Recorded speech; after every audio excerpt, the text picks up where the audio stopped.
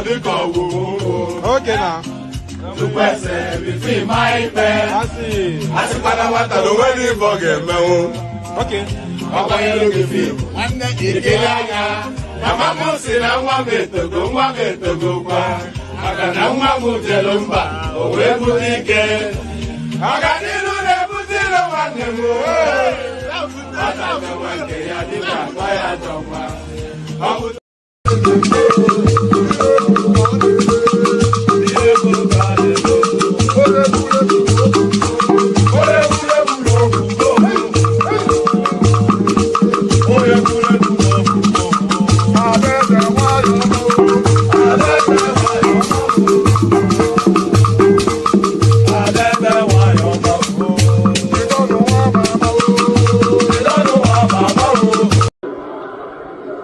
Tí ó bá sí àwa èmi tí ń dúró wájú yìí tí ń lérí ogun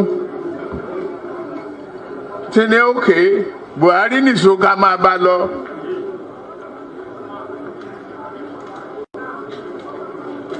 Kò lè di president.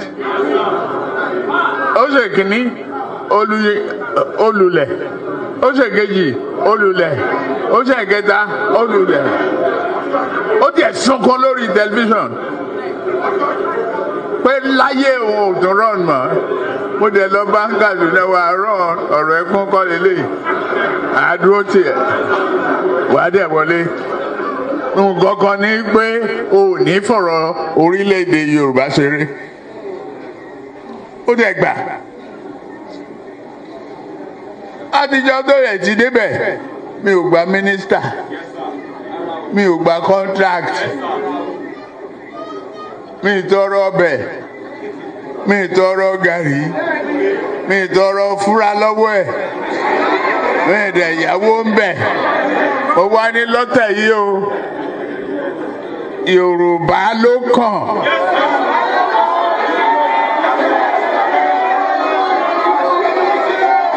Tá a bá dẹ̀ sa Yorùbá náà, èmi ló kàn. Ẹni bàbá ilé, bọ́lábọ́lá, ọmọ òṣèlú ojú, ìgbàlódé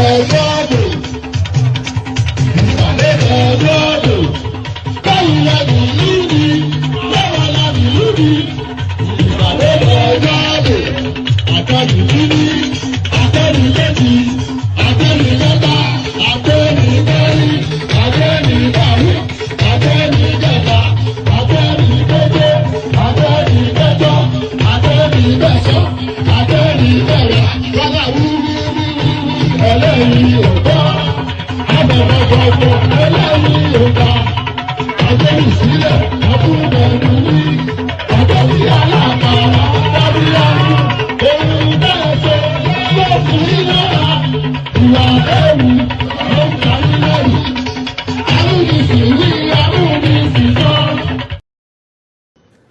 Tinubu Bola Ahmed of the APC,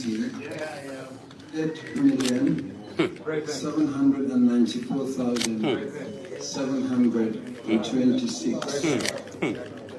Miadi Peter Nana Chukwudi of Abga, 61,066. Thank you. Tinubu Bola Ahmed of the APC.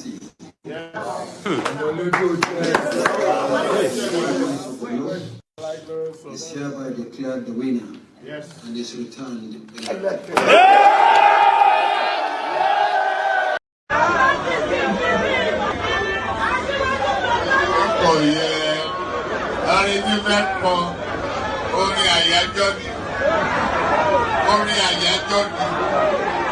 Wọ́n dìde, wọ́n pínlẹ̀ ogun.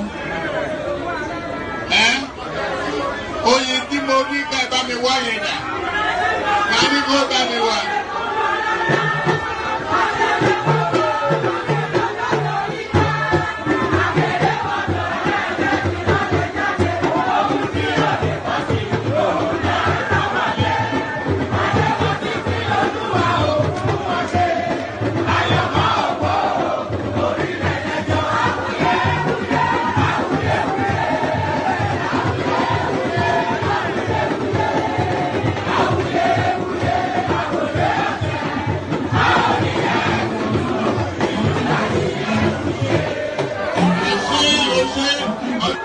tẹ̀wọ́ pàdé.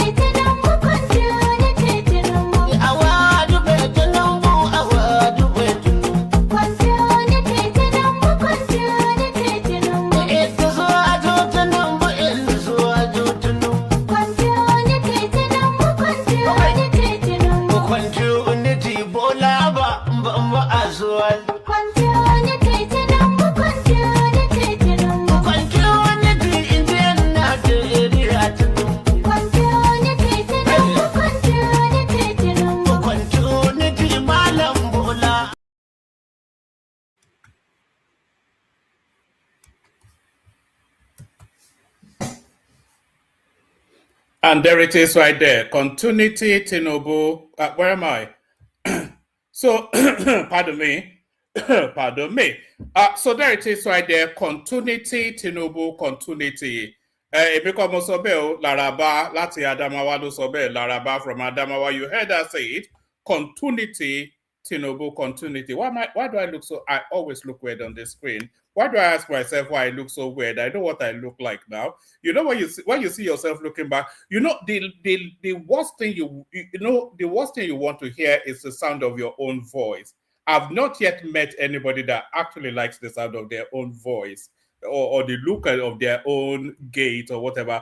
But there it is, continuity, Tinubu, continuity, and all that. Continuity, Tinubu, continuity.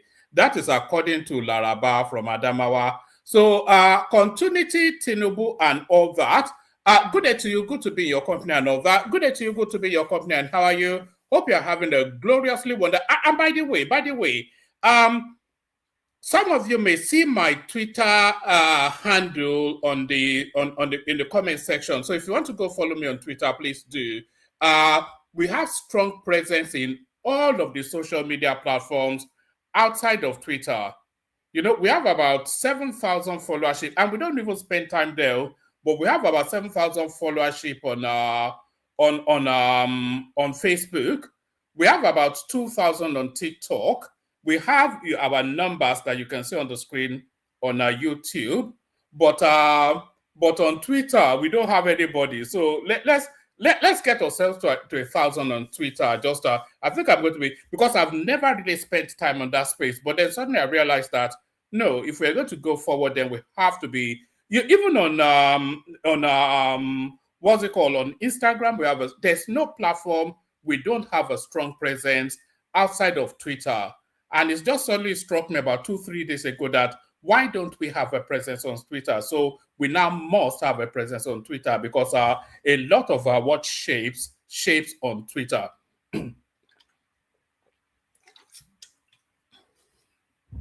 Do you know what this is? It's not vodka, sadly. It is water mixed with lime. You know, I want to change my 1-pack to a 6-pack. So apparently, if you lace your water with lime, it flushes your system. So that's what's going on here. This, sadly, is not vodka, but it's water laced with lime. So water laced with lime. Good day to you. Good to be in your company and all that. Good day to you. Good to be in your company. And how are you? Hope you're having a gloriously wonderful day. What's this at the top of my? So hope you're having a gloriously wonderful day so far, and hope the Martini kò lè jẹ́ Martini náà aládùrúgbò yìí báwo lè aládùrúgbò yìí ṣe máa jẹ́ Martini Abbey. This is water, sadly. Yeah, so hope you're having a gloriously wonderful day so far. And then I hope the glory of that day continues for spending time in the company of your favorite or your laughing man. One man went to mow. One man went to mow the eagle lands again. So the eagle lands again. If you are new to this space, we do this every day. We discuss all matters germane to the Nigerian space. So that's what we do. We discuss mainly Nigerian politics. Sometimes we discuss social life, but mainly the hub of our conversation wraps around the Nigerian political space. So the protocol remains the same. Click on the like button, just as I'm inviting you to do so. Click on the like button. Subscribe if you're not already subscribed. Share the links just as widely as you can, especially the people on Twitter and Facebook. In fact, on all of the platforms we're streaming to, really. Share the links just as widely as you can so that we have as many as possible people joining us. So share the links just as widely as you can. What else do I say? Say hello to me in the comment section so I can acknowledge your presence and say hello back. So we're looking forward to the first comment on Twitter. So if you are joining us on Twitter, say something in the comment section so we at least have our first comment interaction on Twitter. Or are we calling it X now? Let's call it X. I'm not quite sure if I'll ever hop on board with that X something. Yeah, so I'm looking at the comment section. I'm trying to flow as well. So do all those things. Like, share, subscribe. Click on the hyperlink that says StreamYard, etc., etc. Say X. One man say X. So yes, say hello to us on X as well if you're joining us on X. So a whole raft of so many things happening. Peter Obi, of course, had that outing on Channels Television, and unmitigated disaster, as always is the case with Peter Obi. You know, the best pathway to the presidency for Peter Obi is for him to never grant an interview again, ever. You know, that's the best strategy for Peter Obi. The best pathway to the presidency for Peter Obi is for him to never interact with the media ever again. Because as soon as he opens, did you watch that interview with Sheyi Okinbaloye? Is what one of the most, and Sheyi Okinbaloye, by the way, is not even a hard-hitting journalist. Is not a hard-hitting interviewer. You know, even somebody as mild and meek as Sheyi Okinbaloye, he still couldn't straddle that space. You know, any and every question is the same go-to answer. He'll go and hide away in this righteous indignation, you know, this rage that has no meaning, sound and fury signify nothing. Any and every question, I can do it, I will do it. Go and check my record, Anambra. Insecurity, I can do it, I will do it, I can do it. How will you fix the electricity problem? I can do it, I will do it. It's integrity and character. How are you going to fix the social deficit, the chasm between the rich and the poor? I can do it, I will do it. Integrity, character. It's about leadership. Get out now. No, that's not. You're not. Even Rufai Oseni, even he's now having the language of fed up. So a lot of that going on. So we'll be speaking to that space, of course. We'll also be speaking to the person actually sponsoring the Obi Kwankwaso ticket. So we'll be unveiling that. Tinubu snubs South African envoy over xenophobic attack on Nigerians. So we'll be discussing that. So this one, actually, let me put this one on the screen. You see, I'm bringing you this one really because it tickles me. It's exactly the direction. Oh, the Twitter account is pinned in the comment section, Ajani. So I think you should see it there. I just want, I want that. I know, yes, maybe I should even drive the traffic towards there. Yeah, so follow us. Say something on Twitter. I think with Twitter and everywhere else, I think it's a matter of they promote according to engagement. So let's see what level of engagement we get there to propel us somewhat. Yeah. All right. So where was I? So I can't spend too much time doing that. Otherwise, it will I'll be somewhat skittish all over the place. Yes. Let me bring you this headline actually, because when I saw this one, it really tickled me because for me, this is the direction of travel that you expect all of the states. You see, there was one story that I read some time ago that some southeastern states was investing very heavily in the upmarket property sections of our Lagos state. So that Lekki, VI, Banana Island sort of things, they were buying up land and putting up superstructures. So that is the sort of, any Southeastern state that is doing that, you have to applaud them for the intellect. So along that line, this move now by Benue State is exactly the sort of things that you'd expect state governors to be doing. So let me show you what I mean. So let me show you what I mean. Benue wins 3 all blocks in national licensing rounds. So there's absolutely no reason why all these states, who are awash with money, by the way, cannot be investing in all these sort of assets. So well done to Benue State for at least investing in oil blocks. It's better than it going to Indimi and all these Fulanis in Borno. Where is Ndimi from? Ndimi is from Borno State and is the largest oil field is the largest oil block holder in the country. So how is that even a thing? Ndimi from Borno State, he owns the fattest and the largest expanse of oil blocks in the country. Not a single drop of anything in Borno State. Benue wins 3 all blocks in national licensing round. So let me just give you 3 paragraphs from this. Benue State has secured 3 of the 37 oil and gas blocks awarded by the Nigerian Upstream Petroleum Regulatory Commission in the 2025 licensing round, marking a turning point in the state's energy history. The blocks PPL 800, PPL 801, and PPL 902 spans the Benue Trough and Anambra Basin across Otukpo, Apa, and Opoku local government areas. They carry the legacy of 5 exploration wells, the oldest drilled in 1954. So it's not, I don't really care for the detail, but I care for the headline that Benue State is investing in oil blocks. So that is the sort of thing that you expect that and you hope that the states will be doing with their funds, rather than doing the Owambe parties and building, flyovers that fly over to nowhere. So let's go from that to this. Tinubu snubs South African envoy over xenophobic. Let's do that again. Tinubu snubs South African envoy over xenophobic attacks on Nigerians. So there has to be some sort of comeuppance in terms of these excesses of the South Africans. So I think the returnees should sue the South Africans in Nigeria, get a judgment against that country, and then they can tie that judgment against whatever assets the South African government has in Nigeria. Tinubu snubs South African envoy over xenophobic attack on Nigerians.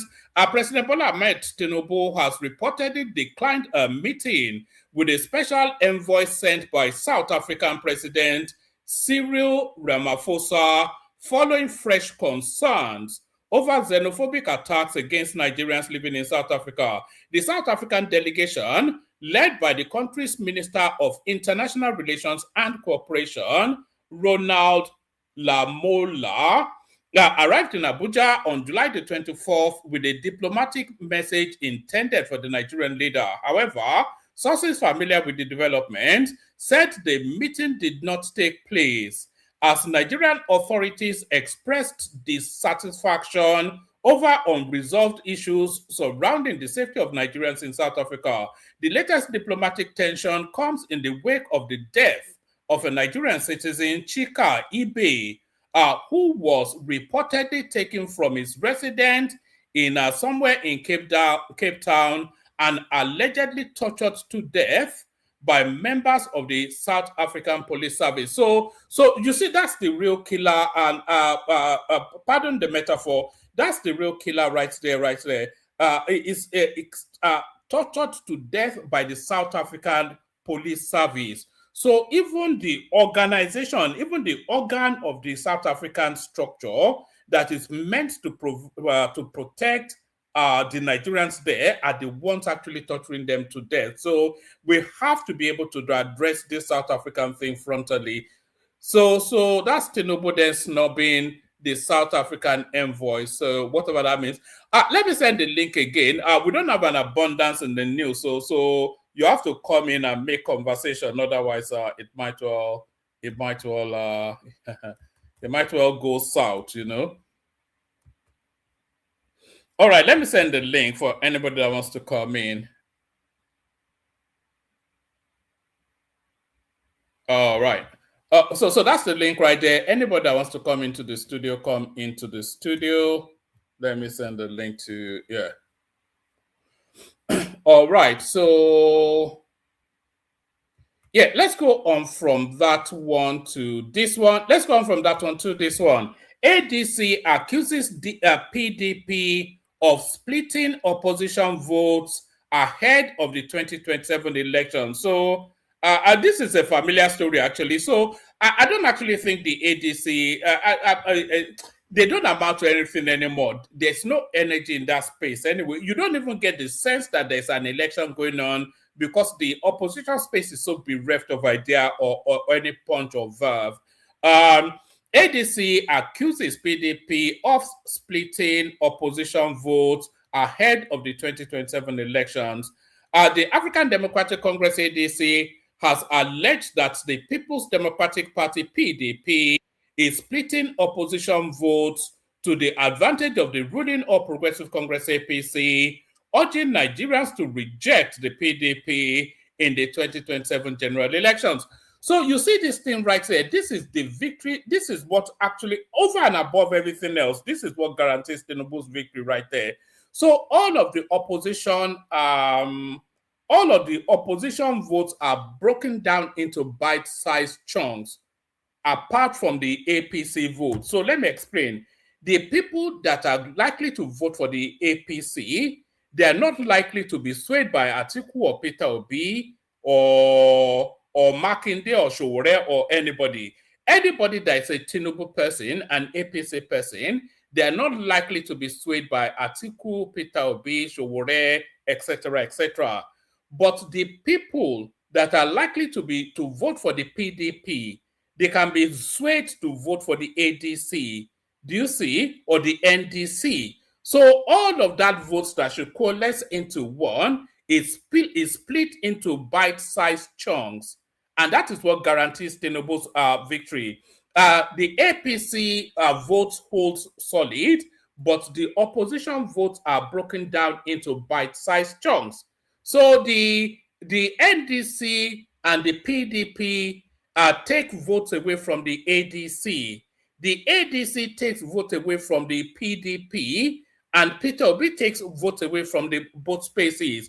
All of that from just one tiny vote. Even the convergence of all their votes still does not defeat the APC, the incumbency. But then those votes now broken down into bite-sized chunks, it guarantees. So even the conversation now is not who wins the election anymore. It's really what the margin of victory will be. The African Democratic Congress, ADC, has alleged that the People's Democratic Party, PDP, is splitting opposition votes to the advantage of the ruling All Progressive Congress, APC, urging Nigerians to reject the PDP in the 2027 general elections. The party's governorship candidate in Jigawa State, Senator Sabo Mohammed Nakudu, made the claim during the Jigawa Southwest ADC stakeholder meeting held in Dutse over the weekend. So that's that right there. I don't think we need much more from that because I think we get the drift of that. Let me take you very quickly to this. This is the Nnamdi Kanu space. Ejiofor reacts as Kanu terminates his service as lawyer. So it's just, do you remember when we couldn't hold a session and it was always Nnamdi Kanu or Peter or what's it called, Simon Ekpa? But now, not even the Igbos have forgotten Nnamdi Kanu now. They completely abandoned him for their new messiah. So after the 2027 elections, they will go back to Nnamdi Kanu. But for the moment, if Nnamdi Kanu pies in the prison, I don't think they will even notice. Ejiofor reacts after Kanu terminates his services as lawyer. So there it is right there. A legal practitioner, Ifeanyi Ejiofor, has reacted after his removal as the personal counsel to the leader of the Indigenous People of Biafra, IPOB, the leader of the Indigenous People of Biafra, IPOB, Nnamdi Kanu, saying he remains silent over the years, despite alleged threats and sustained attacks. Ejiofor's reaction allegedly follows a decision conveyed in a letter dated July the 22nd, 2026 from the Sokoto Correctional Center, which formally terminated his services and cautioned him against making public statements or disclosing confidential information obtained during his legal engagement. In a statement posted on the Facebook page, the lawyer dismissed what he described as the curious panic of those confronted by nothing but silence, insisting he had exercised restraint despite repeated provocations. So does he actually tell us anything that is of meaning? I don't think he has anything to say, actually. All right, it says the time has not, I skipped through quite a,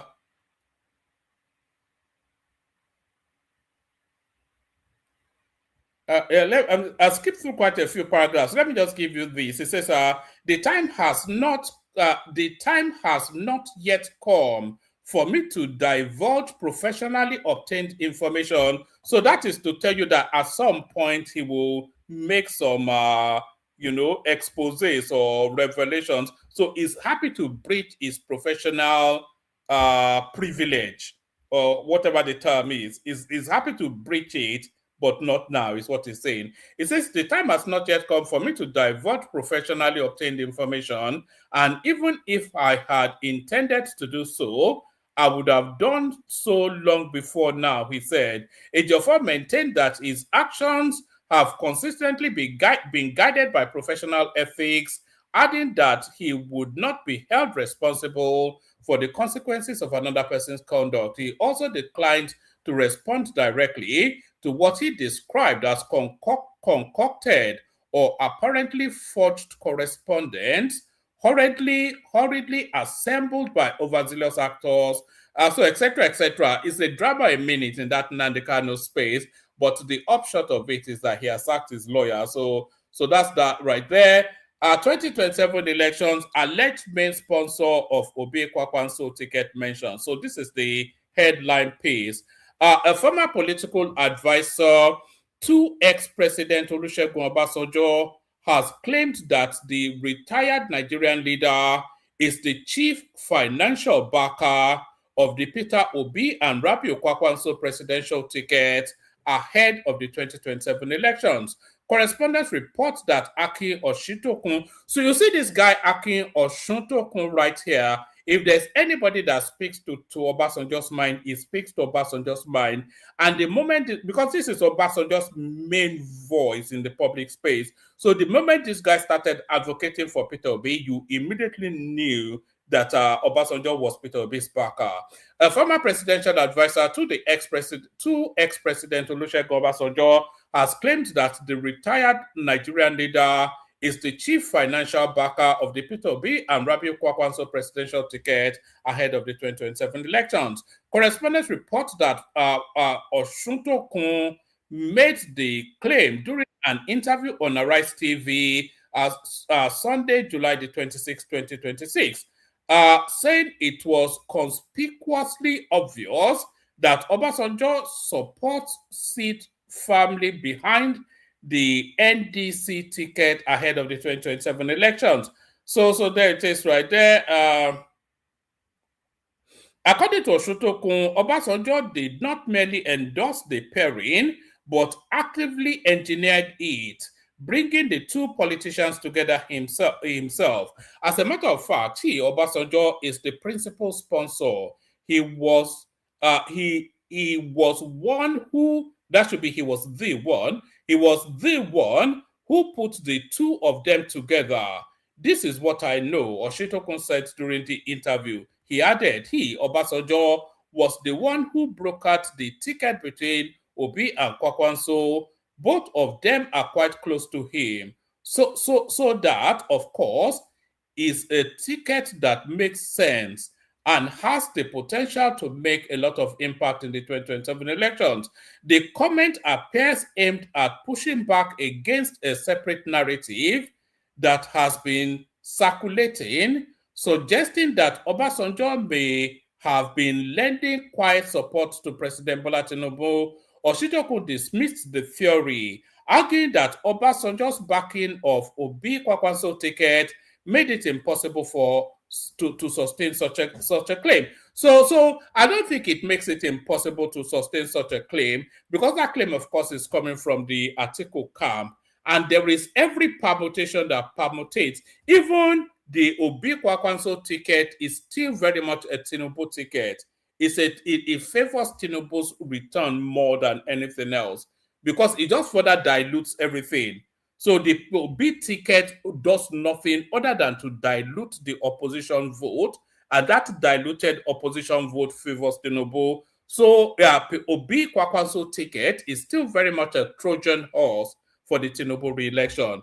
So how do you then rationalize from that fact that he is supporting Obi Kwankwaso and then insinuate that he's working for Tinubu because Tinubu visited him in 2023? Do you remember that in the last session I was telling you about this visit of Tinubu in 2023? So that visit is very much in play, and this comes later. I think we spoke about it about 2 days ago, but this comes back into play now. So there it is right there. Here's Aki Oshitoko actually saying it in his own words. There are always conspiracy theories in politics. And look,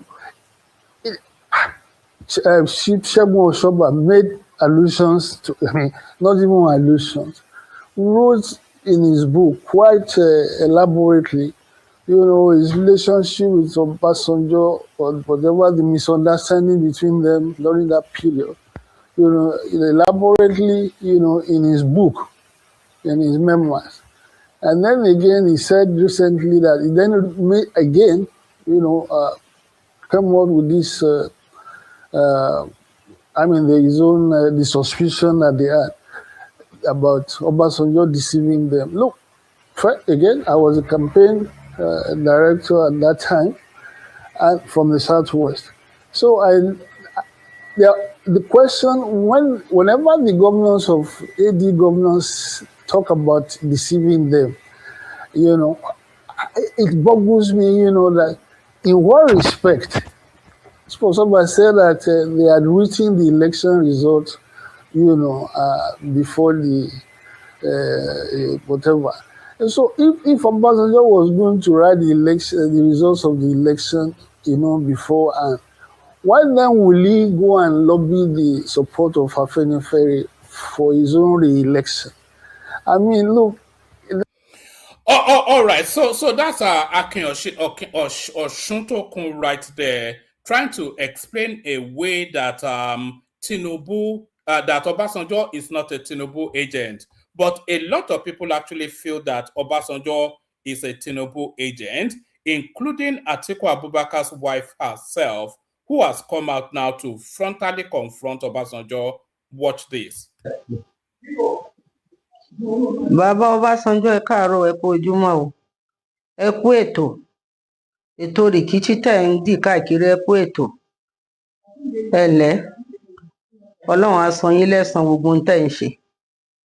kí l'Àtíkù rà nígbà yín náà mo fẹ́ bi yín léèrè ṣé wọ́n bí Ṣólúmẹ́jà ni wọn fìyàn ṣe vice lẹ fi ṣe vice ó dẹ̀ ń tẹ̀lé yín ẹsẹ̀ méjèèjì ìgbà táwọn gómìnà against yín ṣebóun ló tì pé òun fẹ́ betray yín ẹ̀yin ò dẹ̀ fẹ́ sanwó síbi tó wá ṣó ọ̀rọ̀ ẹ̀ ju third time lọ ni ó dẹ̀ ti bẹ̀ yín ó fi style bẹ̀ yín ó fohùn bẹ̀ yín ó fọlọ́run bẹ̀ yín ṣọ́lọ́run ni yín ni lẹ́yìn àpọ́nlé àbùkù ló kàn àbùkù ni mo fẹ́ fi kàn yín láàárọ̀ ìtorí ẹ̀ mọ̀ ètò tì àgbà yín àgbà ránù ni àgbà tí ò mọ létò ẹ̀dẹ̀lẹ́ ẹ lọ bible school ṣé bible school tẹ́ ẹ lọ ṣé wọ́n ní kẹ́ máa fi dìtẹ̀ ni bẹ́ẹ̀ tí ń pe òbí lẹ́ ń pe rábíù lẹ́ ń pe Kwankwaso kí làwọn ènìyàn ní ṣe pẹ̀lú yín ẹ lè jókòó gẹ́gẹ́ bí àwọn general Babangida àwọn general Abdulsalam àwọn Tiwa Danjuma àwọn general Gusau ẹ rí bí wọ́n ti sọwọ́ ọmọ wọn tí wọ́n ṣàgbéjẹ́ mọ́wọ́ àfi kẹ́ máa kúrú kẹ́ máa ga agbọ́pọ̀ tẹ́ẹ̀lì ló ní Tinubu fún yín ẹ lo 3 days lẹ́ ń pe òbí lẹ́ ń pe rábíù tẹ́ǹsán tí wọ́n ti owó sí yín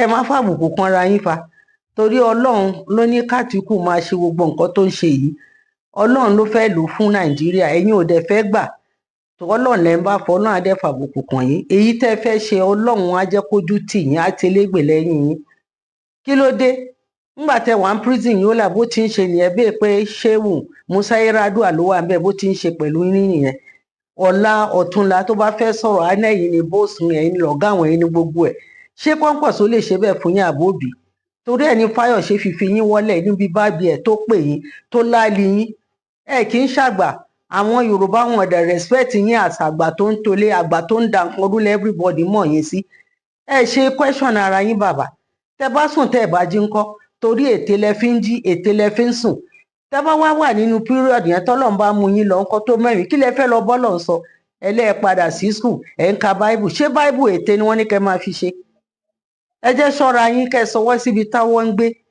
kẹ́ fi Àtíkù lẹ́rùn lẹ̀ tẹ́ bá ní blessing tẹ́ máa fàtíkù ẹ fún tẹ́ ẹ bá ní ẹ fílẹ̀ ẹ máa wò ó nà kò dẹ̀ tọrọ owó lọ́wọ́ yín kò dẹ̀ sunkún sí yín ó ń respect yín dọ̀la dọ̀túnla anything tó bá máa taba yín Àtíkù ò fẹ́ anything tó bá máa taba yín Àtíkù ò fẹ́ 2003 èmi wà ní campaign team àǹtí Ìyábọ̀ àwa ló tẹ̀lé èmi mo bí léèrè ní òtẹ́ẹ̀lì pé kí ló dé tó fi tẹ̀lé bàbá ó ní ọ̀rọ̀ òun àti bàbá ò ní wọra ẹni tá a fẹ́ yín tá a ṣe tẹ́ ẹ̀ bá sí láyé lónìí Àtíkù ò ní jẹ́ káwọn ọmọ yín ráre ẹ mú gbogbo ẹ̀ ń tẹ́ báṣubàṣu ṣọ́ọ̀bọ ni yín ni torí ẹni tí ò bá ti mẹ́ni tó fọ́ràn ọ̀bọ ni yín bàbá ṣọ́ọ̀bọ ni ẹ sọ mi ṣọ́ọ̀bọ ni yín tẹ́ bá ṣọ̀bẹ jẹ́ ká mọ̀ pọ̀ bọ̀ ní torí ọ̀bọ ló máa ń fò káàkiri bí aláìní ròònù báyìí kí ló dé ẹ tọwọ́ yín baṣọ o mo kàn wá fún yín ní kìlọ̀ ni mo fún yín ní kìlọ̀ a lè lágbàlagbà bí yín ní nọ́ọ̀tì èmi ọmọ Yorùbá ni mí àti ìyá mi àti bàbá mi owó tí mo ní ni mò ń yá yín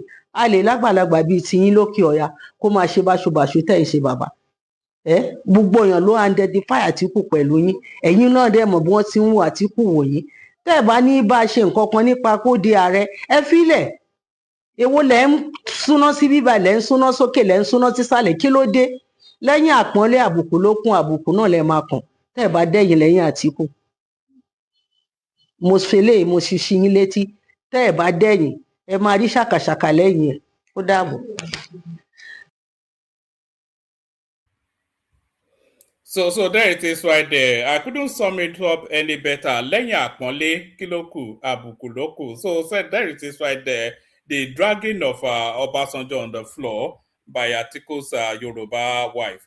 On to this one then. Rufai Hosseini faults Peter Obi, demands clear plan for Nigeria. So I've been telling you for quite a while now, there's somewhat of a pivoting taking place, and the penny is starting to drop within that obedience space. At least the ones that are honestly within that obedience space, the harbingers of change within the obedience space, the penny is starting to drop with them. But a lot of the obedience space are just ethnic jingoists. But the ones that were conned into that space, the wool is starting to pull from their eyes. Rufai Hosseini, of course, he's cynically in that space, but even he cannot abide the lack of the rudderless sort of politicking of Peter Obi.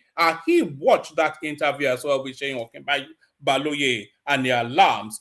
Rufai Hosseini faults Peter Obi, demands clear plan for Nigeria.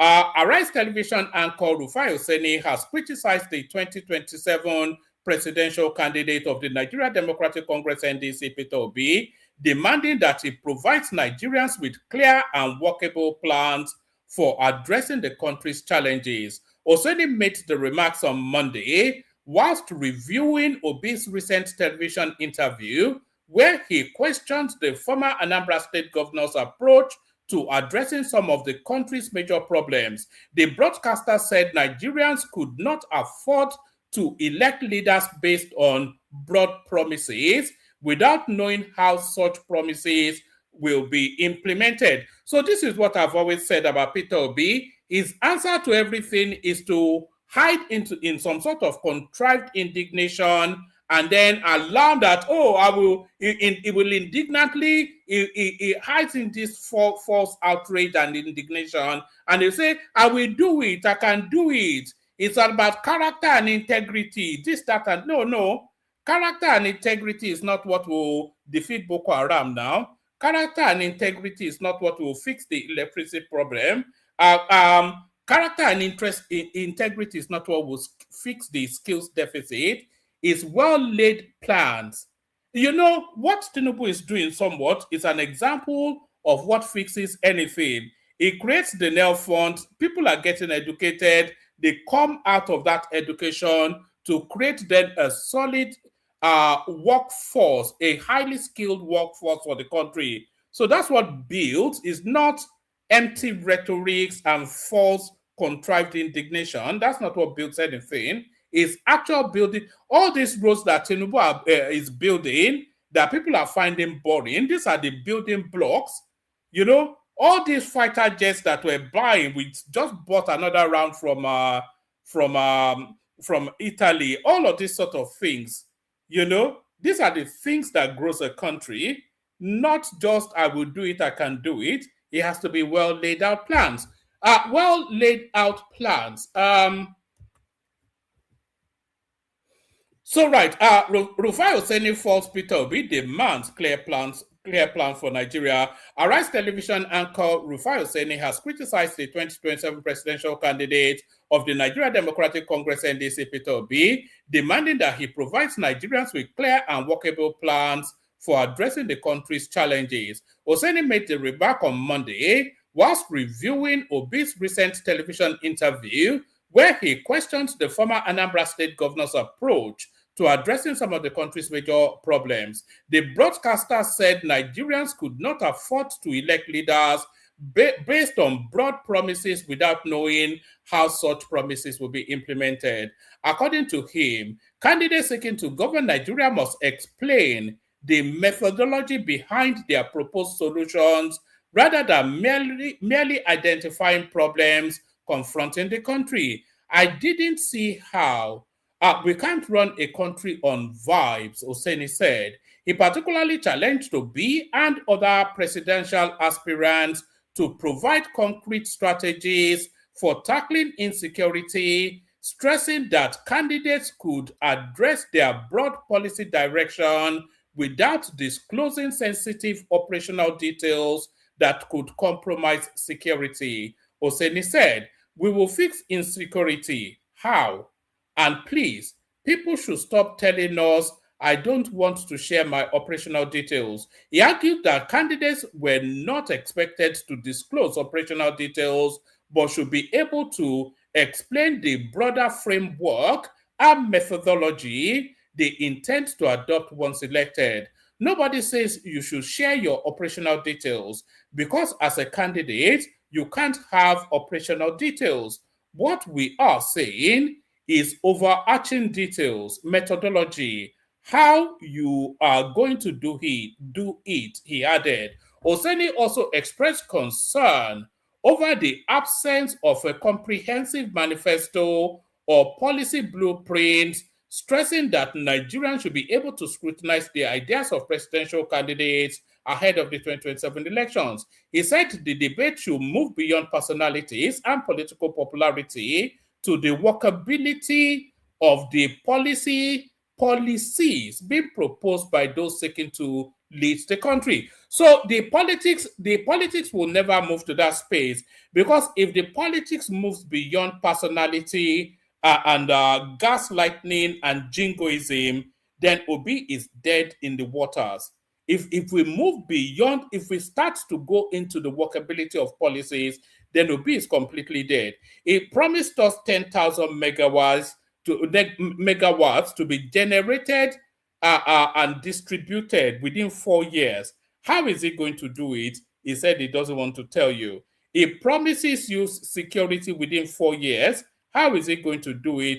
He doesn't want to tell you. He promises you this food security and abundance of food. He promises to solve all of the problems. He says he knows the problem of the North and is going to solve it. What are those problems? He would not say. How is he going to solve it? He cannot say. So if we go to the workability of policy, Obi has no policies anyway, because he just speaks in this vague, abstract, non-sequitur sort of nonsensity. We will go from consumption to production. What does that mean? What does that mean in actual practicable terms? What's the meaning of that, rather than just word salad, just the utterances of words, just for the purposes of speech? What does that actually, we go from, so, okay, then walk us through those details, because every policy of every government is a move from consumption to production. If they are improving road infrastructure, that's consumption to production. If they are improving electricity, that's consumption to production. So what do you actually mean? What are the measurables? What are the deliverables? What metrics do we measure you against? Go to Anambra, I have done it, I will do it. Go and verify integrity and character. You don't know now. You can't gaslight all the way through to the elections. It won't work. He said the debate should move beyond personalities and political popularity to the workability of policies being proposed by those seeking to lead. But you see, the thing with the Obi space is that they cannot go into this space being proposed by Rufai Oseni, because if they go into that space, they are dead in the waters, because they know that the country is working. They know what is going on. They know that everything that will move that country forward is happening now. They know. They know. Let me show you an example of what I mean. They know.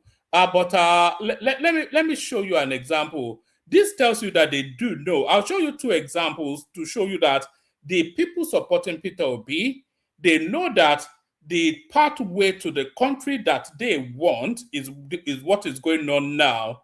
But they don't care for the progress of that country. There's no single person supporting Peter Obi that wants Nigeria to grow or develop.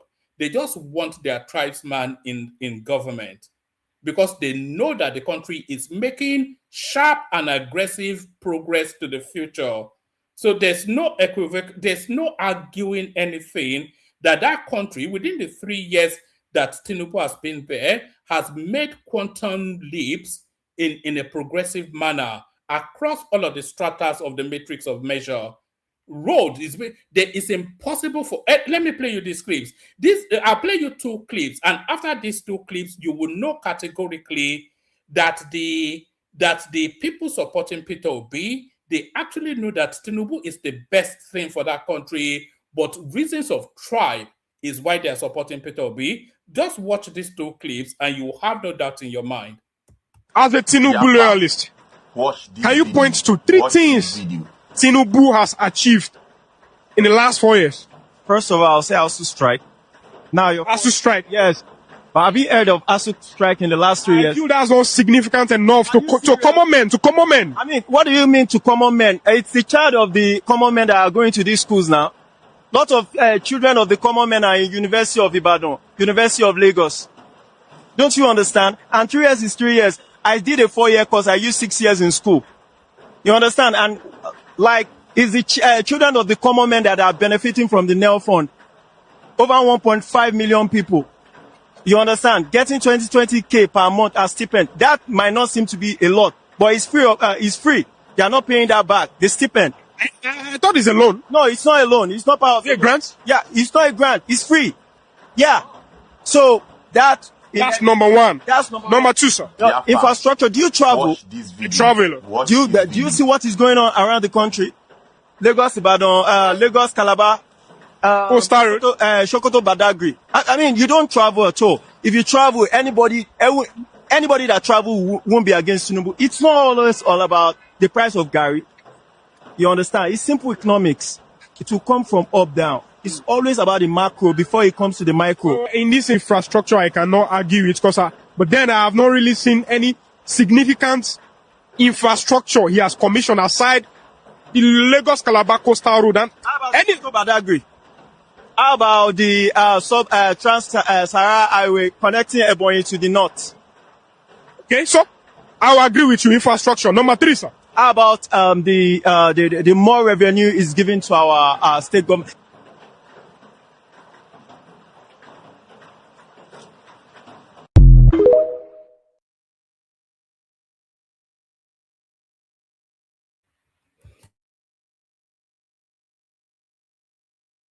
So do you see what I mean? So the interviewer was an OB person, obviously, but the guy that he was interviewing was just an average man on the street. And they tried their usual gaslighting. How does it affect the common man? You know, that really infuriates me when they say, how does it affect the common man? Sorry, who is going to drive on the Lagos-Calabar Superhighway, the road that links the east to the north, and all of the artillery roads? Countless kilometers of road being built. Who's going to benefit from that? Is it rich people that will be... Do you have to show a rich ticket to drive on the Lagos-Calabar Superhighway? Who will be using it? Is it for Dangote only and not $1? What sort of ridiculous nonsense is that? Who's going to dive from Sokoto to Badagry? Is it for the Kwashogis only? I mean, it's just ridiculous now. How does it affect the common man, road infrastructure? What affects the common man more than road infrastructure? Do you know what those road means in terms of logistics and growth? It's impossible not. The whole of the Southeast. I'm going to put together a montage, which I'm going to put it up tomorrow. I'm going to put together a montage of the roads being built by Tinubu just in the Southeast. So if anybody has clips of them, please send in them to my Instagram. I'm going to collate them and put together a montage. He has completely remapped the whole of the Southeast, Tinubu, in 3 years. So they can't say they don't know now. They see it now. It's impossible for them to say they don't know because they see it. They live it. Do you know that electricity has improved right across the country? I was watching a clip from Bayelsa. Whoever sent me that Bayelsa clip, please send it again. They cannot remember the last time they took their light. In Lagos, we have shown you clips of Lagos. In places like Ikorodu, not even the top echelons of society, that or the top echelon areas of society, places like Ikorodu, they're telling you that they cannot remember the last time that NEPA took their light. Quietly, these things are happening. You know, so they cannot claim not to see it. So, but they don't care about the development of Nigeria. Nigeria can turn into Dubai, or Nigeria can burn to the ground. All these people care about is for their ethnic man to be. It's just a tribalistic nonsense. It's just, and who is that ethnic man even? Is that Peter Obi? You saw him now on Chinwo Kimbaloye.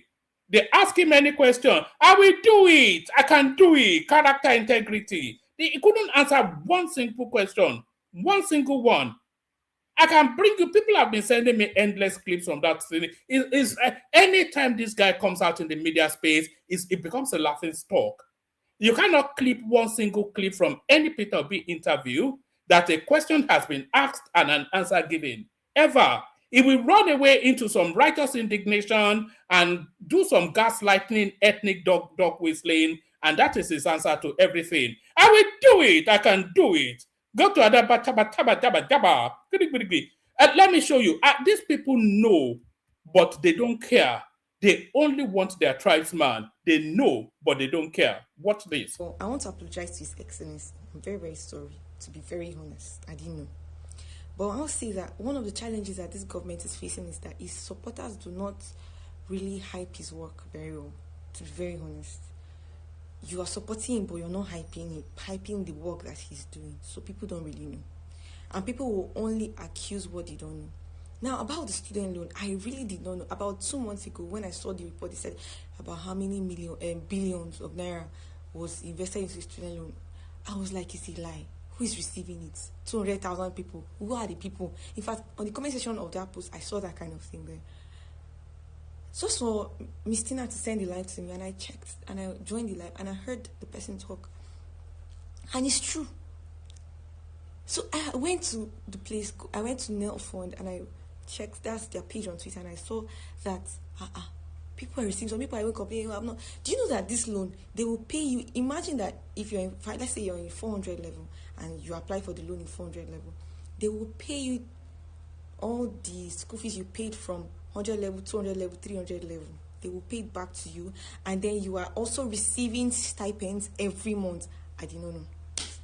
To God Almighty, I did not know. I did not know. Now, imagine, I did not know, and I'm very active on social media. I didn't know. Imagine how many millions of Nigerians don't know this thing. Imagine if I call my mom today like this and say, do you know that student loan? She will say she doesn't know. People don't know. Now, because how will we know? There's no hyping. There's no. So I'm thinking of coming on live. I'm thinking about something that has to do with this. I'm thinking we should maybe I should come on live and we can discuss what to do about it. But I'm personally thinking of a challenge, of people who have received a loan. And if you have received this loan and you are joining hands in accusing His Excellency, God is watching you. Me, I am like Nigerian Army. My loyalty is to the presidency. Whoever is the president is who my loyalty is to right now. So, guys, I don't know when I should come on live, but suggest.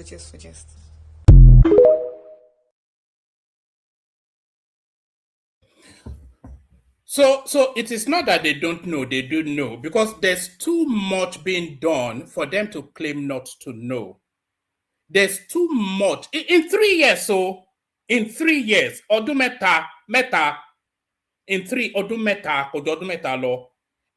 years, what this guy has done, in 3 years, just 3 years, what this guy has done in 3 years is more than what anybody has done from the independence of our country till date. From the day of independence, from 1960 till date, this guy here, in 3 years, has done more than the culmination of all of them put together. You cannot claim not to see it. It's impossible. It's impossible for you to say you don't see it. Impossible. Go to the Muritala Mohammed International Airport. The airport has been completely gutted down, being built into an international standard airport. You cannot claim not to see it. You cannot claim now. Go to the Southeast now. The whole of the Southeast has been remarked infrastructurally. Go to Abuja now. Even Isaac Fayose, one of the champion voices of the Peter Obi space, he never stops eulogizing about the excellent work being done in Abuja. You cannot claim not to see it now. You cannot claim not to see it. It's impossible for you to say you can't see it. So the only thing then that propels you is just that tribalistic ethnic jingle. They cannot claim not to see it. Watch this. Badagry Super Highway. This is Sokoto Badagry Super Highway, a stretch of about 1,068 kilometers with continuous reinforced concrete and solar light with CCTV and with the trees planted. It's going to crisscross Sokoto, Kebbi, Niger, Kwara, Oyo, Ogun, and Lagos. And it's going to connect to the Lagos Calabar Coastal Highway, which is a stretch of about 750 kilometers. And of course, will link to Calabar, Benue, Kogi, Nasarawa, and FCT, which is a Trans-Hara. And of course, is going to connect to Akwanga, Jos, Bauchi, Gombe, and Borno, courtesy of our dear President, President Ashwaju Bola Ahmed Tinubu, GCFR. At this point, I must commend His Excellency, Mr. President, President Ashwaju Bola Ahmed Tinubu, for his unwavering commitment to the progress and prosperity of this nation. This road is not mere road, but it's a statement to the unity and progress of this nation. There is no nation that can prosper without infrastructure, solid infrastructure like this. You can imagine this is the Sokoto axis, which starts from Ilela and terminates at Bayawa, neighboring Kebbi State, 120 kilometers. Already, 20 kilometers continuous reinforced concrete has been achieved, courtesy of Mr. President. At this point, I must commend my minister, the Minister of Works, Engineer David Mahi. So as I'm saying, it is impossible for them to claim not to see it. So if they can't see it, because it is not possible for them not to say they cannot see it, then what is left? You know, all of these things that we are hearing, the now funds that girl is talking about, can somebody send me the clip that broke out just earlier on today? All those students celebrating that they got double money from their arrears in their NEL fund in the north singing normal logo. Can somebody send me that clip? It is impossible. Let me show you this. I'm telling you that the only reason these people are still doing their ding-dong is because of tribalism and ethnic jingle. They do not want the progression of that country in any way whatsoever. They just want their tribesman in charge. It is impossible for them to claim not to see it. Possible. It is impossible for anybody to claim that that country is not being moved forward.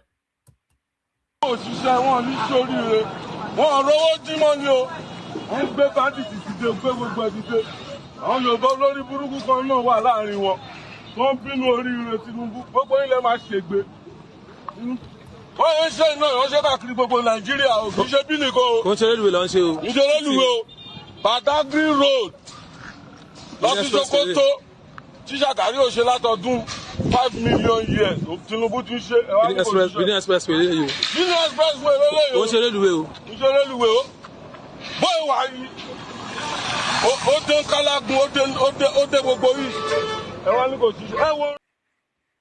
So that is the Benin expressway right there. So like I said, it is impossible for them to claim not to see it.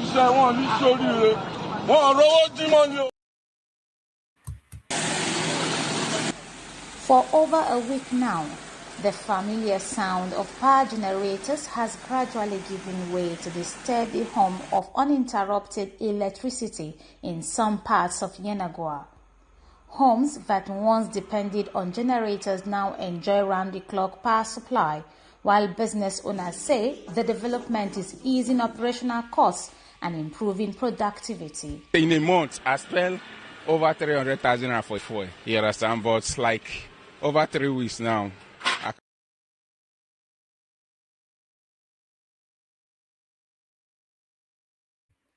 So there you heard it now. That's in Bayelsa State. For 3 weeks, they've not had power interruption. So that's not to say they will not have it in the future, but that is to tell you that quite aggressive progress is being made in that space. So it is impossible for them to say they cannot say it.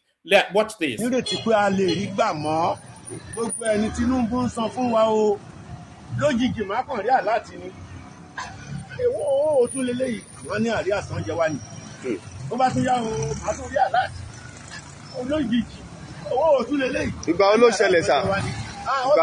Láti last year ló ti ń ṣẹlẹ̀. Láti last year ni títí di ìsìn kò tí ì sí. Kò sí gbèsè kò sáré àsílẹ̀. Àríyá ti wà nílẹ̀ àní ṣe ló ń kàn án tọ́kù. So that was for the non-Yoruba speakers. That was a pensioner right there telling you that suddenly his phone will just ring, will beep rather, and then he will check the phone and it's an alert from his bank that his account has been credited. And then when he goes to find out what the credit was for, it was the arrears for his pension. So they are not now doing that just in the push towards the election. That's been happening for the last 2 years. That's what that man said. So every so often, they are paying their pensions now regularly, and then they are clearing their arrears of that pension. So yeah, it's impossible for you to say you cannot see it. So if we are looking at, I got an abundance of clips here, and as people come in to want to argue otherwise, let me play you one more. One man. Yeah, this is Agbado reporting live. No, that was a clip from one of but I have plenty of clips here. So let me play you this one. This one is still that Sokoto Super Highway. Tinubu try nǹkan tó yẹ kó ti ṣe tẹ́lẹ̀tẹ́lẹ̀ náà ni ẹ máa ka owó wa náà ló ná fún wa. Ọ̀nà kan láwọn máa jẹ́ ó sì ń lọ. Ṣáàzìrì. Ẹ máa gbọ́ gbé mi bàbá ẹ máa gbọ́ bàbá yẹn lè ṣiṣẹ́. Ó ṣí ọ̀nà fún wa. Highway. Ó sì máa ṣe kejì náà. Bàbá tó fẹ́ pín in. Màálù làwọn wo ṣáàtìrì. Màálù làwọn wo àṣeṣolú. Àṣeṣolú. Màálù làwọn wo. Ọ̀lẹ́lẹ̀ náà.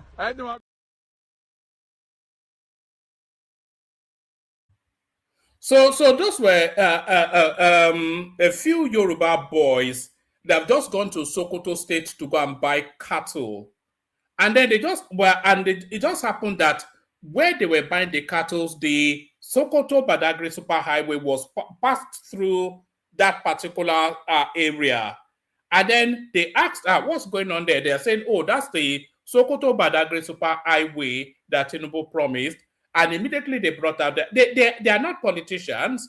They don't care one way or the other. They went to Sokoto to buy cattle. Maybe that's their business. They go to the north, buy cattle, come and double their money. So so they just saw it and they said, so this is it. And then they flipped out. So it's impossible now for anybody to say they cannot see that country progressing. So if they can see that country progressing and they continue to insist that it is their tribesman that has to be in charge, then that tells you that what propels them is not the progress of that country, but that clannish tribalism that particular section is noted for. It's just impossible for you not to see it.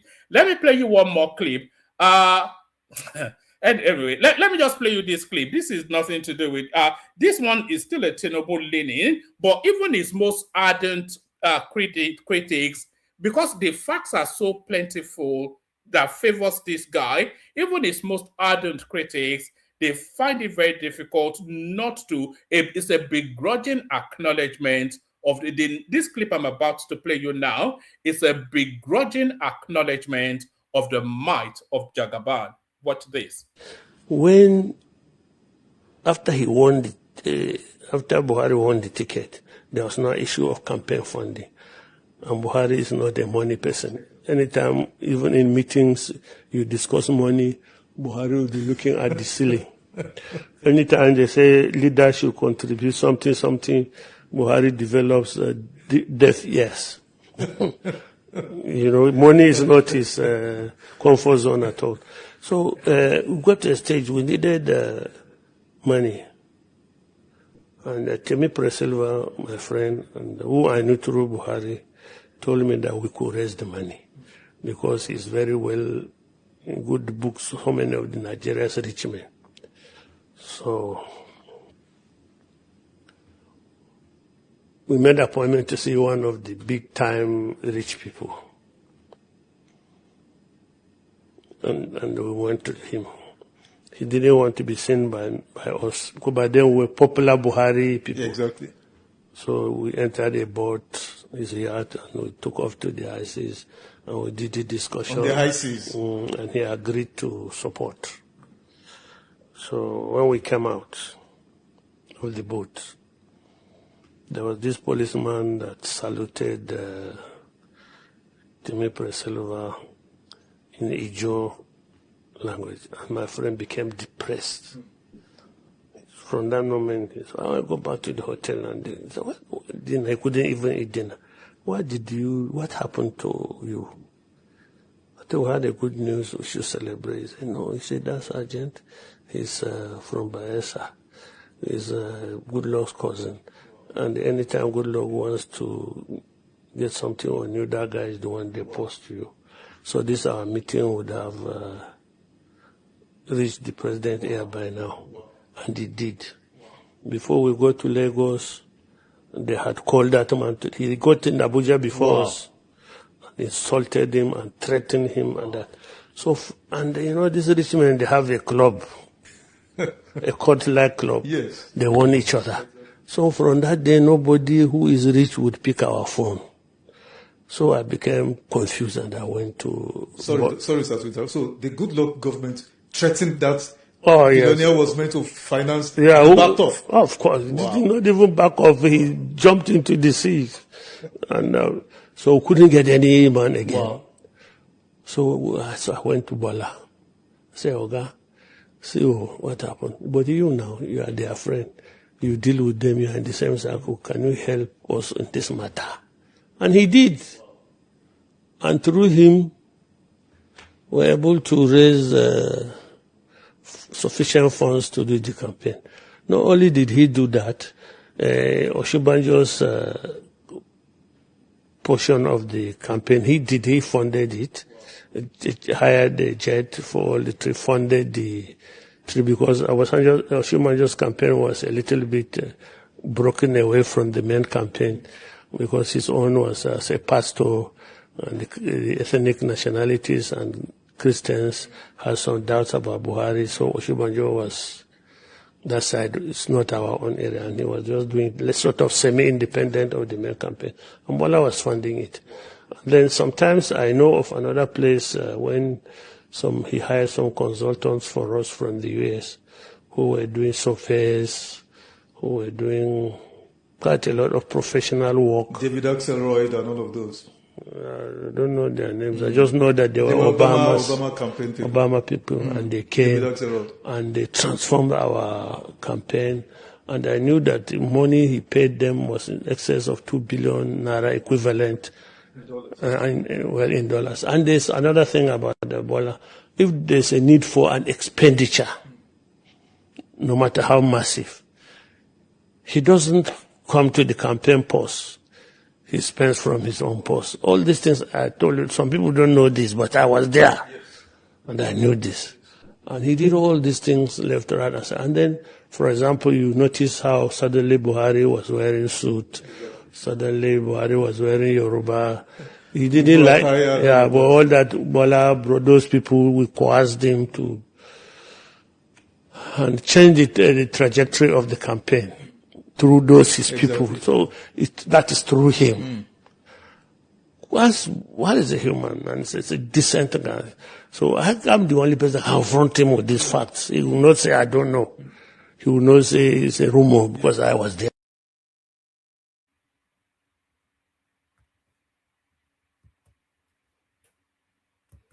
So there it is right there, the might of the man himself. So let me just show you this as well. This will be the last one. So these are the Tinubu campaigns. These are his policy campaigns in his manifesto when he was campaigning, and what has been achieved.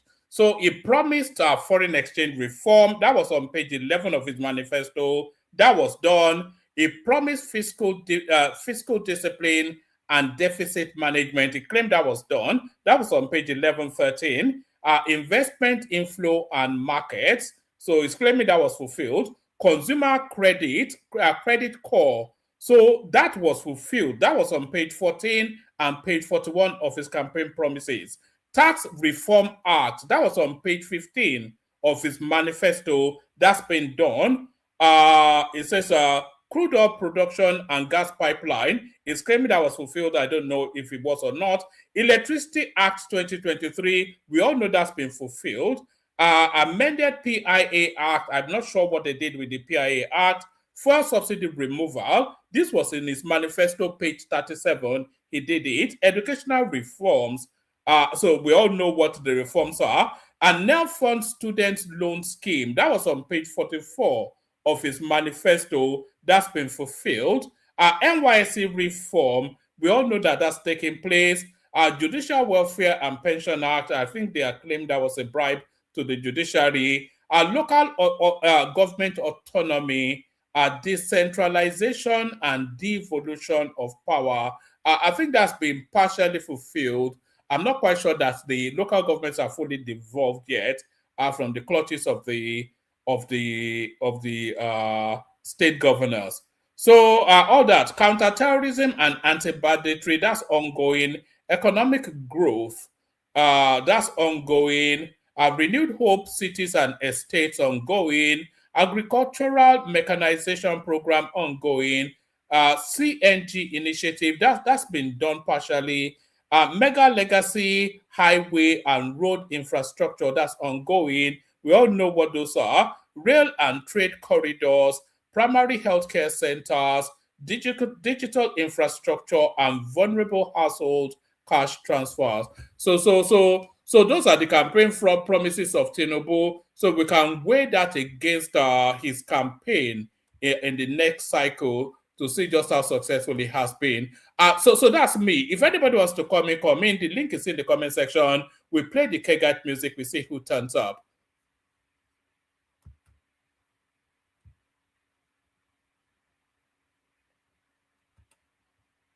Water, only water, only water, where they see ma. Water,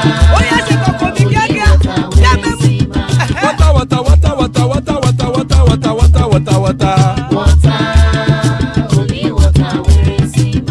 Hapa o naido, hapa o naido. Hapa you don't come o.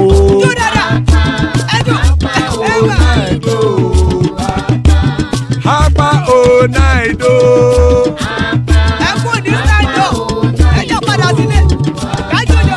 Oro kẹ̀kẹ́ ẹlẹ́mù yé o. Ide sodi kẹ̀kẹ́ ẹlẹ́mù rẹ o. Bobby master kẹ̀kẹ́ ẹlẹ́mù rẹ o. Chief Waila ti kẹ̀kẹ́ ẹlẹ́mù rẹ o. Eruku lẹ̀lẹ̀ ẹlẹ́mùdé. Eruku lẹ̀lẹ̀ ẹgbẹ́ ẹlẹ́mùdóde ojàre o. Eruku lẹ̀lẹ̀ Ghana ti dé ẹgbẹ́ bọ́dì o. Ọmọ ẹlẹ́yẹ ẹyẹ o ó dilé o. Odúyẹ̀lá ẹyẹ o ó dilé o. Petrosonana ẹyẹ o ó dilé o. Petrosodunke ẹyẹ rẹ ó dilé o. Ẹlẹ́kọ̀ ọ̀run mú ìní o.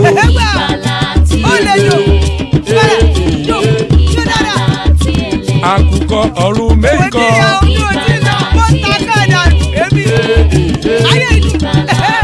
Ikú kò ní ríwà gbéṣe o.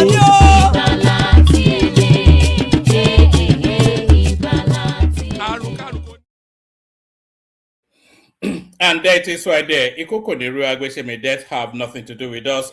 Joining us, Baba, always a delight when Baba is here. Patrick, Glory in the house. Good to see you, Patrick. Bishop is with us. Good to see you, Bishop. Zita makes up the assembled. Good to see you, Zita. So still plenty of spaces. If any new person, especially if you are, I think we've got about 20 people watching us on Twitter now. If you want to join us from that space, please come up. We're always canvassing for new voices. Let's start it off, kick it off with you, Patrick. We do 5 minutes in the order on the screen, just to rattle through fairly quickly. Actually, if we're going by the order on the screen, then we go with Baba first. So Baba, floor is yours. We do 5-7 minutes just for people to document their thoughts. Baba. Oh, man, if he's ready, you can let him go, no problem. But please, let's keep to time. Thank you. All right, brilliant. So, Patrick, Baba yields to you. So, but he's pushing you to be a bit disciplined with the time. Give us 5-7 minutes to the conversation, Patrick. Okay, one man. I greet everybody here. Very, very heavy hearts, So today is make it 1 week, exactly 1 week. My brother died, So, but I did see you. Sorry to hear Sorry that. about that. Sorry Our about that. condolences, please. No problem. No problem. Let us go to politics because I'm not supposed to be here by now. But I see one your video you play, So let us go to politics. You see, only in Nigeria, our politician they use road, they do campaign. It's a very pity. In Western world, nobody they use a build road, they do campaign. No, because the road is your right. Government is supposed to build road. Government is supposed to build infrastructure. You know, in Western world, they're talking about economies, all those things. Something poor people will benefit, not road. It gets some people now in grassroots, some people in the village don't know about coastal road. Some people don't know about Lagos, about the expressway. All those people in city know all those things. How do you make your policy to be fed for masses? I never see this kind of things. For me, I never see any tangible thing this government have done for citizens of this country. I never see. Because don't tell me, no fund, they give these people student loan. How can you give people 20,000 or 10,000 naira? How can that money? You can't use that money, buy something in the shopping mall. Talk less of cook pot of soup. You can't do that. So when some people say this government is not working, you people know all those things. You are living in a Western world. You living in the UK. Can you bragging now? Your prime minister can come and do campaign using road. They do campaign for people of England in this 21st century. Not make sense for me. Let us tell ourselves truth. Let us tell ourselves truth. 4 years, it's more time now. 4 years will come and come. Begin to talk about election by next year. So this government, Tinubu, is trying his best, but this best is not enough. It's not enough. P2B said it. The last interview P2B have in Channel TV, he said everything is there. Some people today, most of you guys is already enter house. When I tell you this man built school, a lot of school in Anambra State, people doesn't believe because he's not there. Because P2B not use media, they show everything he done in Anambra State. Come to Anambra State today. So this is Chukwuemeka Teaching Hospital. Chukwuemeka Teaching Hospital University in Oka. Go and check. 25 building, almost 100 or something rooms, classroom there. Very biggest university teaching hospital. But you people never enter there. Because that university before is a seat for Newi, he built another branch. Make it in OB school. The university is the existing university. No, he built it from foundation to finish. The man do a lot of things in that Anambra State because they don't use media. So for me, Tinubu is trying his best, but let us put more effort. The other coastal road, I don't know. That coastal road never reach 50 kilometers self. 755 kilometers. It never reach 50 kilometers. He said we'll finish it. When? How? Lagos about the expressway. That road exists almost since when I was born. So don't use all those things campaign for masses. Because everybody now, this is 21st century. You no need to use all those things they campaign for us. Just show us what you will do to make our life better. What you will do to make our economic Okay. Okay. What will make your life better and your economy better? What? Yes, first of all, give us that subsidy for medical care. Somebody who like all those pregnant women, all those people in the village doesn't have money to go to hospital.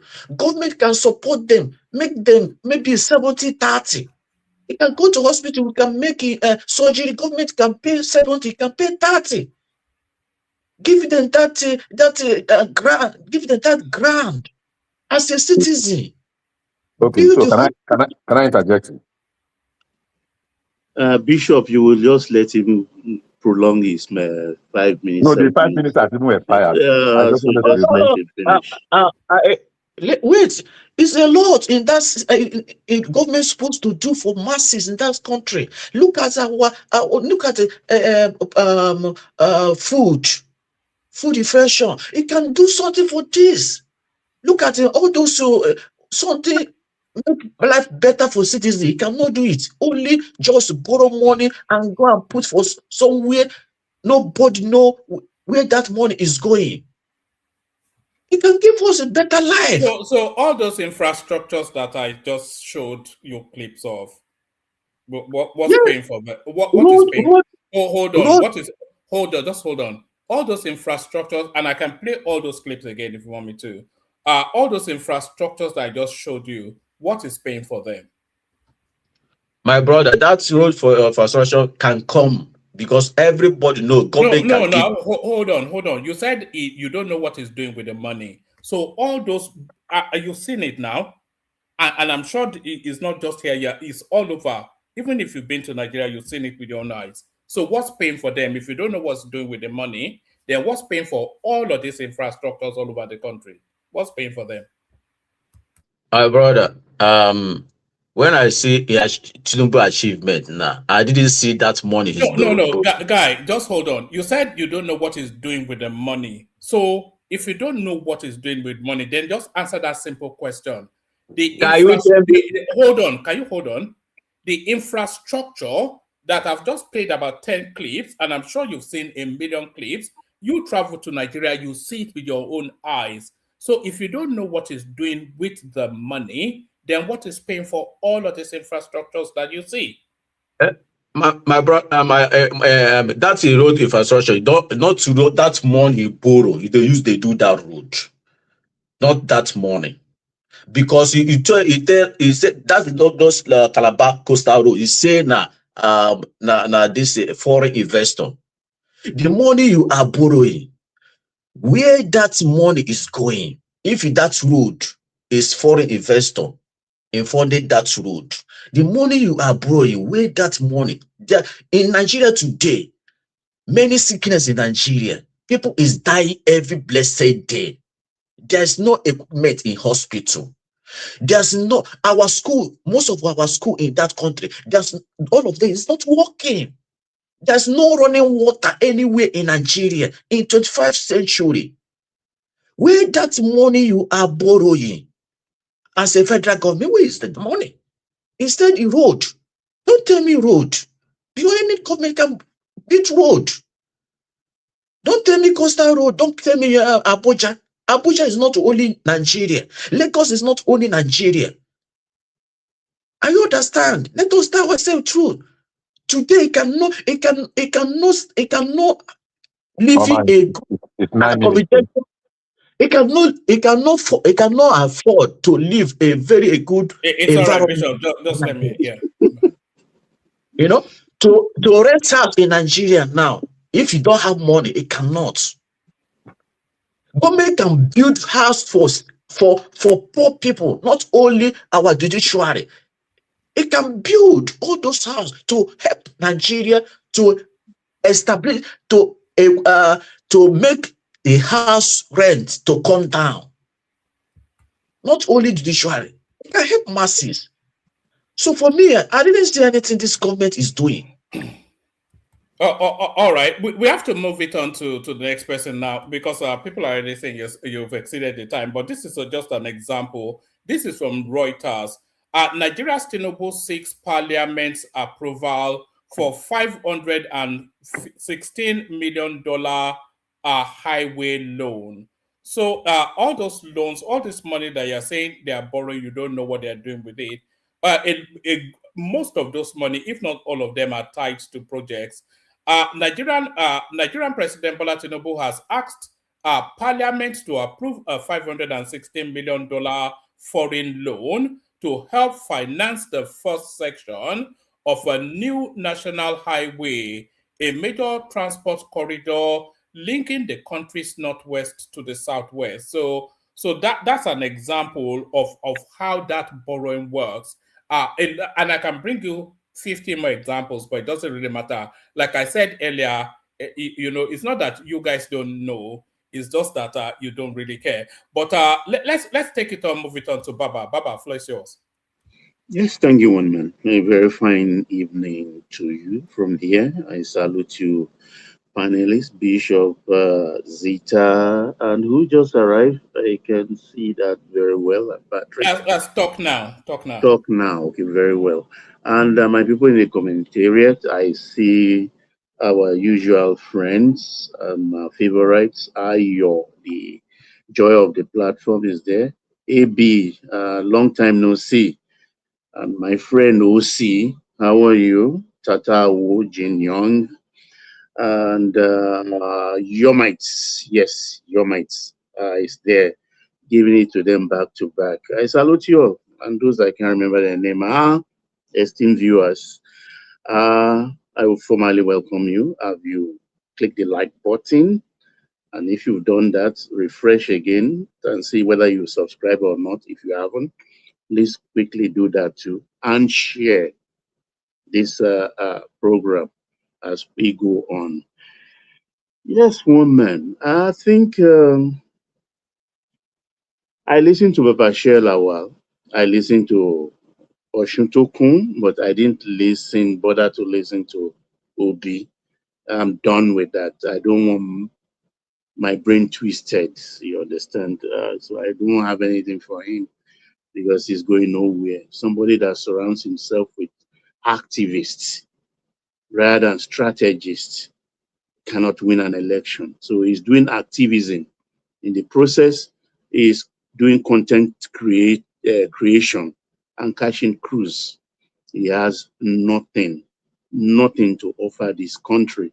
There is a trader, and this country is not a supermarket for a trader.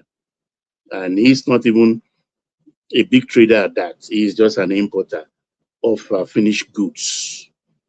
And it's an irony that an importer of finished goods, the biggest in the country, is a man talking of consumption to production. Who told him this country is not producing? The third largest producer on the continent of Africa, behind South Africa and Egypt. So he doesn't even know what he's talking about. So it's a non-issue. He should continue his activism. Even people in ADC that have strategists, they don't even know what to do with this government because this government is ticking all the boxes. Ticking all the boxes. Like I said before, this is the only man that actually prepared for governance. He prepared himself.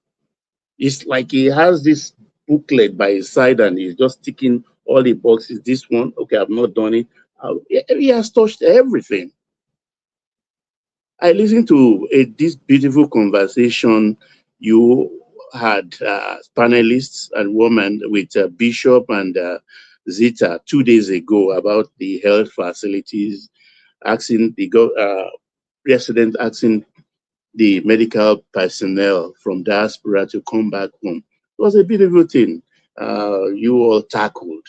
And I think based on even what Zita was saying, that they should improve the facilities in the existing hospitals.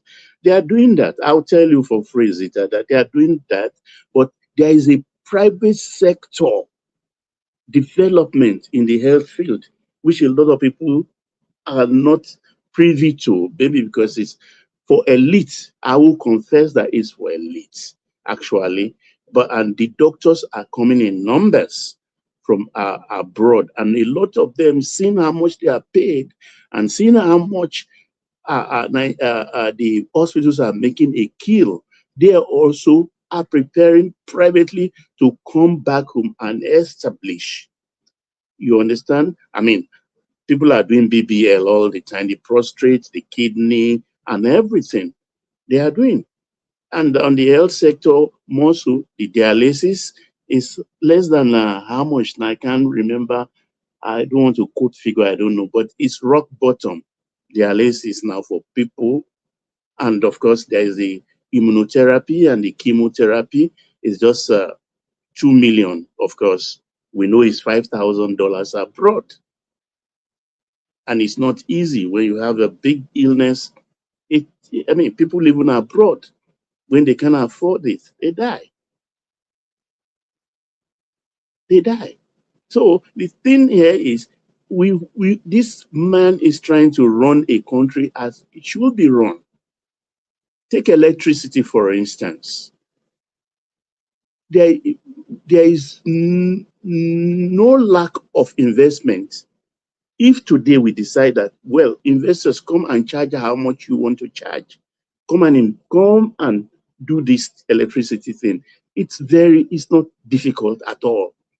The government should just move back and allow these people. All we do is we pipe them for our gas, which they will be selling, which we have in abundance. But then you have to pay the international price for it. So what do governments in the West do? Those in the industry, those that can afford it, they pay because they have the database for their citizens. Those who can afford it, they subsidize. You subsidize things for those that can't afford it. You don't do a freebie for a whole nation. No nation does that. If you can afford food, yes, there's food bank. Take a coupon, go take food. If you can't buy fuel, afford fuel for one thing or the other, go take coupon to buy. But this one, they are asking for a blanket freebies for everybody, even for fuel. For a man that have 15 cars parked in his garage, in his home, you want government to subsidize that kind of man too. What we should be talking about is that let's count ourselves. Let's know who are earning below the national average. Let's know those that are out of work. Let's know those who need government help. Those are the people help should reach. It should go to. Not just everybody. That doesn't work that's not how it works in the West. I don't know why they want everybody to be subsidized. You want to bankrupt the country? Because it's like in the funk of this politics, we've lost our senses of righteousness.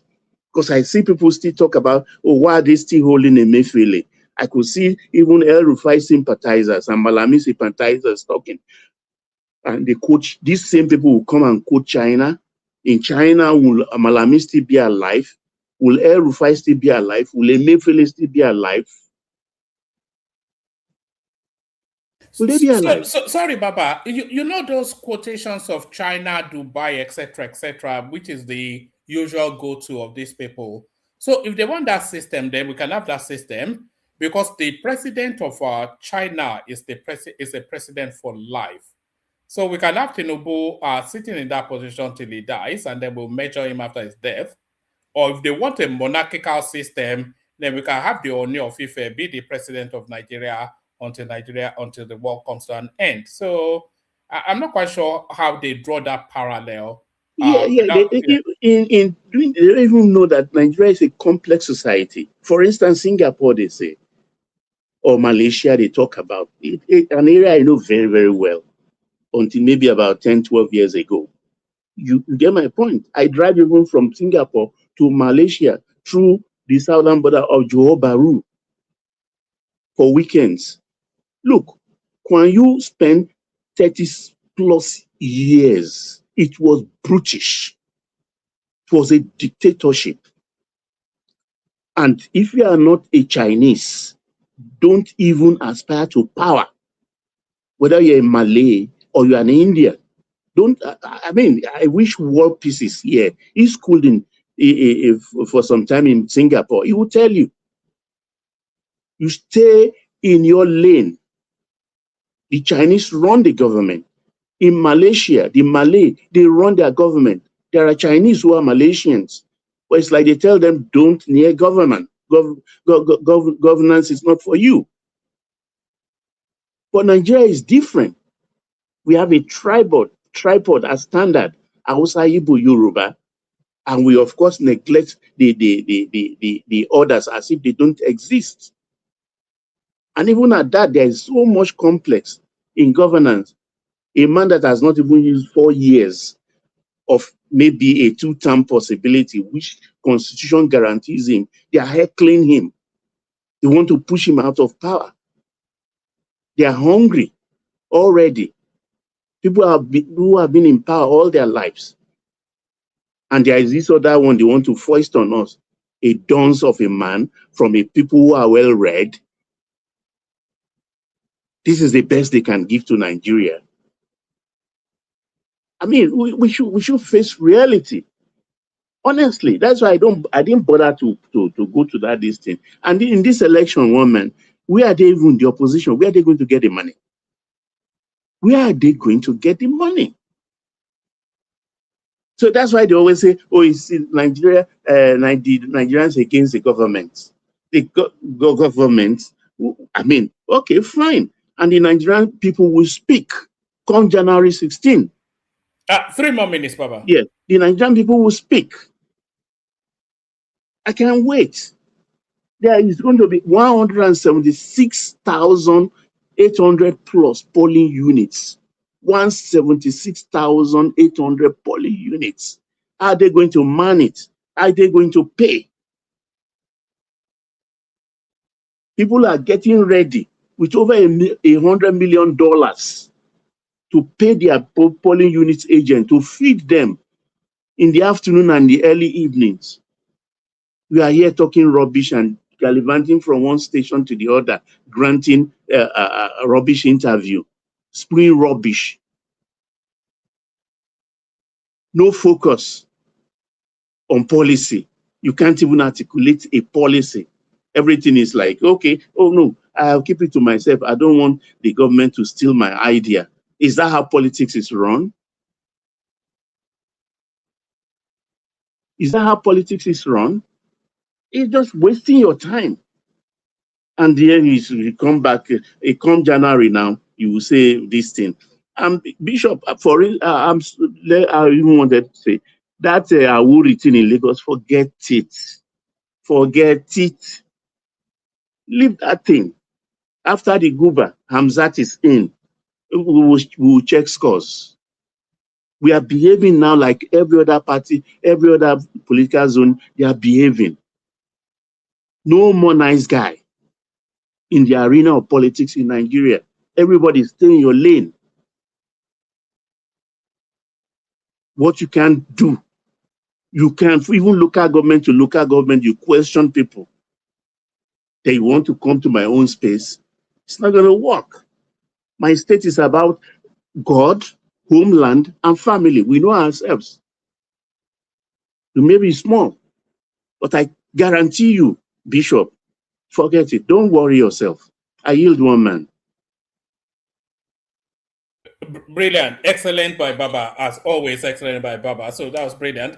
Zita, did you want to chime in before we go on to Bishop? No, you're muted. I thought you wanted to say something before we go on to Bishop. Who is it my turn? No, we're going in the order on the screen. So it's Bishop, then you, then talk now. Okay, so it's me now. No, it's Bishop.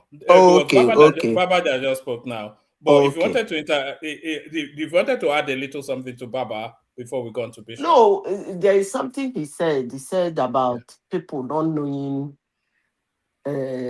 Nigeria, and they keep talking about consumption to production. Kind of he's right, because even me, some years back, I didn't know Nigeria. Do you know it has to take Israel border control and United States border control to tell me that Nigeria is the largest exporter of ginger in the world. Yes, that's true. I And didn't know. cassava also. Because I used to carry ginger. I'm not a foodie. For some reason, I have a psychological problem with food. Even if you give me my mother's food, even if it's in another country, my stomach reacts the moment for some reason. So I always carry ginger and garlic in my handbag and in my check-in luggage. They threw away they will throw away something. But when they brought it, they said, no, that's Is what there I... is there any way that you are not weird, Zita? You are just weird in all known ways. There's nothing normal about you, Zita. You see, Nothing. squeezing my nose. Ginger and garlic, bad combination. Yeah, I chew ginger a lot. A lot. Maybe that's why I'm thin. I chew ginger a lot. The moment I eat something, I have to. Maybe it's a habit. So they wanted to, one of them, they wanted to trash it. The guy said, no, that's what they are known for. They have the best in the world, liver. And it's very fresh. You know, most countries, they wouldn't want you to come with all those roots. Very fresh. And I always buy very fresh one. It takes them to tell me that we export it and garlic. And they've told me that our garlic is one of the best because it's the red garlic. Are you talking about millet? I have to travel to where before they tell me that if there is millet problem in the world, it's Nigeria they're calling. When Russia and You know, Ukraine were fighting. there's this thing that I think Kulata told us once that used to import from the north to America. Is that thing they used to make zobo? Was he? I think it was Kulata Yeah, that was telling us hibiscus. that. Yeah. Yes, Hibiscus. hibiscus. Yes. Yeah. Yeah. So, most of us, we don't know and we don't want to know. There are a lot of cash crops Nigeria is known for. And they export it in a very large quantity. When I mean large quantity. Ginger, Nigeria moved ginger to China, to India, to name it. But most Nigerians don't know because they don't want to know. So that's why a presidential candidate will come and be talking about production to consumption to consumption to production. And he actually look ridiculous. I don't even know what he meant by production because we produce crude, we produce a lot of cash crops, a lot. Like Baba rightly said, Nigeria is the third largest manufacturing hub in Africa after South Africa, and we have to continue. We have to be conscious to discount South Africa because a lot of the South African things is actually European something. So Egypt and South Africa are the only two countries that manufacture more than us. No, the thing is that if you look at the way, sorry to take your time, if you look at the way, because when I say it, people might not like me, because there are, South Africa is sharing their country with the white-skinned people. A lot of the things they do is being advertised. Like when they show their lime production, their lemon production, the field and everything, because most of them were being done by white South Africans. They have to advertise their product. What about in Nigeria?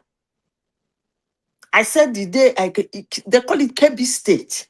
Do you know that I drove Nigeria? how many miles Zita, in Kebbi State? Do you know that Nigeria exports strawberry from the Plateau region? Strawberry. One mark, can I come in? No, I The think one Bishop may I be getting know, impatient. I'm talking about the ones I see with my two naked eyes. They call it Kebbi State. We drove how many Good kilometers mark, can I now? come in? The whole road was red. I didn't know what it was. I have to ask them, what is it? They say, madam, na tomato now. I say, you mean somebody owned this farm? They say, yes. So Nigeria is divided. I don't know how to put it. Maybe the Zita. southerners in the north are not saying the truth. Zita, that's exactly the point I want to point out to you that, look, Even the other day, about some months ago, I told a lie on this, a lie in quote, that we are exporting mangoes, even from the north. Where are the terrorists? And Simba confirmed that, yes, most mangoes in the Middle East are from northern Nigeria. They take it by aircraft. Okay, can I come in? Can I come in No, there? you cannot. Okay, It's Peter that Bishop have the should go floor. now. Let Let me Bishop come finish, in. then I can come in. I just said what I'm. That Let me not take his time. that mango is sport making We can't hear you, because say Nigeria Patrick, we can't hear you. Your system is making all those things. he can't even hear me anyway. Your system is glitching, Can you hear me now? Patrick. Okay, just take 30 seconds. All right, I think it's. Can you hear me now? 30 Can you hear me now? Yeah, take 30 seconds because we still got Bishop Zita and talk now. So Yeah, just I 30 said seconds. that ginger Nigeria export and mango they are exporting before. How much Nigeria they making in that mango and ginger? That is the problem because they No, can't you say have to Nigeria You Google it exporting. yourself. Yeah. Google it yourself. You No, keep no, no. asking this. They can tell us because they can Hold tell on. us where they are saying. Can you just hold on? Sorry, hold on, Baba. You can check this information yourself now. You know, if you ask that question, all I will do is type it in Chat GPT or Google, so you can equally just do that yourself. Then because in Nigeria today, you know how much you are making in oil. Then can you tell us how much do you make? Check now. Why don't you check the figures and then tell us? Do the I job. checked, I didn't see anything because Nigeria is still importing toothpick. Okay, all right. Let's just move on. Bishop, floor is yours. Oh, do you have the figures? Talk now. Did you have the figures? No, I just wanted to explain to him. Yeah. There are two things. So we have oil and non-oil. As at today, Nigeria has exceeded its yearly export of non-oil. So there are a lot of things that Nigeria is doing right. And the figures are there. You could just check it, really. Just check non-oil. You will see a list of some of these. It's so easily done. I don't know what is even Bishop Floyd yours. So give us 5-7 minutes. We're going to Zita. Bishop. Okay, thank you. Good evening, everyone. Good evening, Nobody should be Bishop. asking that kind. Sorry, nobody should be That's asking for that us. kind of question these days because ginger Can you alone. bring I it could down? Can you remember bring it that down? year. No, It I was. want to know Let that me ginger. say That something. ginger. Let me That say. ginger. Let me say something. Can I say something? That year they said that thing. I think it was in the year 2024 or 2023 that I made that travel. And I followed that thing that I was told in the point of entry in the United States. I followed it. And I found out that Nigeria made almost 47 million, which is almost close to 70 billion naira that year in exporting ginger. So it's not something you come to the platform and be asking people, tell me how much Nigeria is making in that. It might not be as, can I finish, please? It might not be as big as the oil generation because oil is huge. But if you look at the ginger, garlic, millet, sugarcane, blah, blah, blah, when you put them together, if they are not 2/3 of what the oil is generating, they might almost be parring. So you shouldn't overlook them. That's just the point I want to make. Thank you. So, good evening once again, everyone. I listened to those interviews that Baba referenced. Basically, those are the things in the front burner and the establishment of the military formations. I listened to Babacha, and I don't even know how to feel because that interview was a bunch of too many contradictions. Exactly.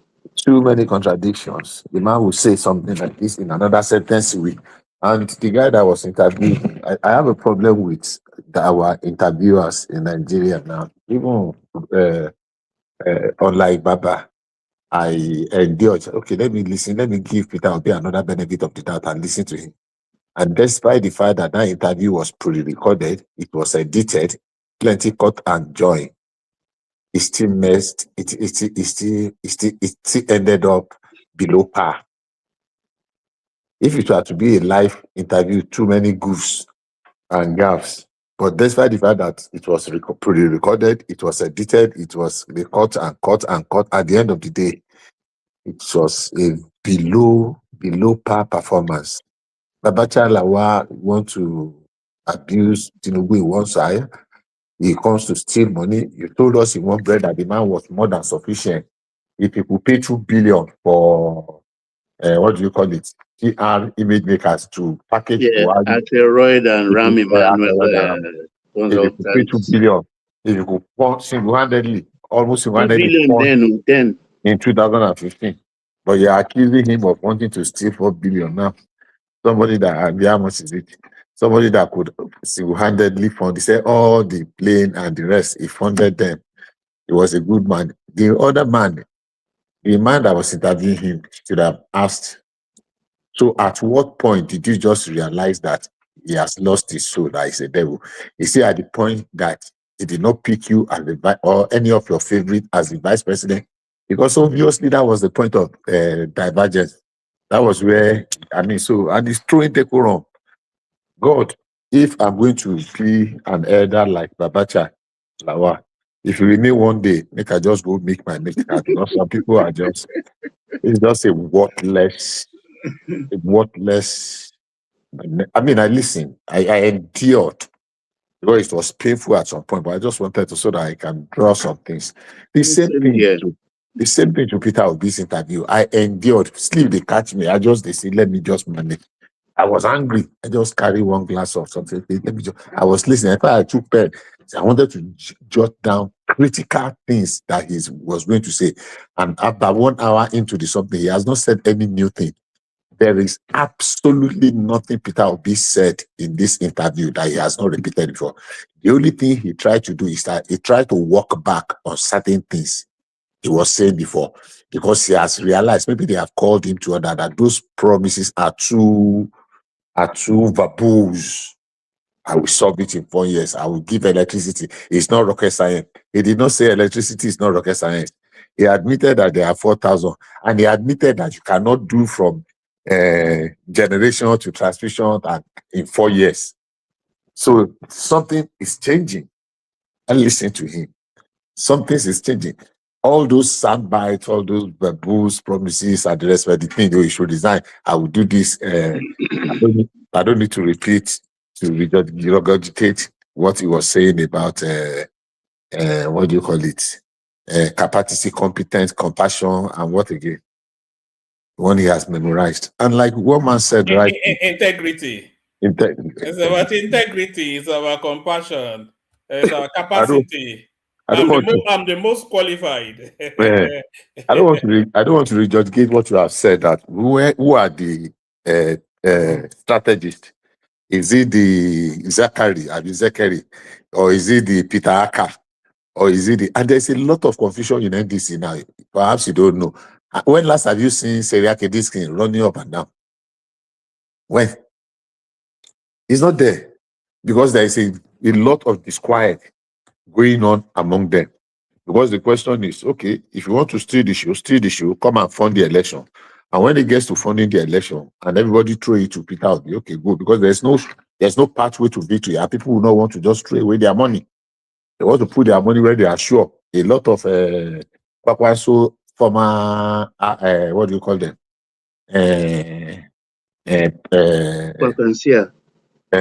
Yes. A lot of his top economists, they are migrating, they are going to see Tinubu, because they have shot them. They have shot them. They have shortchanged them. So, Oshutoku, I listened to Oshutoku too. If you listen to Oshutoku very well, there was one of the questions that he answered, and he was like saying that, look, every effort that everybody is putting, because he said that guy wanted to put him on the spot in the corner, boxed him to the corner, and that is the question about who do you think will win the election? I'm paraphrasing, I can't remember how he worded it. And then all his analysis were pointing that, look, Tinubu will win. That if he could win when the odds were against him under Buhari, and they did everything to make sure he did not win, and he was able to overcome. Talk less of now that 30. Is there something that people know that 31 or 32 state governors don't know? And it is annoying when people talk of governor, say governor has only, it is a very, very ignorant person that does not know anything about Nigerian politics that we say governors only have one vote. And they are being delusional, thinking that there's going to be a repeat or a recap of what happened in 2023. That's just something that happens like once in a lifetime. The kind of thing that happened in that election, especially Lagos. So everyone say we'll repeat in Lagos. I'm just waiting. They are Lagos. We knew what happened in Lagos. Maybe they were caught unawares and the rest, but the odds were stacked. The currency changing, the fuel scarcity, even the fact that Buhari himself openly opposed Tinubu, even though he did not say it, but every of his action pointed to that fact that he wanted to stay aloof. And it made people like Osinbajo to remain, as much as I really love that man, now I don't know how to describe him. Himself and Aregbesola. Osinbajo had no business in that side. It was part of the people that. So, yeah, finally, the gentleman that I was talking about, the number one, we are not in the 25th century. It is not the 25th century. He said it that's more than 5 times. And I'm going to say this so that there are many people that are listening. I don't think we should be dishing out things. We should use this platform to dish out misinformation. And some people, that's the only portion they will hear. And they will say they hear it on one mass show. There is a lot of medical intervention that federal government is doing, even though it's not supposed to be the federal government. If you know how many people that are traveling to Nigeria from UK, my own son, the wife went to Nigeria to go and do, because he could not get, the date they gave him in the UK was more than 1 year. 1 year ahead. The day he got to Nigeria was the day he was able to get even I went to Nigeria the for procedure. even I went to Nigeria for a medical need because I couldn't wait for the NHS. That was about 2 years ago. Exactly. This too was about 2 years ago. He had to go to Nigeria. The day he got there, he just called one of his old school friend that was a medical doctor. I said, "Come with that. Before you know it, they are finished." For how much? Somebody went this knee surgery here. It cost him about, his own copay was about $37,000 for just a knee surgery. Now, in Nigeria today, if you are doing dialysis, instead of 50,000, they have cut it to 12,000. Anywhere that is government hospital. There are more than 100 government hospitals that if they do CS, cesarean section for you, it's free. It's free. What else do we want? All our immunization, something, we need to improve on it for the generality, but we should need to learn to save. There is no free health services in anywhere in the abroad. If you don't have insurance, you are on your own. There are many people that are sick too, and it's not everybody that is in America. More than 25 or 30% of the people in America don't have insurance, health insurance. If you go to hospital, they will take you as an emergency. After they have given you the emergency, if you go to ER, whatever it is, or if it is prolonged, continuous, they will discharge you. They will just push you on one side. Do for somebody to come. And They will. Health is not free. That's why some people have enough money. People go bankrupt. The easiest thing that make people to get bankrupt in America is health. I have seen, not once, not twice, not 3 times, Caucasians, white, they had everything going for them until the wife fell ill. And within 1 year, they were completely bankrupt. They lost their homes. And those people who send you, say, I know well, I need come work. You will be very lucky. They will use your, what they call them? This OT, this your, what they call it now? This your pay period, pay leave. When you don't exhaust finish, you don't come up with that. They don't give you paycheck. So when we want to run that, yes, it's okay. We need to improve. But to now say that there is nothing in the health sector, primary health care, secondary, even tertiary, federal government, even cancer. For cancer, the federal government is investing a lot and is not making money back. So we can't say that. And shocking to say that it's road. What is road? What has the only reason why America is what America is today, I've driven hundreds of thousands of kilometers around America, and I see road. And in some places, they are building road for the future. In the places that there is no need for it now. If we had forefathers that invested in our road 300 years, 200 years, 100 years ago, we will not be talking of it now. But now when person wake up, now it be in money, this is our own money. We cannot be saying that because, Georgia alone has close to 1 million miles. Let me repeat it again. Georgia alone has up to 1 million. Nigeria does not even have 50,000 kilometers of road. Georgia, Texas has more than 1 million miles. Check it. They are building roads, so we are not saying that road. I mean, that's not it. Yeah. Mr. Bishop. That's Mr. Bishop. One second. Yes, go ahead. You're talking about road. Nobody is against anybody building roads. You were not here. I'm responding. I'm responding to somebody. Maybe you were not here. But so generally, I know you're referring to the misplaced priority. Roads, coastal roads. No, that's not what it is. That was not it. You were not here. Don't let me just help you. Somebody said. Somebody said it is. I don't know. I can't remember that to be using road as an achievement in this 25th century. And I said for Nigeria, road is an achievement. If you have good roads, it will help us. So I'm not talking of coastal roads. The man is saying that, I mean, you were not here then, so let's just leave it at that. So I'm just trying to correct that. But it shouldn't be, though. It shouldn't be. It shouldn't be. But I also understand where you're coming from. Maybe to you. You understand what I'm saying? Maybe to you, sir.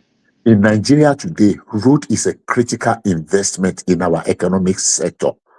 It's a very, very critical investment. Road is not just road for roading alone. It's a critical investment that will build and enhance our economic prosperity. So don't let us think. Bishop, do you know if they complete that coastal highway from Bayelsa to Lagos? If you know the kind of request, you're talking about, you always make this thing about from Calabar to Lagos. Nobody's against the road. I'm talking about what we are saying is this, right? Fix the road that leads from my state to your state first, before we talk about such enormous amounts being expended on a coastal road. The Georgia you're talking about, right? Yes. They build their internal roads. They build their street first before they went to all the coastal roads. No, that's not correct. Come on, sorry, Bishop.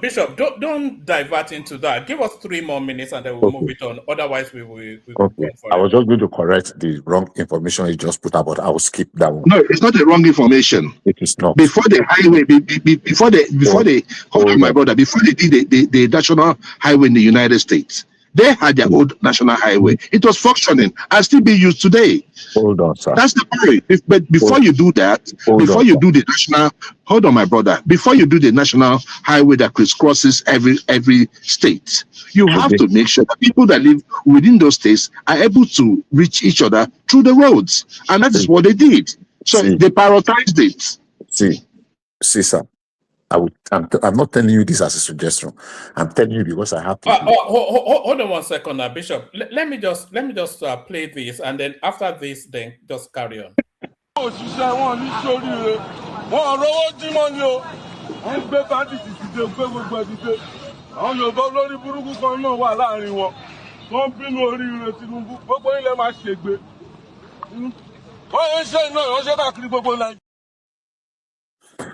So I have people that work in Georgia in the Department of Road across the state, both Texas and Georgia. At least I'm very familiar with those two states. In Georgia, sorry, Bishop, please don't go into the American. Nobody cares about American roads. Just give us about 3 more minutes and then we'll move on. The false premise. Okay, so back to Nigeria. Road is not just to show off. It's a critical investment in the economy, in the real economic sector. In the real economic sector. I worked in a construction company in Nigeria. The last road project, no, not the last road. I still went to Akampa, Obubra, Apapanyi. The one of the road I did in Egbema in River State. There are two Egbemas, the Yeah. river section and there was a wellhead 8 kilometers into the something. We needed to build that road, but because of the community issue, they have a shutdown on that well for more than 10 years. Do you know why they cannot commence drilling? Because of that simple 8-kilometer road. I supervised the construction. I did the construction of that road. I did the community liaison. So we have a well that could be producing up to about 25 to 30,000 barrels of crude oil per day, and it was shut down for more than 10 years because they would not agree on building that small 8-kilometer of road. They are scattered everywhere across the country. Roads are good, but I'm not talking about because somebody wants to drive. I'm saying they are critical sector of our economic development. Now, I have not seen any pathway, whether it is Atiku or Peter Obi. I will end by saying this. There is going to be a conspiracy theory tomorrow. They said that it is Obasanjo that is sponsoring Peter Obi, but they will say it is Tinubu that is sponsoring Obasanjo to sponsor Peter Obi, so that Peter Obi, they can use Peter Obi to divide the votes of Atiku and other of the coalition. That it is the strategy of Tinubu. It does not want the coalition to. Is there not some truth to that? Oh, man, don't take my truth, Oh, man. It's Only one and and a half minute I have left. in the same table. Will you believe? Where to get your time? Sorry, Baba. What did they say? I say if we're told that Baba and Jagaban will eat from the same bowl, one will not kill one. Baba, you know, if you read the tea leaves of Nigerian politics, it is quite clear that the biggest propeller of Tinubu is Obasanjo. Obasanjo won him that 2023 elections and is playing the same strategy to win him in 2027. Unknowingly. That's Obasanjo is not an idiot now. When Obasanjo brought Peter Obi into play, what did Obasanjo think that Peter Obi will win the 2023 elections? No. Did Obasanjo hold on? Did Obasanjo just hold on? Forget that now. Let's be serious now. Did Obasanjo think that Peter Obi was going to win the 2023 elections? No. Did Obasanjo know that Peter Obi will take the Southeastern votes? Yes. Did Obasanjo know that taking the Southeastern votes will damage? It will be a mortal blow against the PDP. He knew all these things now.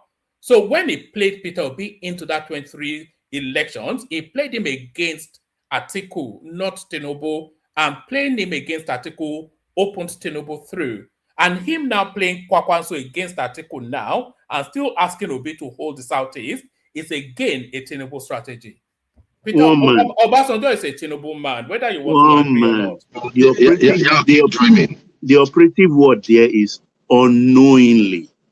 Is hatred, is singular hatred for Atiku, and to make sure that Atiku doesn't get to be Nigeria's president. That's what drove the mistake of 2023, which is repeating itself now. It pulled Obi away from him because Obi and Atiku in 2023 will have won that election. And Obi in 2027 with Atiku will give a good fight. All right, Baba. If when Obasanjo pulled Obi away from Atiku and Tinubu was in place, so what did they think would happen? He was a beneficiary now. No, but did Obasanjo not know that? Did Obasanjo not know that is what would happen? There is one thing he thought it for evil, but God turned it around for good. Exactly. Oh God.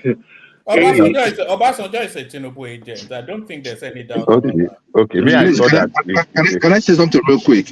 One man, when I said that Obi won the last election, he said, let's get serious. What is not being serious about telling you that Obi won the last election? No, we don't really care about that. There's another election coming up now.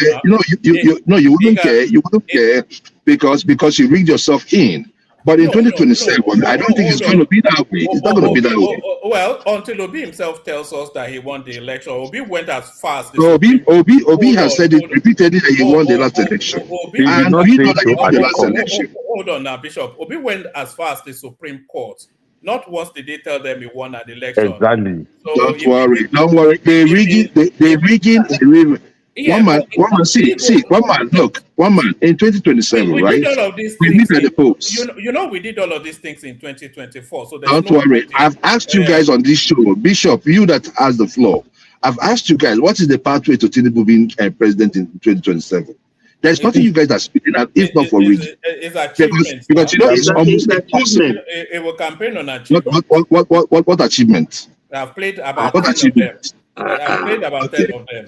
Even the market woman can help us out. Not to talk of the market women are not within it. But the issue is this, right?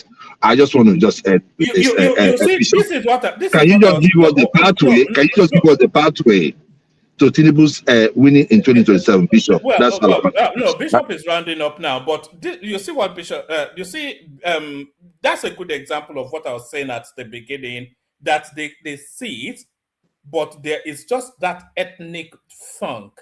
They don't care about that. Mama, I don't know why you keep bringing up if you think about ethnicity, it is about you. They don't care if that country progresses or not. Do you care if the country progresses? But the country is progressing now. It's irrefutable. The country is not progressing. But anyways, one man.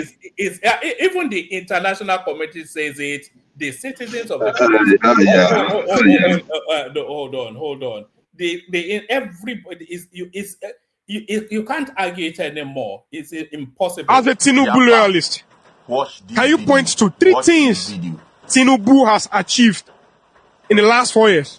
First of all, I'll say ASU strike. Now ASU strike. Yes. But have you heard of ASU strike in the last 3 years? I feel that's not significant enough to common men. I mean, what do you mean to common men? It's the child of the common men that are going to these schools now. Lot of children of the common men are in University of Ibadan, University of Lagos. Don't you understand? And 3 years is 3 years. I did a 4-year course. I used 6 years in school. You understand? And it's the children of the common men that are benefiting from the NEL fund. Over 1.5 million people. You understand? Getting 20K per month as stipend. That might not seem to be a lot, but it's free. It's free. They are not paying that back. The stipend. I thought it's a loan. No, it's not a loan. It's not part of a grant. Yeah, it's not a grant. It's free. Yeah. So that's number one. That's number 2, sir. Infrastructure. Do you travel? Travel. Do you see what is going on around the country? Lagos, Ibadan, Lagos, Calabar, Sokoto, Badagry. I mean, you don't travel at all. If you travel, anybody that travel won't be against Tinubu. It's not always all about the price of Gary. You understand? It's simple economics. It will come from up down. It's always about the macro before it comes to the micro. In this infrastructure, I cannot argue with but then I have not really seen any significant infrastructure he has commissioned aside the Lagos Calabar Coastal Road. And Badagry. How about the Trans-Sahara Highway connecting Ebonyi to the north? Okay, so I will agree with you. Infrastructure. Number 3, sir. How about the more revenue is given to our state government?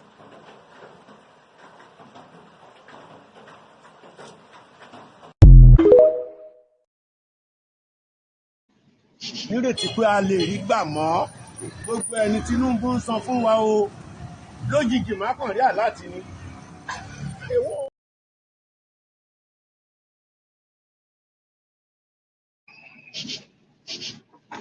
Anyway, let's just carry on. I have 10 videos here that I can play you, but there's no point. One man. I have 10 you still videos referred, I can play you now. In terms of infrastructure, right? He still referred to. Hold on. Let me play you one more.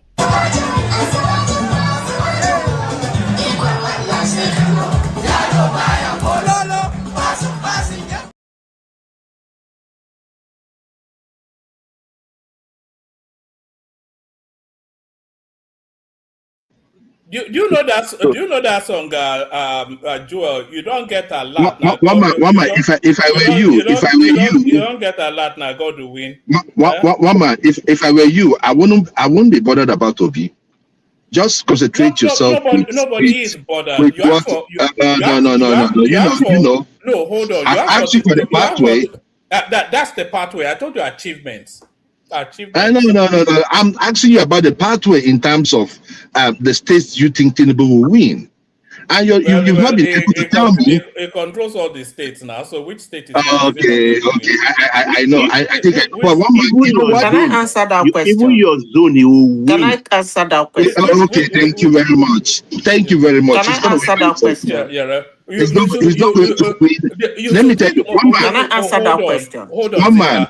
You should think more about the pathway of Peter Obi. Because the pathway I want to answer. Tinubu's pathway is quite clear. But Peter what is the pathway, one man? Just give me region by region. Give me region by region, state, please. It wins all of the states. All of the states. Okay. Now, because it controls all of the states. Let me give. He does. Controlling the state means nothing. Of course. I mean, Soludo was against Tinubu. It was against Obi in the last election. What happened in the states, right?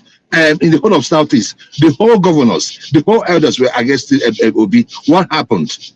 In the South, the same thing. In the Southwest, the same thing. Who was with Obi in the last election? Nobody. Let me except I will surrender the. Do you understand what I'm saying?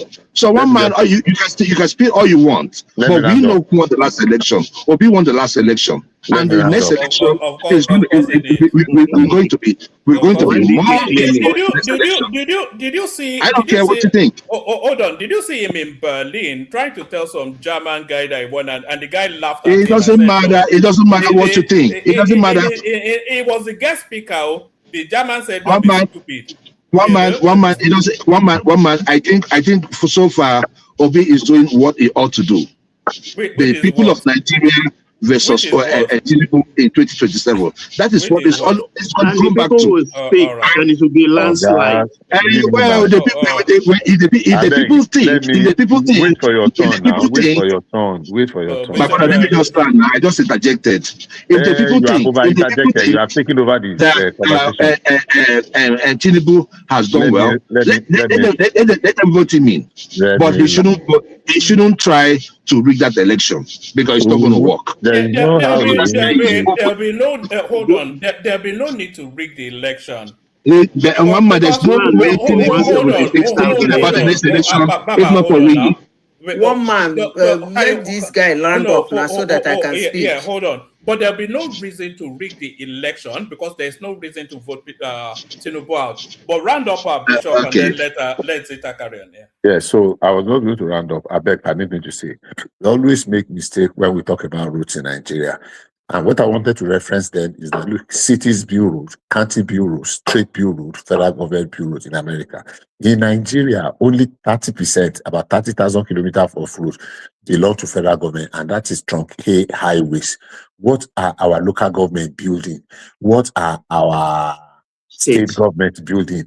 Even cities, all those inner roads. How can we be talking of federal government and somebody in your caliber is talking of inner road? Is it the federal government that will come and be building inner roads, street roads, city roads? I don't understand. I never talked about inner road. You probably weren't listening, but go ahead. No, you were saying inner road. You can go back and listen to any others, by the way. So, yeah, we have gotten to a state now that local government in Nigeria, because of the funding they are receiving, are beginning to embark on projects that only states were doing before. And that is transformation. If you are not seeing it, then I don't know what you are seeing. The fact that local government, if you see what some local governments are doing, even you yourself, you will be amazed. So, yeah, we need road. Yeah, it is not only federal government that will build road. Everybody, state, cities, even institutions. You go to some university communities in this place, you think you are in a city on its own because the road network within the university, the state. So I think we are on the right path, and there is nothing that is going to truncate this train that is moving. It's moving to victory. 2027 is just too sure. I can go to sleep and forget about it. Thank you very much. Have a very wonderful deliberation. Me too. All right, Zita. Thank you, Bishop. Zita Flocius. Talk now. Don't. Sorry, Woman, it takes a while sometimes. So talk now is here, but we'll get you quickly woman, I now. don't even know what you people are the topic for today. But let me say this. No, I said I wanted to answer right. a question. Let me Okay. answer the question first before you tell me. Somebody asked, what's the pathway to Tinubu's victory? I said something when they did the primaries, and I still stand by it. I can't wait for January to come. When you say as a party that you have 584,000 members in a state, give and take, let's assume that before the election proper, you lost 40,000 of your members to death, to accident, to relocation, to ill health, and blah, blah, blah. I don't think it will be up to 40,000 anyway, but let's assume it's 40,000. That means already you are telling the whole world that you have 500,000 votes in a state. I have explained this severally, and I have come to this platform to say this man is using Chicago-style politics. So there is no way 500,000 votes will come out from Imo State for Tinubu, and any right-thinking person that knows politics will say that is rigged. Because being a member means you're a card-carrying member of that party. You voted for a particular candidate to advance to the federal, to the national level, to represent you as a president. I don't see the reason why you will not vote for him again in the next election. We should have already told him that you are standing behind him to stand and contest. So it is simple politics. That's why I said, watch that thing that man did, but hell no, they will not listen. When the result will start coming in, what will they say? Rigged. He has already given you his numbers. In all the states in Nigeria, Tinubu has given you people his starting number. They call it starting number. That means I'm gonna get 500,000 votes in this state. And then he can add another 5 million. People who are not party members can decide to vote for him. But he has given every right-thinking Nigeria his starting number for each state. And I can't wait for January to come. Now, one man, what is your that is his pathway to victory. One man, what is your topic for today? Yes, we're still circling the upcoming elections, and there's a person called Akin or Kun. I'm not quite sure if you're aware of him or not. It was when Adoyin Okukwe stepped down as Peter Obi's campaign manager. He was the one that was commissioned to in the last cycle of elections. So he came out recently, as early as yesterday, to reveal that Obasanjo is the main sponsor of the Obi Kwankwaso ticket. So Obasanjo, of course, was the sponsor, and he says he's the financial sponsor as well as the person that puts the construct together. So he came out and said that. So and of course we know that Obasanjo championed Obi as well in 2023. So now Atiku came out as early as 2 days ago to tell us that Obasanjo is actually secretly championing Tinubu. But if you read through if you sweep away the fog, if we sweep away the leaves to see the straightness of the line of the road, then you can. There's the argument. The strong argument suggests that Tinubu is actually Obasanjo's candidate You know, because if you look at what happened in 2023, Obasanjo pushed Peter Obi, knowing full well that Obi was not going to win that election, also knowing that Obi will hemorrhage a lot of votes from Atiku. And then if he knows these two things, which I know you know, so he, more than anybody knows, if he knows that pushing Obi in 2023 damages Atiku, and then there can be only one beneficiary. So if he knew all that, then he was actively working for Tinubu's presidency. So if he's also now responsible for this construct now, the Obi Kwakwanso ticket, knowing full well that Kwakwanso takes votes, you know, because who votes for Kwakwanso? Conservative North. Who votes for Atiku? Conservative North.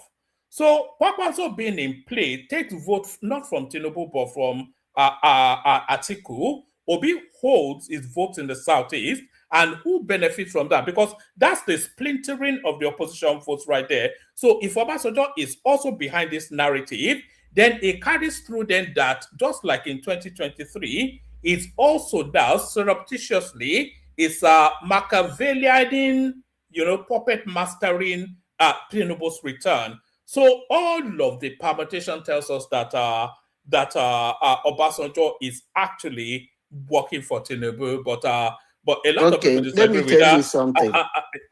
Yes, and then Tinubu also rejected emissaries sent back the South Africans to Nigeria based on that. So other topics as well, but that was the one that was really heating up the conversation. Okay, I will come to that. This thing, one man, no politician do a strategy of vote taking. But if vote taking can help him win an election, he will gladly appreciate it. And I noticed that most times people, we don't really understand how antecedent of some people. If you know Obasanjo very well, his aim is not actually for Tinubu to win or for Obi to win. His aim is for Atiku not to be the president of Nigeria. So if he presents a job and they tap him and say, Baba, this thing you are doing, these people are not going to win. No. It is Tinubu, it might benefit. The Obasanjo will say he doesn't even care. As long as it's not Atiku that wins. So this idea you are presenting that Obasanjo is working for Tinubu unintentionally, yes. He's working for, he didn't intend to work for Tinubu, but because of his, some people, their hatred stinks. Their kind of dislike they have for their fellow human beings sometimes is actually corrosive. The kind of dislike Obasanjo have for Atiku, not as a person, but the dislike of him not wanting him to enter Aso Rock is venomous. It's like a venom. So if Obasanjo can bring a venom to make sure that Atiku do not enter Aso Rock, he will. So whatsoever he's doing, he's not doing it for Tinubu to win, but his main aim is for Atiku not to enter Aso Rock. So whosoever gains from it is, he doesn't give a hook about it, as long as he achieves his aim. If you listen to Obasanjo in the year 2007, most Nigerians, when people talk, because they're being clouded with like or hate, they don't calm down. Some people, you might not like the person's tonality. You might not like the person's presentation, but it will do you a lot more good to calm down. Forget all those things. Pick the words and make something out of it. Most Nigerians don't do that. Most Romans don't do that anyway. Let me not just say Nigerians. Obasanjo in 2027, is it 2027, right? When did he campaign for Yaradua? Let Yaradua. I think it's 2007, right? Hello? Hello? Yeah, that sounds broadly correct. That sounds roundabout. Yeah, sounds Okay. carry on. Yeah. Uh-huh. So he made a statement that when he said it's a do or die affair. I think if you pull out that video, they told him, are you saying that Yaradua must win the election? He corrected himself. He twisted it.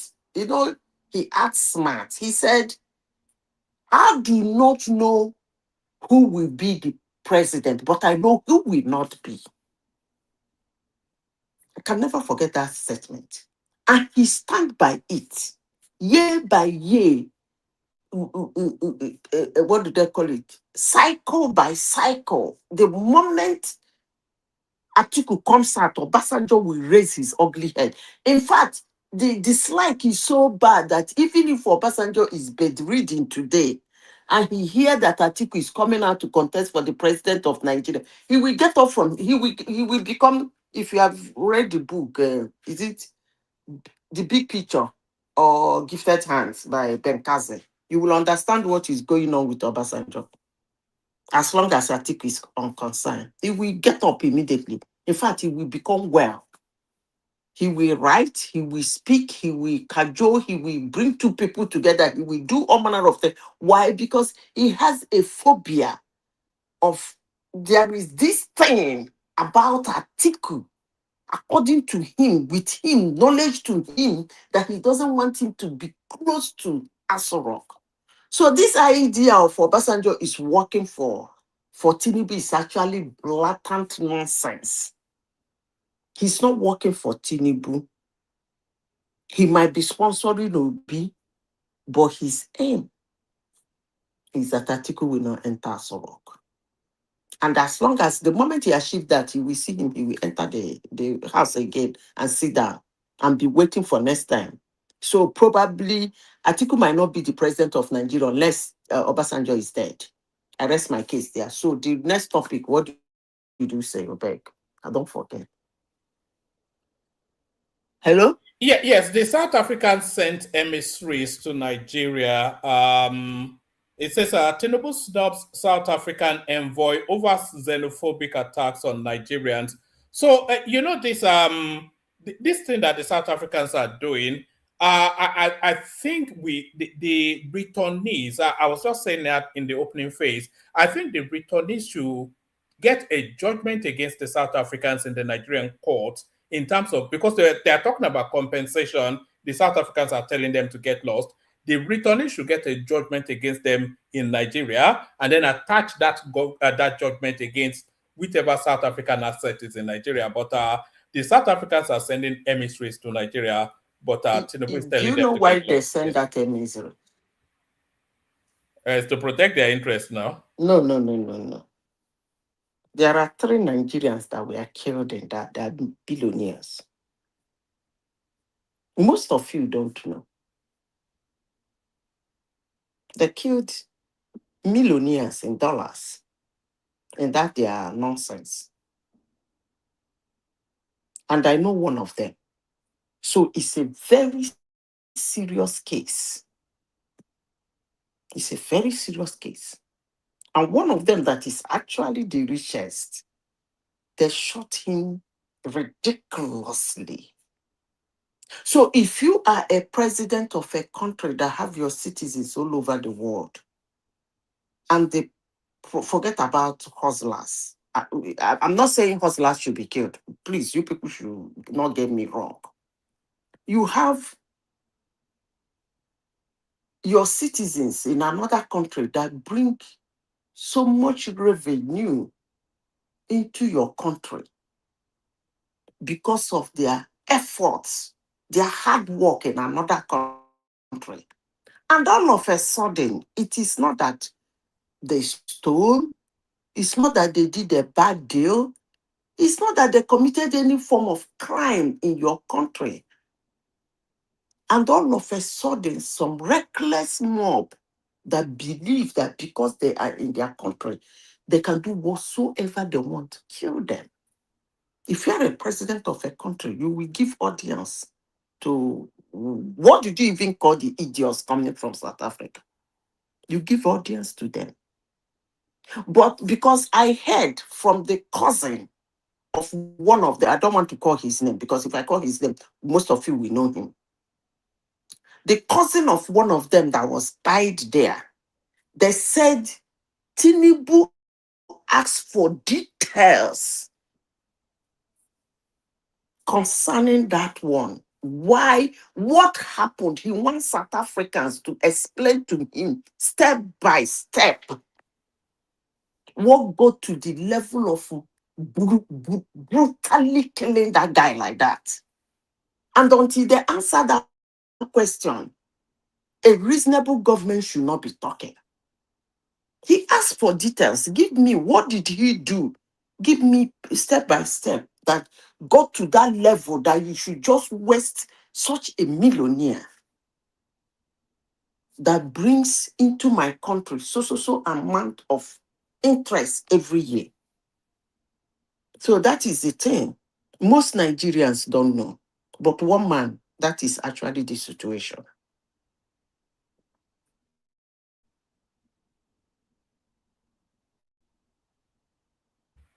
All right. Yeah, we're here. Did you want to say something, Joel, before?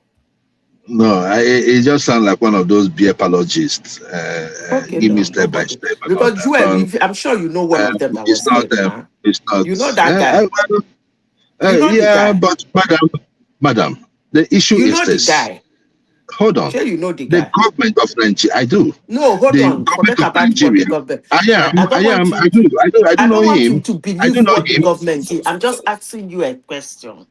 Do you Do know you I know the do that know him. millionaire? millionaire that was Do you know killed? the millionaire that that Azita is talking about? That's I just know what the I'm millionaire he's asking. talking about. I know the billionaire, Who is he? in Nigeria, Who he's is a he? Okay, billionaire. so I've if Who is you he? forgotten know his that name. one I don't know Nigerian his name, millionaire, but I know about he's three of talking them, about. but you know one of, because one of them was very popular. You know him. Then I let's know, forget I about know. what Nigeria is doing. If what Nigeria is Okay, doing is a Via Palo story, the important right. thing is that It's okay. at least it's in the news that he turned them back. So that turning back is part of the Via Palo story. One man, do you have another topic, please? We were also talking about Nnamdi Kanu sacking his lawyer. I don't know which one of them he is even. It's just very difficult to keep up with the You goings on with see, the. one man, I will say this. Hold on. Let me get the name of the lawyer. It's Ejiofor. Ejimofo. Ejiofor, I think it is. Not Aloye Ejimofo, whatever. yes. So Okay. he sacked him and then bound him to confidentiality, and that one is threatening expose. And then It's that not a does Jimacom, a Geofor. Ejiofor, yes, not a Ejimako, because I think Ejimako is the darker one. Ejiofor is the light-skinned one. A But that Jimacom one is is. a handsome one. I'm not quite sure. It has a baby face anyway. That's is that considered to be handsome? Not as handsome as me. So he's threatening him that it should to non-disclosure, and then that one is threatening expose, and then that reminded us that Nnamdi Kanu is still there, and we were just saying that the narrative has moved away from Nnamdi Kanu completely. Because once upon a time we could not have a conversation without talking about Nnamdi Kanu and Simon Ekpa, but how hard the mighty falling. If he doesn't do anything to splash in the papers, nobody talks about. They don't care about him anymore. His movement has moved to the obese space, and then after the 2027 elections, his movement moves back to him. So that's what we were talking about in that space. One man, as I said before, and people abuse me, call me all manner of names. I don't really know why Nigerian government decide to keep Nnamdi Kanu alive. Honestly, sincerely speaking, I don't know why they gave him a life sentence. That guy should have been killed, not death sentence, but the most like, what's that Palestinian guy, Yasser Arafat? Just inject them, leave them. No, it was Into actually the Buhari. water. It was actually Buhari that made that mistake They should have brought him back from Kenya in a body bag. That's what they should have done. Inject him, leave him. When he eventually the thing rotten in body, he go die alive, his flesh will be falling off, and dogs will live. Remember King Henry? Zita, Where now is what King for Henry? you? Like, But remember what about the Boko please, Haram it is my members turn. that have Oh. been Let me finish. they Oh, are it's giving my pardon? turn. One man, Oh, they don't okay. start. It is my turn. Oh. Let me finish. One man, you remember King Henry? Yeah, Henry Say VIII. that's his Yes, Henry VIII. the one where at the carrying cups they go for Britain that time. Dogs they chop some part of it. That is the way I want Nnamdi Carlos cuffs to be. Just as King Henry body they decay when in their life. Virtually when he die, they put them for cars, they carry and they go cemetery. Body they drop. Dogs will feed on his body. Because in as much as I do not care if somebody says he wants to succeed, it's a negotiation. Most countries do it. You go to, where is it? Barcelona. What's that country in Spain? What's the one man remind me now? It's close by you. Are you talking about the Catalans? Yeah. A lot of them, most countries in the world, they have secessionists. No matter. But this one, Nnamdi Kanu did, I don't understand that type. Because if you know the level of productive age that idiot wasted, I'm not happy with Tinubu for giving that guy life sentence. Still give him the order, the effrontery to speak. He's still talking. He's still writing. He's still showing authority. If I have my way to enter Nigeria, I'll be walking towards Sokoto prisons, finding my way to give him injections. Walai talai. Zita will be Mossad. That guy is not supposed to die a peaceful death. I don't think Nnamdi Kanu will ever walk the streets again a free man. It will just never happen, you know. He's not supposed to die a yeah. peaceful death. No, he doesn't deserve that. That should be a luxury for people like him to just close eye die. You know what I'm anticipating, Azita? I'm anticipating because it's in the appeal process now. I'm anticipating that at the appeal court they will transmute his verdict to capital punishment, and then they will go to the Supreme Court and then they will affirm it. He cannot do all that he has done now and not face that. If he doesn't face that level of punishment, then what sort of system do we have? If somebody like that, one man, can do such a thing in a region in Nigeria, and the only thing they can hand him over is life imprisonment, not just life imprisonment, Yahoo life imprisonment, because it's like he still have mouth to talk. But a presidential candidate told us he didn't do anything. He's innocent. I don't talk about people who run their mouth left and right and run their mouth again. I don't discuss what they said. But if you people want to give them the pleasure of discussing what they said, I think I have said all I wanted to say about that man in 2022 before the 2023 election, and then I got ready for 2027 election. That is 2026. I declared myself in this platform that come this 2026, all the nyama, we will come back here to revisit it. But as it was, be it as it may, he's handling the problem for the issue by himself, because he's exposing himself left, right, and center. Even I know that some of his ardent supporters were disappointed in his interview with Shenu, I don't even know. It took them how many years? 4 years to know that he can't stand an interview. Come on now. This You is know, what I knew they should way back when he was the governor of Anambra State. They're they, knowing it now. they should I never beg, let let me him continue grant. with Nnamdi Kanu. Sorry, Zita. They should never let that guy grant an interview again, because anytime he grants an interview, this happens. He exposes He's a himself. presidential Yeah. candidate. He should be discussed and should be granted Yeah. interviews. It's a period. It's a presidential candidate. He should continue granting interviews and people should continue discussing him because he wants to contest for president of Nigeria. Okay? One man is still on Nnamdi Kanu. Why can't just somebody just inject that gear? What did they call that thing? That thing they gave to Arafat. I don't forgotten what they call it. Where my people gave to him. Just the water the wrong mouth. Before you know it, the body don't decay. All those things in your will full in body. Before your body don't decay. That's what I want for Nampekalo. Takes like 3-4 years before the thing will finish in system. And make sure that the day that carrying his cuffs, as they put him for casket, the oil go there drop, some flesh go there drop, some dogs will feed on it. Because such that guy is not even supposed to be led in state in Igbo land. Because he committed sacrilege. Hey, nobody should get me wrong. I am not against him asking for secession. No, That guy I did don't a have lot, problem though. for that. He did a lot, Nnamdi Kanu. I don't have problem with, after all, Wazirike did it, Ojukwu did it. Ojukwu even fought a war, according to them, that took 1 million, whether they said 700 million Igbos. That was a sad one too.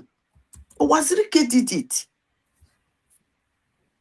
I'm not against that one, but making it a war like Ojukwu and what Nnamdi Kalu's, I would have even preferred that Nnamdi Kalu declared a war with Nigeria than what he did in Igbo land. To his own people. To his own people. Igbo land, listen, I will say this. Sorry, Zita. I'm not sure if you saw some of the clips that was coming out of that. Woman, do you know how many of out my of cousins that and IPO? relations that was tied in that thing? You know, it will leave a mental. It's not even the pieing, no, but the level of cruelty of that pieing. It will leave it will leave a mental scar on you. What that Nnamdi Kanu did, oh my God. Woman, I don't know if you know somebody who is not an Igbo person that visits Igbo land during Christmas. Igbo land, yes, Igbo people, they go Lagos, they travel abroad, they do this. Christmas. God of mercy. Christmas in Igbo land is fun. It's fun. It's a well-prepared occasion. From December 1, people will be, the ones in business will be sending their families. People will be landing. Merry Christmas, Merry. This person don't come back. This boy single-handedly ended that joy. I don't even want to talk about. They should buy that guy. I don't know what they're waiting for. The sky will not fall. Give him tasa rat poison. Give him rat poison of a higher dose. That's what he deserves. Who they serve him food for there? I need to know who serves him food because we need to give him something. He's an idiot. He still have mouth to talk. No wahala. Not be me talk am. We the wait. No All right, problem. Raylan. We were even talking about, thank you, Zita. Let's go to talk now because he's waited long enough. Thank you, Zita. Talk now. Floor is yours. Sorry about the long wait, but that No, usually happens. Yeah, floor is no yours. problem. Good evening, everyone. I think I just came in to chip in one or two things about the interviews. I listened to, I think, Obi's interview partially, and I listened to BD, Babashir Lawal, also almost like 70% of the entire interview. At some point, I couldn't hold it any longer. So I think it is a known fact that Obasanjo is supporting Obi. That's not news. In fact, in 2023, he made that obvious. He tried to work his way through the then retired generals. You know, he helped them to do some working and some lobbying, you know, just to get that for some of the northern ex-generals. So that didn't work exactly how it turned out. So it's not news. Aki Oshitogun was a spokesperson in that 2023 election. So I was appointed by Obasanjo to support the team.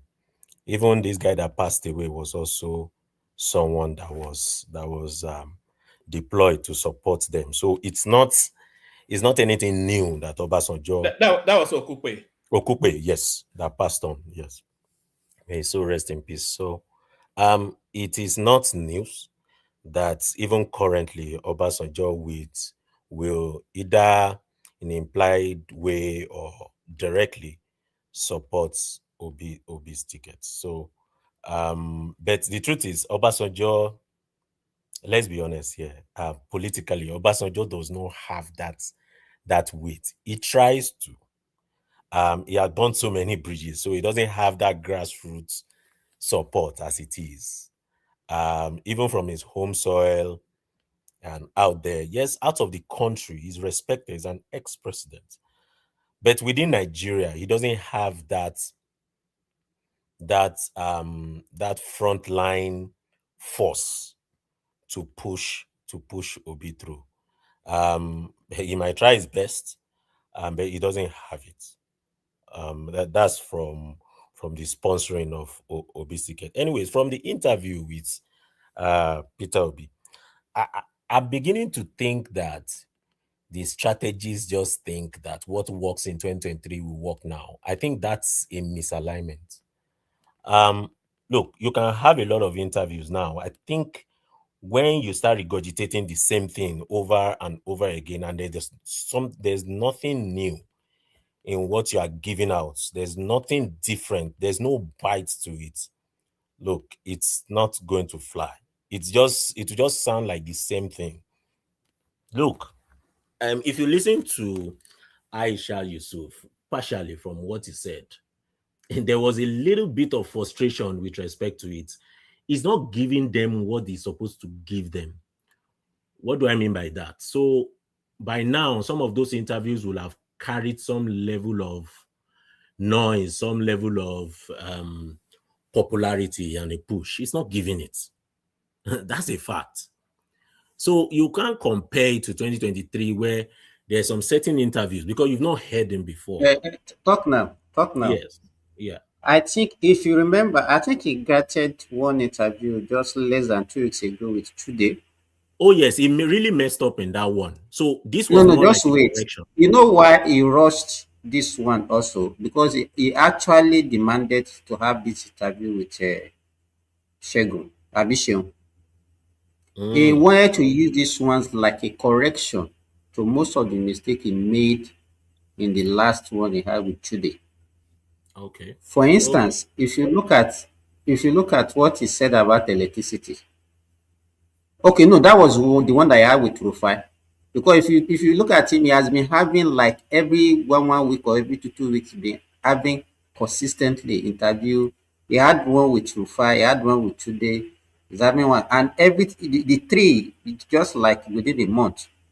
You understand? So, and if you look at this last one, during the Rufai interview, that was when he said he will produce 10,000 megawatts within 4 years, both transmission, distribution, and whatever, and generation. But if you look at what he said now, he said we can never promise Nigerian that he's going to give them electricity in 4 years. That's what he said. Yeah, you understand? I think there was. Then if you look at his stand on this guy that Zita was talking about earlier on the Nnamdi Kanu, you can see that his stand now, because he has been facing a lot of criticism about that. So now, before he used to say that, that the guy has not done anything wrong. Now he has accepted that he has done a lot of wrongs. Obi never said Nnamdi had not done wrong. I mean, I don't know why you guys keep said it several times. He said no, you did not. Hold on. Do you want me to play the clip? Okay, I will. hold on.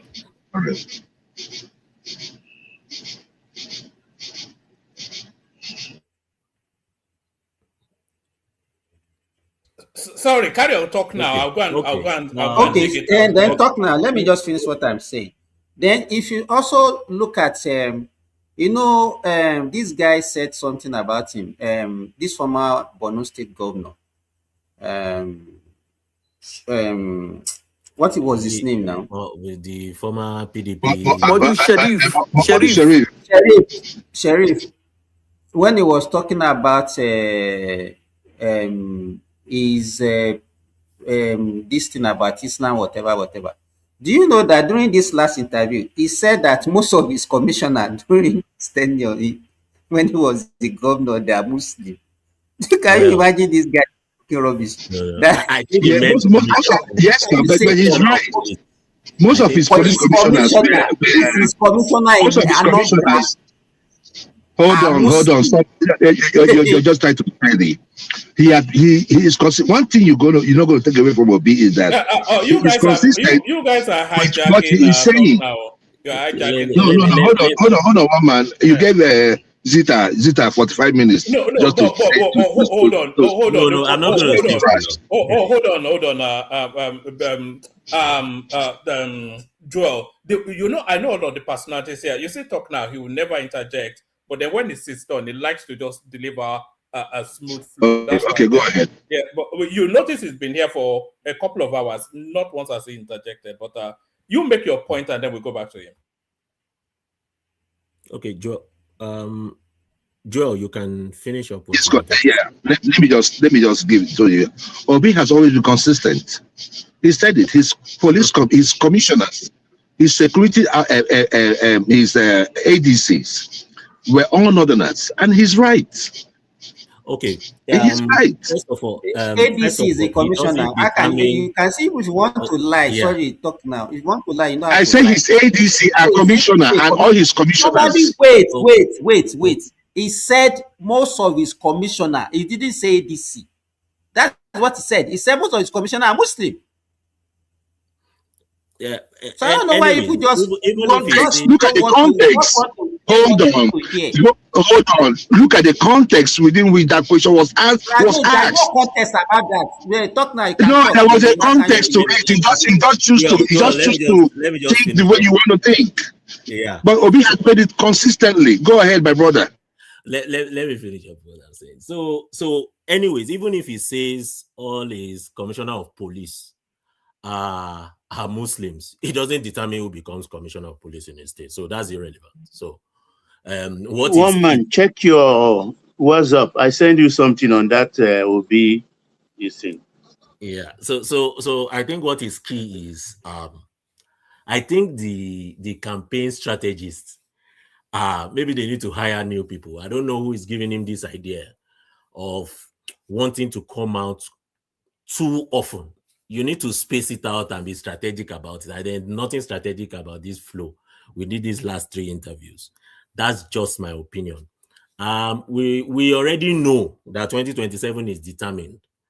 Like I said the last time I was here, I said the biggest winner so far for this 2027 will be Kwankwaso. The reason why is, look, I said it here. Obi is going to come 3rd position. Kwankwaso will be the biggest winner because of 2033. You will have the momentum on part of the obedience and he will launch out. Whether we like it or not, he will have some support from the north and he can have a balanced control. He would have that kind of edge in 2033. He's the biggest winner in the whole of it. So, of course, he will receive some punch from his home state of Kano. He's not going to get as much votes as he had before when he was in the front ticket. He's not. If anybody is thinking, doing one calculation, adding some 6 million to 1.something million, you're kidding me. It's not. That's not how politics works. Right now, they are splitted down the middle. It's not even down the middle, in different groups. The different senators from there, Abdurrahman Jubril, to the ulamas. You understand the way the north works. The ulamas, you have the emirs, you have the Council of Rulers, you have some of the key grassroots supporters. So they are splitted down the middle. So, and the governor is also pulling his weight, obviously. So, from what I see that ticket might not exactly give them the figure that they want. It will show. It will be obvious. And the guy they are dealing with is smart. He's way ahead from what I see. From the interview that they did with JB, BD, Babashir Lawal, we have to understand that Babashir Lawal was very close to Tinubu, and he feels hot. And he has shown that in his responses. He feels hot. When someone is hot as a politician, it's different from his analysis. He will tell you some certain truth, but there are some parts where you know that it's just emotion that has overtaken what he's talking about. That Tinubu funded Buhari's campaign, that is a known fact. You know, the movement between the parties for them to align together, those are, you know, known facts. But look, Babashir being a PA of a governor does not make you a popular politician. The fact that you do some running around for the key elements of Tinubu and Buhari does not make you popular. In Adamawa there, you cannot win a local government chairman. They can brag for all he wants, but the record shows that it's not as popular as it is. So he said some things that were true. There were some things that were, you know, a little bit of emotion, you know, telling him that no, he has lost his ways. Just because we all know that Babashir Lawal was in the front line that bought the primary ticket for Tinubu. He was there at that front line before he picked his vice.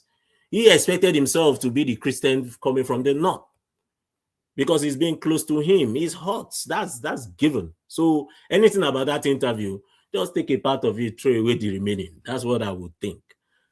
Anyways, 2027 is around the corner.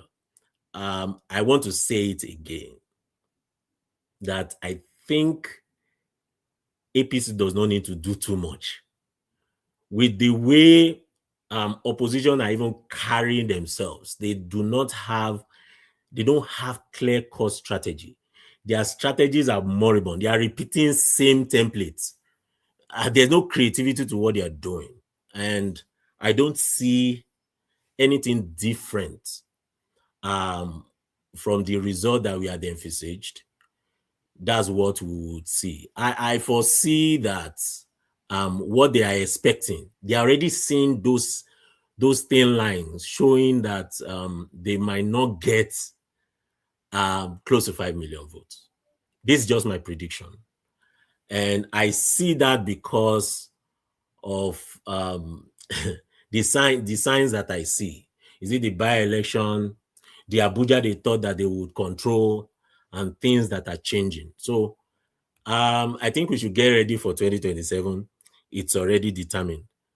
I wanted to come in really because of some of the news item that you raised about South Africa.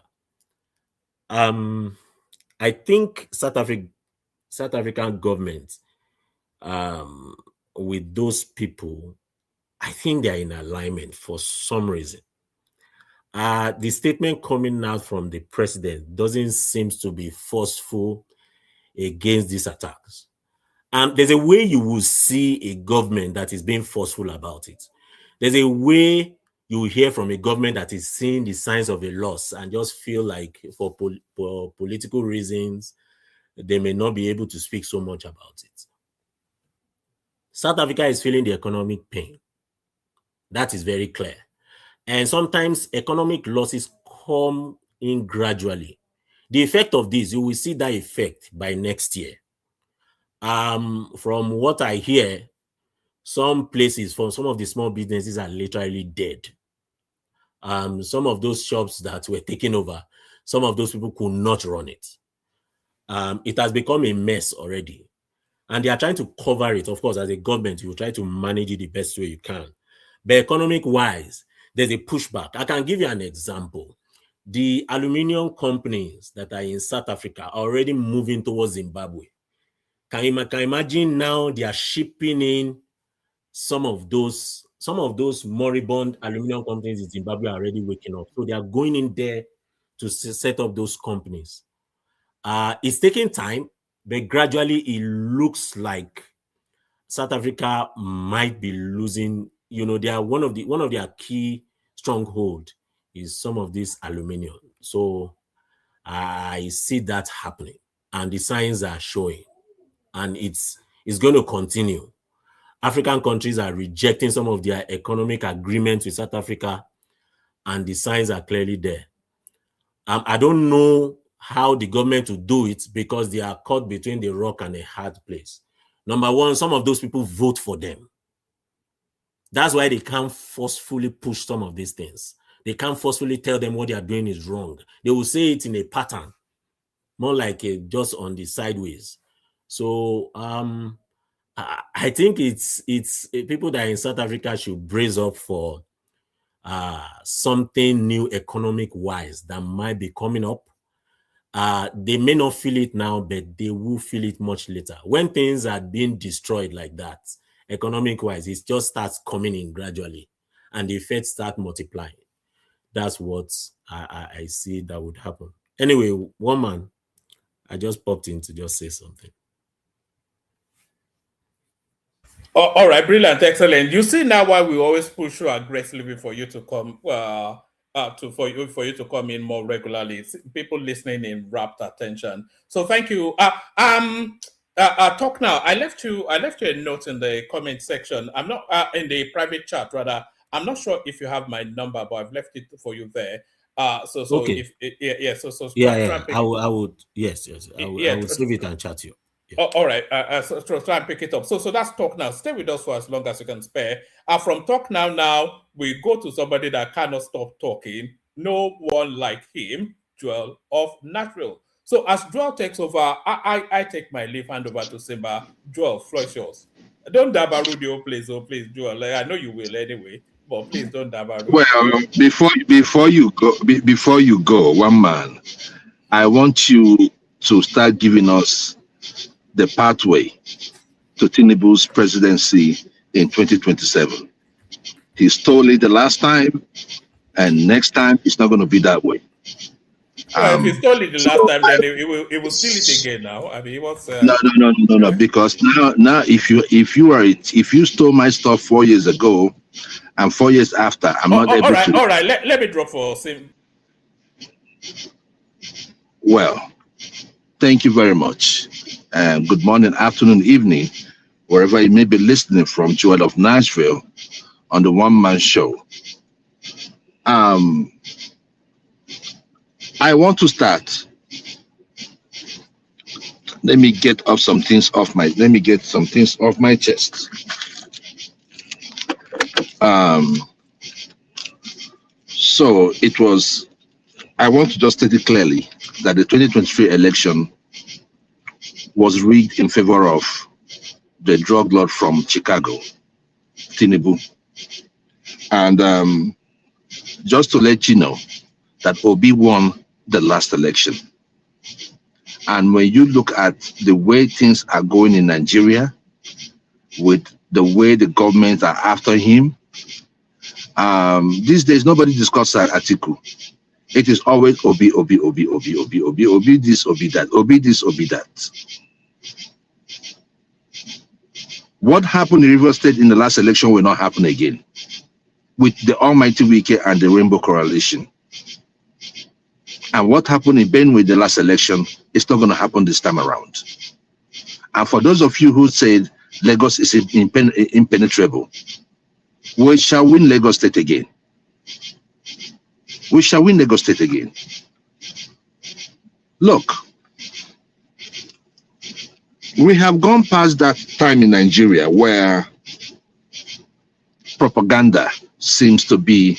Somebody should pause himself now. The thing is making noise. Or is it from me? It's from you. It's from you. It's from you.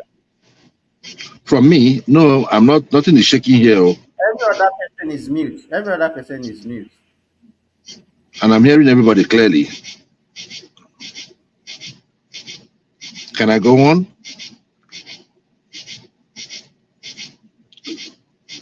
Is anybody hearing me?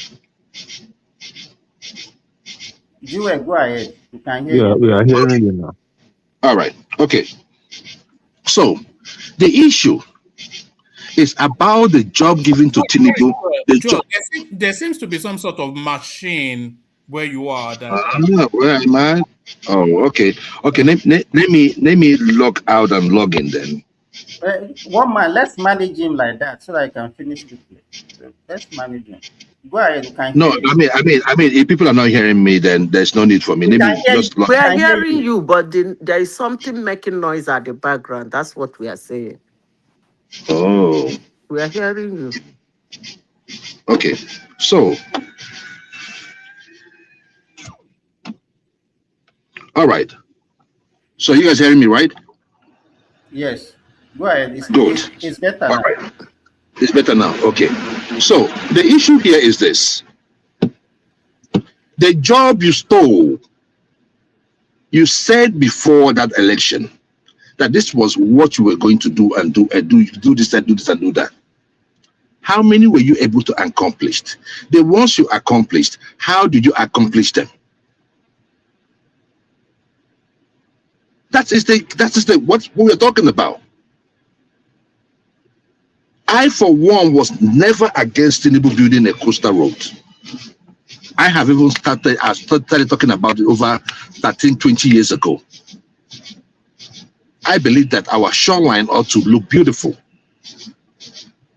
However, is that our priority for now? No.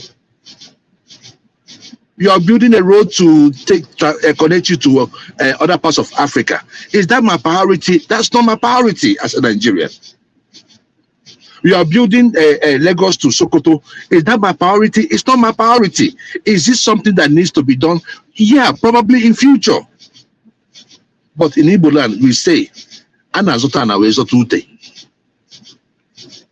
which means you get the land first before you get the maths.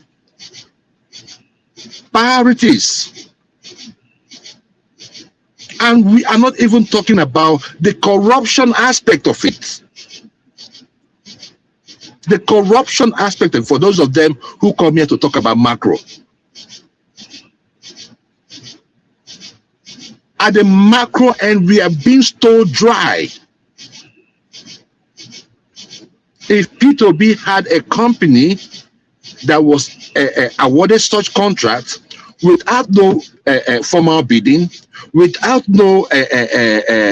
others competing for the bid, and his son is a member of that same company that was awarded the contract, one of the biggest contracts awarded to a company in Nigeria. Your son, Sheyi Tinubu, is a board member. So you can see why it became a priority. I bet you if they had no connection with that company, they may not have done these coastal roads. Only God knows if they're sleeping with each other. But that is for God to judge them. But if they're sleeping with each other, they should enjoy themselves. But it will not be at the backs on the backs of Nigerians. That is crazy. We're still talking about the macro part. We saw a ministry that was not, I say a ministry. What do they call them again? All these sub offices under a ministry. What do they call them again? Exactly. And we see corruption before our own eyes. That somebody will have an office, submitted a budget. This is the same country, for those of them talking about macro. Macro, my ass. What about Remi Ole? Remi Tinubu? How much has that woman donated in different states? Who allocated such money to her? Who is she that should be making such donation? Who is contributing to her? Because if you are contributing from state coffers, it's against the law. Who monitors the amount that she donates to these states? I am not against her doing anything foundation, but even here there are ways to do foundation. You don't see Obama's wife going out donating $2 million, $3 million. From where? Or you see Trump's wife going to donate money, donate millions of dollars. From where?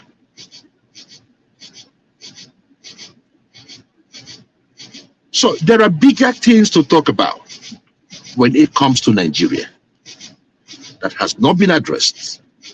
All we keep hearing is, you know, I mean, little progress. Would I say that I hate everything about the education fund? No, I'm a human being. Even though my parents paid for my school fees and all that, but I knew it hurt for some of my classmates. So if they are getting a succor from that, that's fine. But I am looking at the bigger picture.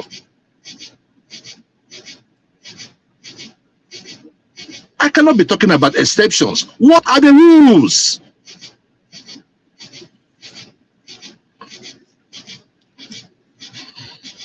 Till today, we are still paying subsidy for the macro animals. We are still paying subsidy. And what would they do? The transparency in this government is nearly zero. Why are you hiding it?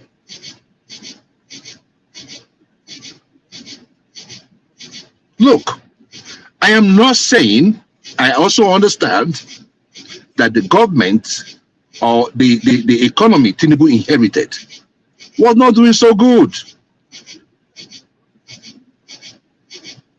But we are not going from PDP to APC. It is still the same person he put in there. So he should take responsibility. When he was putting in an illiterate, someone that has no record of going to school, when he was doing that because of power, because of what he's going to gain, did he know that such a calamity might befall our economy? Oh, of course. He doesn't have foresight. What is the foresight in Tinubu? And he deceived every one of us, telling us he built Lagos. This same man built. Look, let me tell every one of you. Lekki, I used to go to Lekki when we had only bushes in Lekki. You can only see maybe what is this oil companies building? Chevron, and maybe VGC. A few companies. Where was the planning? Could we say that somebody really sat down and planned Lekki? Lekki is less than 30 to 40 years old. We should be having something a little bit futuristic about Lekki. That is where Tinubu built, because he cannot lay claim to the mainland because it was built by the whites. You go there and you tell me which one is better planned.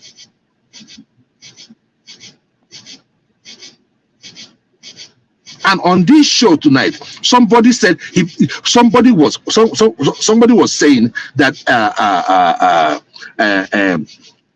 was trying to make a comparison between Tinubu and Osibanjo. Is that not a disgrace? How can you compare Tinubu to Osibanjo? What kind of candidates are the Yorubas giving us? These are the issues we have to address in 2027. We must start addressing the kind of candidates you guys give us to lead us. Because at the end of the day, whatever they do in office affects everyone.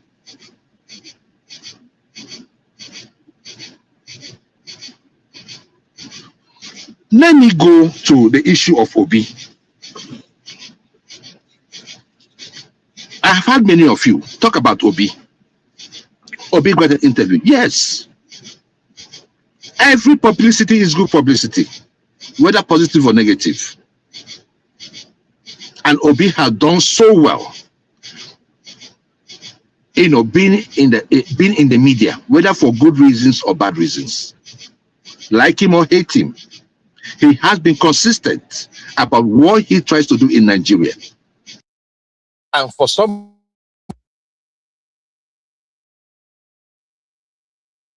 of you, hearing me?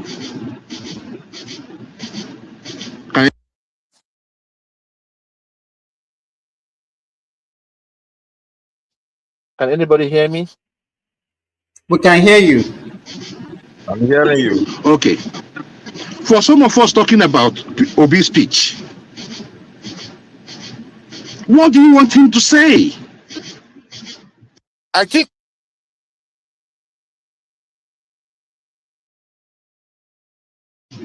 we're still running a baby economy.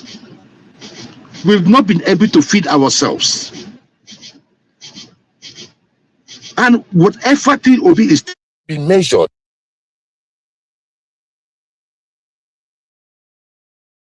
then he's saying, today, we do not produce of electricity.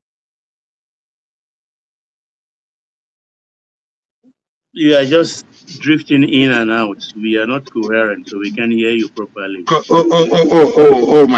Sorry, I don't know what is wrong with my network. Let me try and just be brief. Yes, we are managing you. Just go ahead. So, go ahead. We are not hearing half of what he's saying. So the issue there. Papa, do you need to hear? Oh my God. But it's go ahead. Well, go ahead.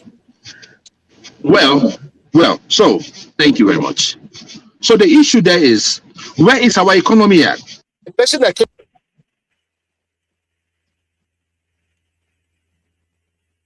have they been able to improve the lives of the people?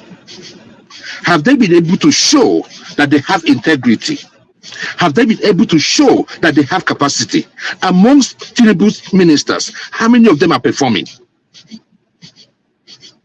Because we have to look at it from that angle. Among the subnationals, how many of them are performing? For those of them celebrating giving money, you take money and you give to baskets. You pour it inside a basket. And you say you're going to make any. How has that transcended to the people's lives? That is what is going to decide the 2027 election, not the propaganda. Not the propaganda. Lastly, for the issue that has to do with Nnamdi Kanu, look, depending on which side you're on, Madam Zita was saying what she was saying tonight, right? I do not blame her. I think she was excessive with it. But what is the essence? If you want to kill somebody, kill the person. All the issue of body dragging, falling, drug leaking, all those things are nonsense. It's just for the person that is gone. The person dead is dead. For those of them who want him to leave, I can also see from their own side. But for me, I love equity. If you are going about giving Boko Haram members who killed people, who killed Nigerians in thousands, maybe they did not show you the way they killed them, but we've been able to see the way they killed them. Some were being beheaded, some were being clubbed to death. But you granted them amnesty. You granted them amnesty. These are folks that was engaged. These were frontliners. Frontliners. They did the killing themselves. But for me, I also know that there's no difference between you that did the killing and the person that made the pronouncements. I think that Nnamdi Kanu should be punished. That is my own thing. But going by what we are seeing today in Nigeria, I do not think that, going up, killing him will solve the problem. Can I ask you a question? And what Obi is let me just land this point. That you can ask me, my brother. What Obi is trying to say is that I am going to talk to everybody. There's nothing wrong with that. When you have a country that has failed in many ways over the years, sometimes people do dumb stuff. People do stupid stuff. People do criminal stuff. But when it is rooted in ideology, you may have to start, having some diplomacy, some dialogue. Can you hear me? Go ahead. So start rounding up because you've been speaking for 20 minutes now. No, that's what I'm saying. I said this is my last, so I'm rounding up. Okay. Okay. So 2 minutes. So thank you very much. So that's the thing. It's not only if you take away Nnamdi Kanu today, another person will come up. If you take away Sunday Igboho today, another person will come up. Why? Because it is rooted in ideology. It lives in the heart of many people. And when it lives in the heart of many people, you may need dialogue. What are the problems? What are the concerns? I said this thing when Tinubu came into power. I said, talk to the IPOB. They're going to tell you their concern. When it happened with the Niger Delta, we did. Did we go to dialogue? We fought it. We bombed and did everything. Did it work? It did not work. So we cannot shoot ourselves out of every problem we have in Nigeria. We may have to judge up, considering the fact that we've had so many failed governments in the past that have failed the people, and maybe some people may have thought that a way of life is best. So on that note, I want to say thank you very much for the audience and have a good night. Thank you, Jewel. Now let's move to AY. AY, are you there? I'm calling AY now. I'm here, but let somebody continue. Let me be next, please. Okay. I think Remy is the next person. Okay. Good morning. Good morning. Actually, I hope everybody is in good health. Actually, it surprised me when somebody compares somebody you monitor, you are appointed to a position to be your Attorney General, somebody you single-handedly pick to be the VP of a country. Okay, I'll just stop that. It's just laughable. So, what is going on in the polity? Everybody knows. I think Top Man put it in the right perspective about Babasha Lawal interview. It all boils down to show that a little bit of ego and a little bit of hatred for not picking him as the VP to Tinubu in 2023. And moreover, when he makes some allegation against the president, I wonder that you, that Tinubu propelled to be the secretary to the federal government of Nigeria, and your hand were caught in the cookie jar, and you were removed as the secretary to the federal government of Nigeria. Sometimes I wonder, maybe Nigeria, sometimes they don't normally remember what transpired in the past. I think at the end of the day, to me, it's just a worthless interview. Like a grown man just talking rubbish. So as a good politician, I think what that one should tell you is that it's not like as if Nigerian hate corruption, but they only hate it when the thing is not getting to them. Because if you look at the people that they call, can somebody like Babacha Lawa be somebody that was supposed to be reckoned with, and every Bindia house will be calling for interview? It's not. Yeah. It doesn't have that pedigree. So, but you see, that is Nigeria for you, because it's not. You know, I always say something like, politics is a game. It's a dirty game. It's a game of politics of interest. And wherever you find yourself anywhere in the world, first you have to do your own. What is my interest in getting to this position?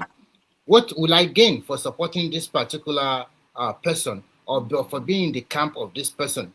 But unfortunately, I think the reason why a lot of Nigerians they don't really know or they don't want to know is because that Nigeria, we are not exposed enough to that.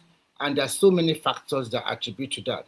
I think the education we get from the when we were in the primary school up to the level of our institution, I see a lot of Nigeria to be educated illiterate because sometimes they cannot see between what is right and what is wrong. And when you remove history in the curriculum of a country, what do you expect the generation that comes about? They don't know about the history of the country, and that is what transpired in the golden age of globalization and information technology. They don't know the history of the country. So you can see that last election, a lot of young people, they just follow. They don't have their own mind. So, but when someone, if they have known the history of the country, they would have known the character of all the people at play. Now, just opposed to the moment, everybody knows that in politics, momentum is very important.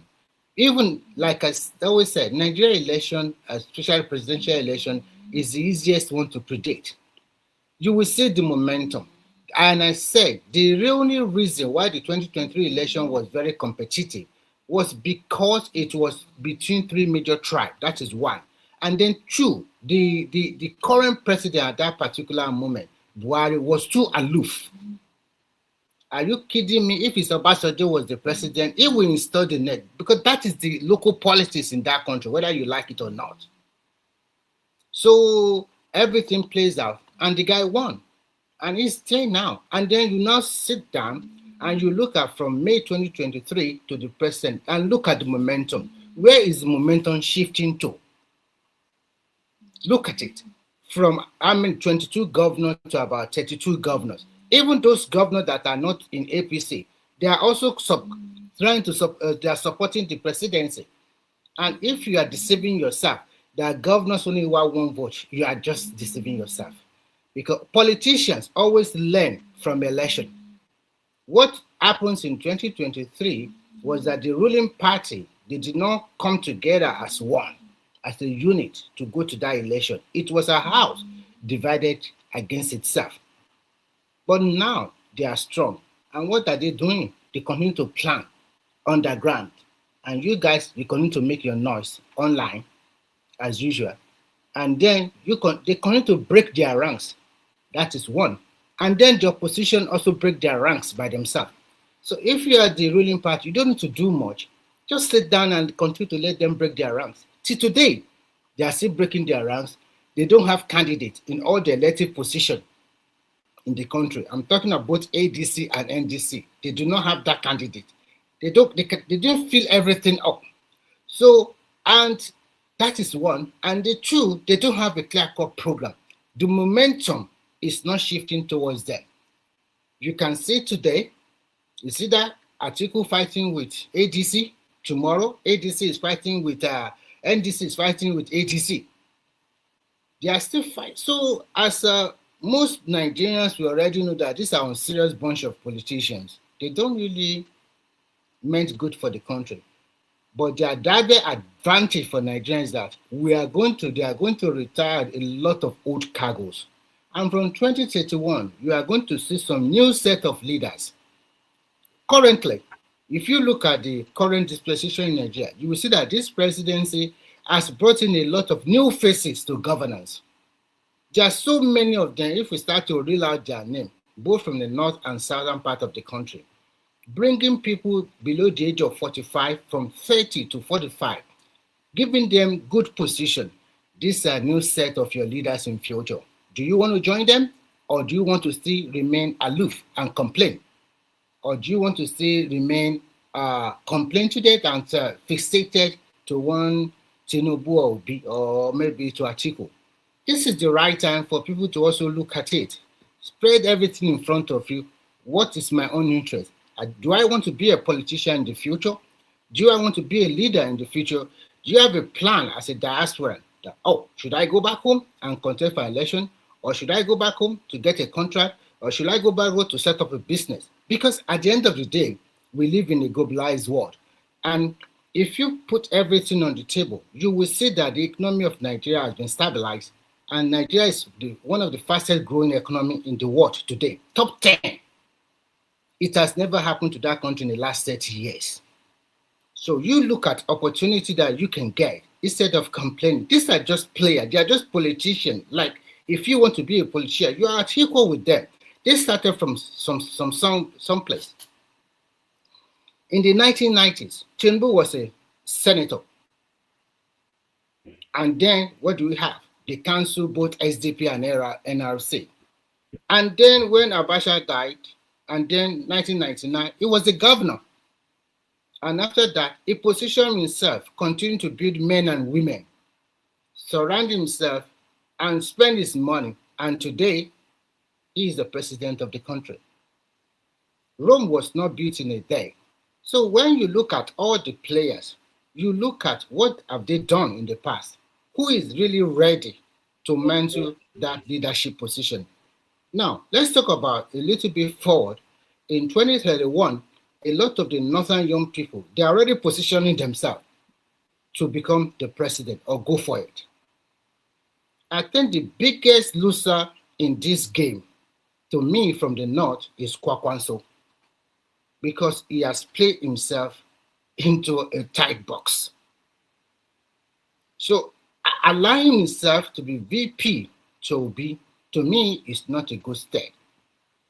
A good politician, if you also looking into the Start future, rounding up. 2 minutes. yeah, Start rounding up. I will finish up. Okay. If you're a good politician, you want to put yourself in a steady book. To me, if I were him, I would just pick somebody I trusted or somebody as equally good to be VP to be, while I continue to campaign for both of them. This will make me still relevant in northern politics, and in 2031, it can be a good way for me. I mean, a good opportunity for me to go ahead. So I want to talk about what is the last topic. I just want to briefly talk about. Simba, can you remember me, please? Simba. OBJ sponsoring Obi Kwankwaso ticket. So I think the game Obasanjo is playing, I never liked the man, and I will not pretend about it. He does not like Tinubu from here to there. But when you play a game, it's like no matter what happened, I want to checkmate Atiku. In checkmating Atiku, you give advantage to Tinubu. Because if you are looking at the political pedigree of all these politicians, how on earth can you compare Obi with Atiku or Obi with Tinubu? They're totally different people. Obi is just too low to them. And I'm sorry to say this, when you listen to Obi, and I don't know, it's just too low. Nigeria, they evolved more than that. It's not just coming on the TV or online every day talking. The way you talk, it does not arouse or does not give you what would I call it? There's no thing to make you feel, oh, I'm enjoying this interview. This man can be a prospective governor. In fact, when you compare, sometimes I think a lot of elite from the Southeast will be embarrassed, to be frank. And I think a lot of local people from the Southeast that really talk about dignity and holding their tribe in high esteem will also be extremely disappointed and embarrassed as well. Because to them, this is just too low from them. Too low. Lowest to the too low. It never did anything wonderful in Anambra State. Nothing special. Remy is okay. I think you've been speaking for long. In conclusion, okay, I don't need to conclude again. Thank you for the opportunity. Thank you. Okay, thank you very much. AY, are you ready? Yeah, I think I'm ready. Okay. Yeah, greet to everyone. Why will you even give my time to Remy? Remy Alpha. Not bad, you're welcome. you said they should call another person, so it's your time now. It's your turn. What the discussion about? I know we discussed here about Peter Obi interview, Obasanjo sponsoring. But on the more serious note, the Babachi Lawa interview, I don't really see anything. I don't think he insulted the president. I don't really think anything wrong. I did not even actually see anything wrong with that interview. I don't know why some people are complaining about it. Listen back, can you point me out to one thing you said you think that was really wrong? No, it's not about what he says that is wrong or what he said that is right. We are just discussing everything that he discussed, both Yeah, I positive or think negative. right. I So think the interview, sincerely, I mean, it's an insider, but the only thing, Baba Chilawa, he talks too much. Sincerely, I feel like there are things that should not go into the public domain, especially like your private relationship with people or how they you just like putting out, for example, oh, he loves to eat banana and this. So, I so, think so, that was a so very that is just the personal issue. thing. Yeah, too personal. How can you not bring that one? It just is too Yeah. low. Yeah, it's bad. Yeah, if you watch Baba Chilawa, he talks too much, You just have to people have to be mindful with the people you allow into your inner room. You know what I mean? Yeah. There are people that don't have any secrets. But in general, I think the what interview is was when you wait, sorry, wait, while how Hmm. can somebody be talking about what he eats, what he Yeah, that's what wears? I'm He saying. say he Yeah, I doesn't also dress decently, he yeah, doesn't eat well. yeah. So what does it? That's why I said the kind of people that our media houses actually invite for interview, Hmm. it's like they just look at, okay, this person, because let me tell you, you can profile our media houses. You know who that media house that actually invited him was actually an Obi supported media house. And you Yeah, can see that even the interviewer was actually Uh, happy with what he's saying and was Simba, gesticulating. Simba, Simba AY, sorry. What I Hmm. say a little bit in that interview is a man who still wants a kind of, it's like I'm still sending a subtle signal to Tinubu, please call me back. Coming And back. at the same time, I saw a man that is in a kind of dilemma situation. Probably does Yeah. not know whether to go to north or south. That's what I say. It's Yeah, and to yeah, think as an elderly man like that is, I don't know. yeah. To be honest, even the way he really like call out Tatico every time, there are personalities that for an elderly man like that, you should know better. There are things, there are Anyway, areas I that you think the don't guy go. is hungry. He's hungry. He's looking for Yeah. position. I think that's it. And he's just looking here and there. And he's getting disappointed. What I can see in Babacha Lawa is somebody that is frustrated. That's just it.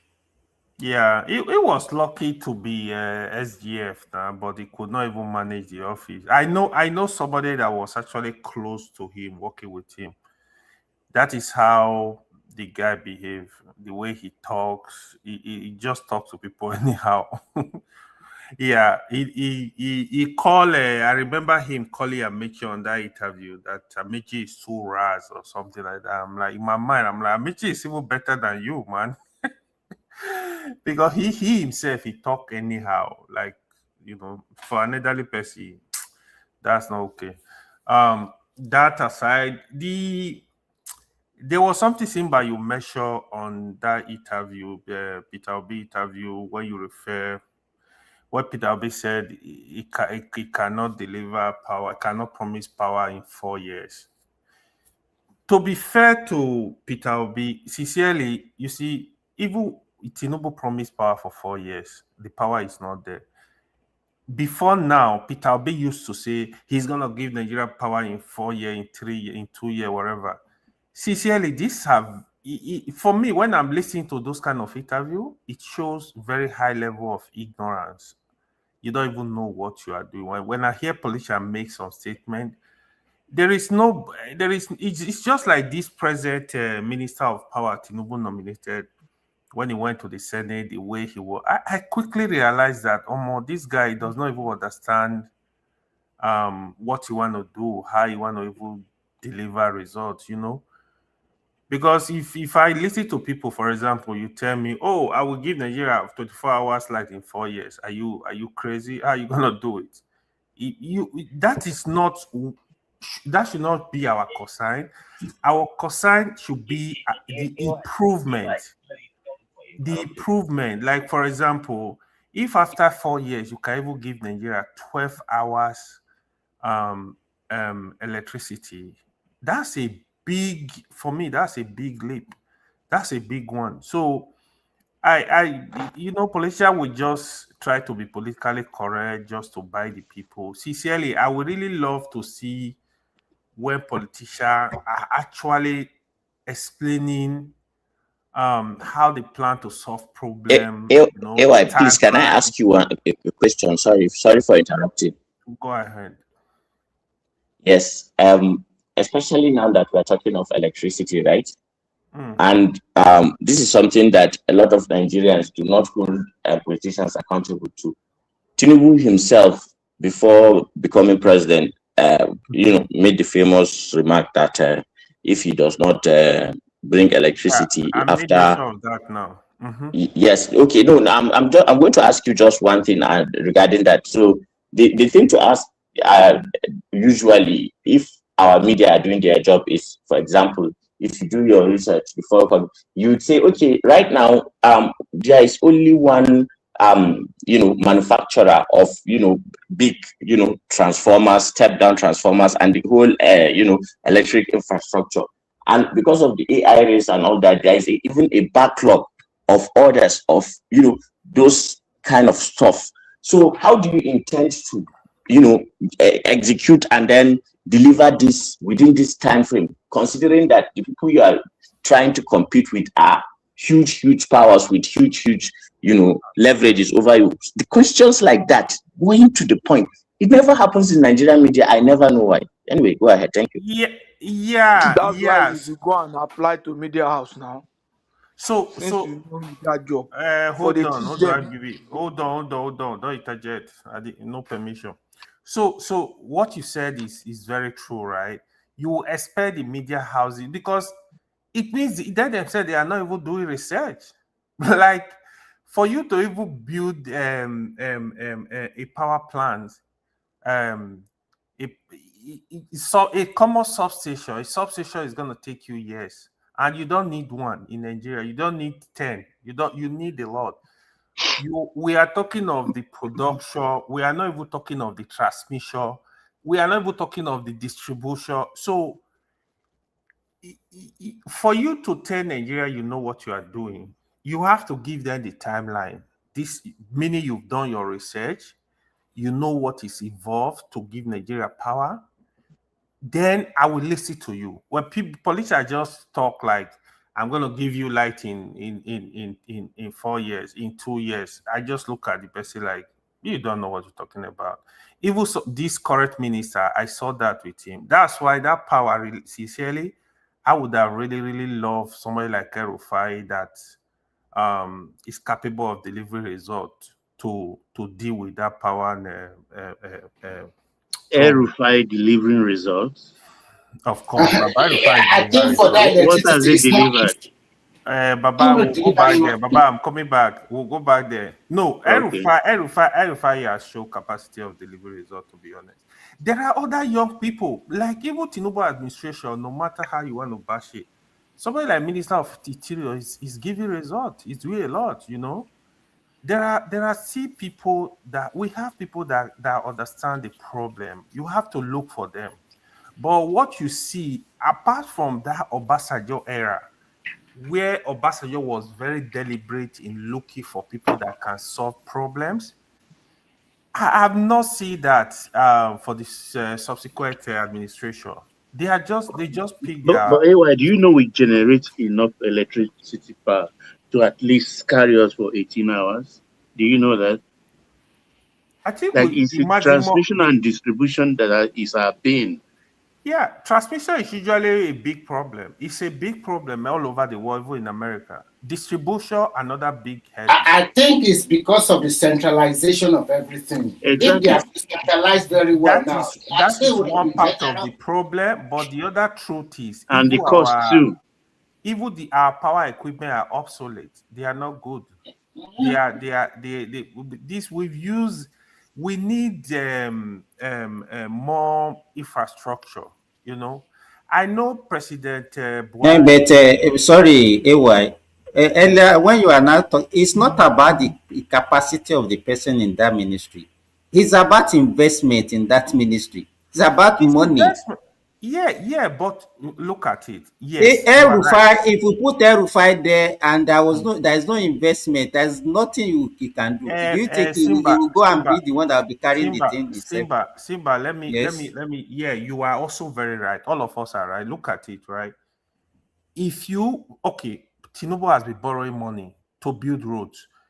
I rather give Nigeria light than build roads. So you can borrow money and look for private company to come But in. sorry, Also, pop sorry money for into this the interjection. industry. They were Go ahead. wait, Go wait, wait, ahead. wait. Why are we still fixated on the federal government? Why are we not? The electricity is no longer on exclusive, it's on concurrent. This Even to is me, recent. any This is wait, wait, recent. wait. Any presidential candidate that is still talking about say I will provide electricity for Nigeria, it's not a serious fellow. No, he The is. electricity is the It's one of governor our that was biggest supposed to even problems, be. Simba. Wait, Simba. but it's no longer exclusive. Wait now. Let me tell you, and each time I talk, you people that are living abroad, you don't even understand the problem that we have in this country. Let me tell you, See I this don't thing, even but know like how. you're not living Wait, abroad. Are you not living abroad? See, yeah, I can't category. I'm not in the same category with you people. You people yeah, that you comes are. home maybe Okay. once in 5 years or 10 years. See, Let me tell you, Ataya, Ataya. You got me, oh, me, I always go home. This is He said you banana. people living in abroad. Azan is here. If any private investor want to even invest in that electricity, do you think an average Nigeria can afford it? We That's know what now. I said. Nigerians You were don't not pay for here. You see, electricity. They You don't were you not see here pay. when They I don't took the pay. they floor. have Actually, the nine the cost like of the power is expensive, Let and me of let course me we can't we afford that lose No, when that. we don't why? have investment. Azan is here. Most people in Let me Nigeria just don't Simba. pay. They don't pay yes. Simba, for hold on. electricity. Simba, let me ask you a question. Listen. Electricity, when it comes to Baba, let me just say this. When it comes to power all over the world, power is subsidized by the government. In Saudi Arabia, where you live, power is It's not to highly everybody. In the subsidized. West, where you are, you pay the normal. Those who are No, falling even below, in the West, listen, it's It's one of subsidized. the most expensive thing also listen. here. You have to Those who pay can that. afford it, those who can afford it, who has run into bad time, those people are subsidized. You apply, they tell Yes, you, and even they control what you use. It's not yes. everything you use See. Let when me they let me There is subsidize one you. thing you guys are all missing, oh, and that I want to say that Simba is actually trying to push on as somebody who is in Nigeria. The thing is, there is the Nigerian factor that you guys are not putting into the equation. That Nigerian factor means that the decentralization of power, that this discourse that we're talking about, that are supposed to, function, say in a very free capitalist, competitive environment, what they have essentially turned into is a gangster kind of, union. They put their heads together and then they now confront the federal government and the people of Nigeria to they manipulate generation and transmission policy such that it favors them. So many things. Another subsidy Just imagine cartel, how bad exactly. the downstream sector is in oil. Asa, I didn't even know it was you. Let me explain it to you. So when it comes to that, that is where the federal government come in. You have to make sure you have very strong policies to protect the consumers, to protect the country infrastructure. You cannot. It's just like what we talk of oil and gas. If you see what happened with, I'll give you an example. You see what happened in telecom. In telecommunication was obviously like private company came in. You see, they said the market, there is a competition. If you realize, Baba, even many years ago, when MTN used to sell line, even common line at the phone up to 30,000 naira, I remember. More So than when that. Started at 35. Okay, even more than that. When Glow came in, they moved into per second billing. So there was competition from Mekone, there was competition from here. I tell you what goes on, right? So in terms of infrastructure, MTN, they used to have the best infrastructure in Nigeria, but it doesn't even matter because we are using like Alcatel and Ericsson. When it comes to Glow, why Glow we are able to beat that market? In Glow, they started using Huawei. Despite, like I would say, their equipment were of a little bit of substandard, but Huawei have very good credit. They give you a lot of good credit, like you can pay within 10, 50 years. This is what we need, even in the what's it called, in the power sector. When you do that, you have to make sure you have control. It's just like what is going on in the petroleum industry now. Dangote, fine. Give people more license that are willing to compete with Dangote. Let them compete. Let all the government, AY, so what what you you are need to saying that do. competition will bring down the price. Is that what you are saying? Yeah, can you sorry. come again? Are you Simba. saying that the competition will bring down the price? Is that what you are saying? Let me tell you, I competition. think AY, sorry, AY, you Let me don't chime in, You will understand guys. the have concept. options, basically. It will be AY. competitive. But let me finish this, Remy. Simba, Baba, those are saying that the cost of electricity all over the world, everybody know that it's not cheap.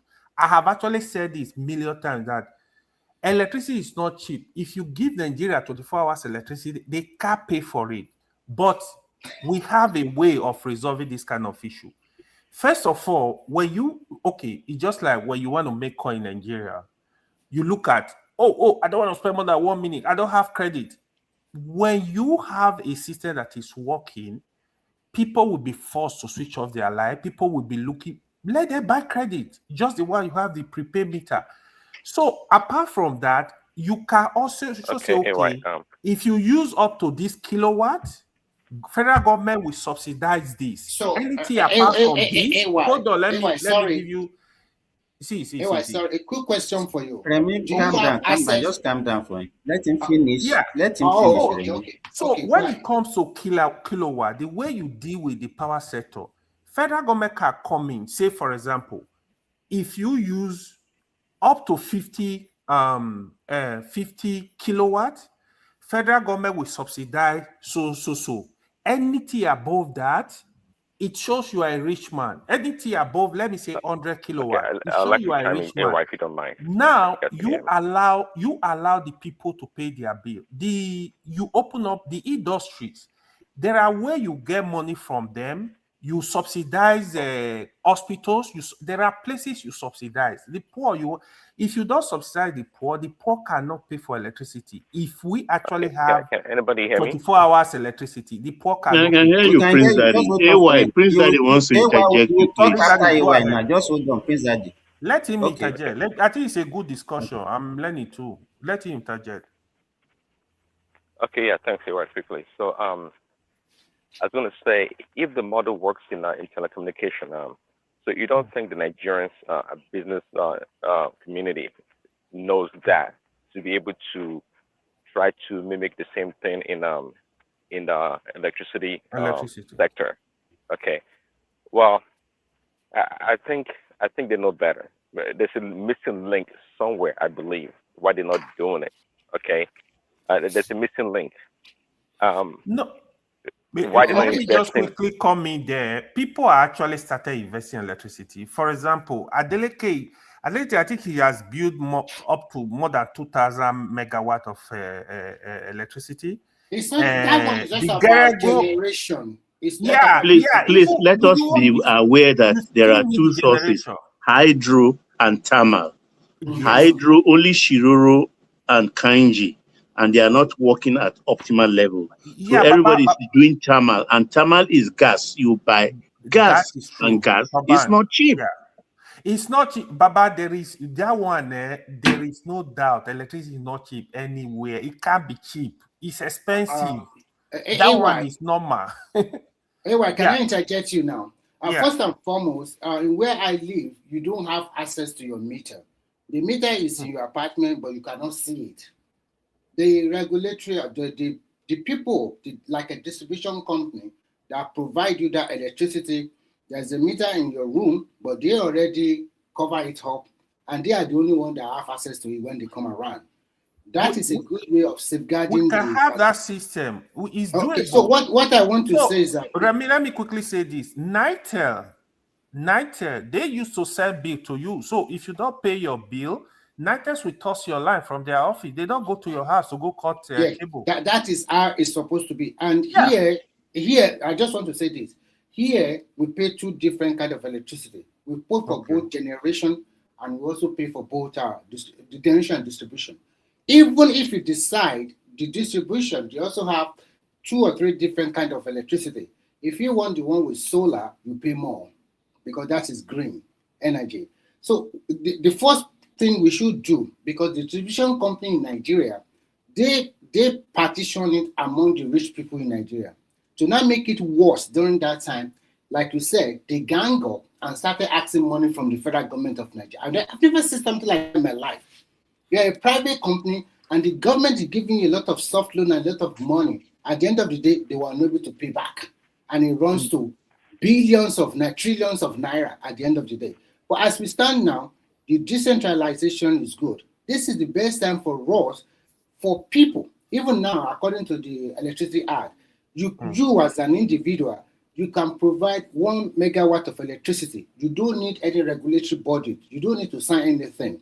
But the moment you want to put it up to about 10 or 100 megawatt, then you need to get a license. So I think, but the problem is that, like you said, can Nigeria people pay the money?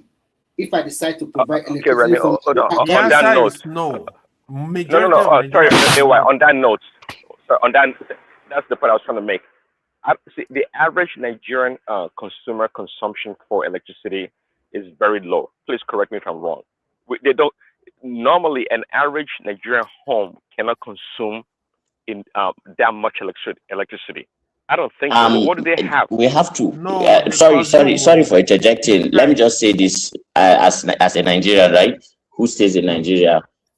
For anything, any commodity, you have to first deal with availability before you even talk about how people consume it. We are not even at the stage where we want to start talking about a Nigerian's consumption. That is, I think, putting the horse before the cart. I think the right sequence should be availability first. We know availability is a problem, but I'm trying to make a point here, a succinct point. Okay, go ahead. Because the point is that Nigerians, what do they know? What is set up in the Nigerian home that they consume? That they will consume a lot of electricity. Let me explain to you. First of all, Nigeria abuse electricity when they have it, because now it's getting better because most homes now they have prepaid meter. So with prepaid meter, you have to monitor what you consume, right? Exactly. But the other system we used to have where people just put meter, like even the NEPA, be whatever they call themselves, they used to do estimated reading. But again, that if you apportion a fixed amount for each household, they're not going to abuse it. You know, in fact, they're more conscious about rationing their power because they know I only have 50 whatever kilowatts this month. Nigerians who ration, you know, just like a cell phone, for example, the cell phone has become part of our society in everything that we do. Okay, they know how to manage the cell phone bill, so to speak, right? They know how to do it. That is where I'm going. Yeah, that is what should happen in the electricity. So what you say now, right? So it's not even the size of the home. It depends on what you have in your home that is consuming electricity, from light to fan to, do you have like dishwasher? Do you have like most people need the light, or just the bulb, maybe their fridge, and what else? What does they have? Air conditioning is a luxury. It's a luxury that most people can afford not to have. But if they have fans to run, that's better. Prince Daddy and Ewa, you are missing one thing here too, that it's important we point it out. Okay, in the when we talk about what happened in the telecommunication sector, okay, the first players that came, MTN. So I can hear you. You can't hear me. No, we can hear you. We can hear you. Go ahead. Okay. Okay, good. MTN, Econet, all came from out of Nigeria with better standards. I can assure you that all the discos in Nigeria were sold to ex-politicians and people who probably had no business, in that part of. But somehow, because they understood their subsidies, you can understand how they hijack the market. And Obasanjo was a hands-on person, very thorough. And and people were talking about Erifai. Erifai was actually BPE at that time. So I think this misalignment also played a role. When I think who actually did the disco thing, I think it was Jonathan or Buhari, but it was not done right. It was Jonathan. It was Jonathan that did the discourse. It was not done right. That is just the summary of the whole matter. You see, But let me say one thing, Simba. Nigeria, they need higher hand. You see, if you see the corruption that have happened in the oil industry for years, before everybody was literally saying it before Tinubu removed the subsidy. If you know what was going on with the subsidy, you will know the biggest problem of Nigeria's system is the corruption. If you saw what happened with Dangote, how these people were trying to make sure Dangote will not operate his refinery, it was the evil people that were fighting. So if such problem, they are also embedded in the electricity industry, the power industry, it's also a problem. So the president needs to look deeper into that industry and dismantle everything. Who needs to go down will go down. That is the only way we can get solution in the power Why? industry. I think they already solved that problem. Electricity is not the problem of the yet. state. They need to see something. No, can't you listen to the Electoral Act? The state can now generate, transmit, and distribute as well. So if you are going to say, what are you looking for? You don't need to put your electricity into the national grid anymore. Get your electricity and sell it to your people. So Yeah, is that not why I said I don't if we on this platform we are still fixated on federal government supplying electricity at this that means why we are not even getting it right. There is not, let me tell you, give Nigerian federal government 100 years, they cannot provide electricity for Nigeria. The best way to go is just to privatize that sector and let private sector give the kind of resources that we need. Competent private sector. Competent. Yes, the kind of resources that we need to put that. Let me tell you, if you see the wiring in Nigeria, you even be wondering if private sector, you understand, how they will be getting their Safety money. standards, nothing. You understand? So the resources, let me tell you, to even get it right for people, to meter people, to get them to pay, is a whole lot of problem. You understand? And that was why. Wait, no, let me finish. AY. Go ahead. When Azan was saying that no, you have to supply for before you even take care of. Let me tell you, nobody, no investor will come and put your money in something that you don't know how to recoup your money. You have to. The first thing you have to think before you invest in anything is, how can I get my money back?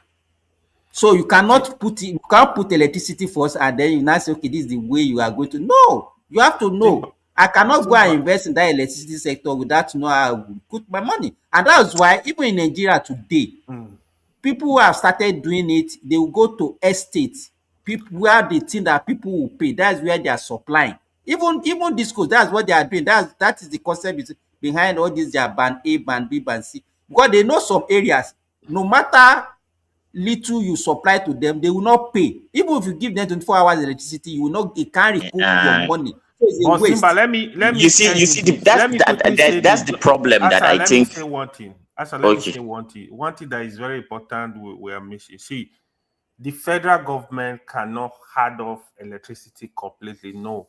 Even in America, the government spend a lot of money on infrastructure, power infrastructure. Federal government never, there is no country where you have standalone company dealing with the electrical infrastructure. Federal government needs to still come in.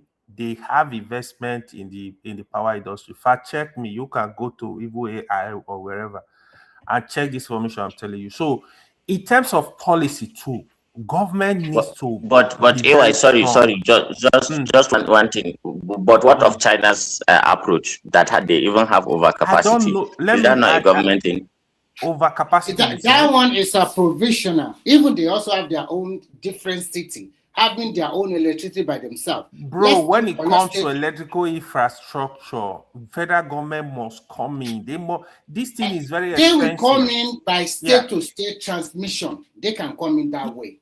Yeah, they come in within the state. That's within the distribution. state, even within the city, in a state. Let's look on your state, for example. We have Ibadan, the biggest city there. Ogbomoso, Oyo, Shaki, all of these cities I'm mentioning, they will generate, they will transmit and distribute their electricity by themselves. Now, when now come to transmit that electricity, maybe Ogun State want to buy, then maybe the federal government can now come in and build a big transmission line all over the country. So government can also get their money that way. So that would be a good way of solving the problem. But for now, a lot of Nigerians have resorted to off-grid already. But that is why we see a lot of solar power. Yeah, actually, what you said, again, I need to correct that. You see, if somebody is asking on the comment section, we are in America, people are funny. So here is it. Even in America government, like I said, they spend a lot of investment in the power industry. This is fact. Even in rural electrification, they still do that. But you have to look for, that's why we need people that are knowledgeable in the industry. Yeah, private companies should come in form of distribution. They should do more of distribution. Distribution is within city, like you just mentioned now. But when it comes to production, transmission especially, federal government must be there. Building substations across the state, federal government must spend that money. It's a lot of money, to be honest. Let me ask you, AY. Don't give us something that cannot work. I don't even know, because they even bring in, say this is the way it's done in America. For the fact that it is working in America does not mean to work in Nigeria. Wait, it cannot work. I cannot, me as an investor, I cannot generate electricity and now rely on another person to transmit it for me. Okay, what if the person doesn't have the capacity? What becomes of me?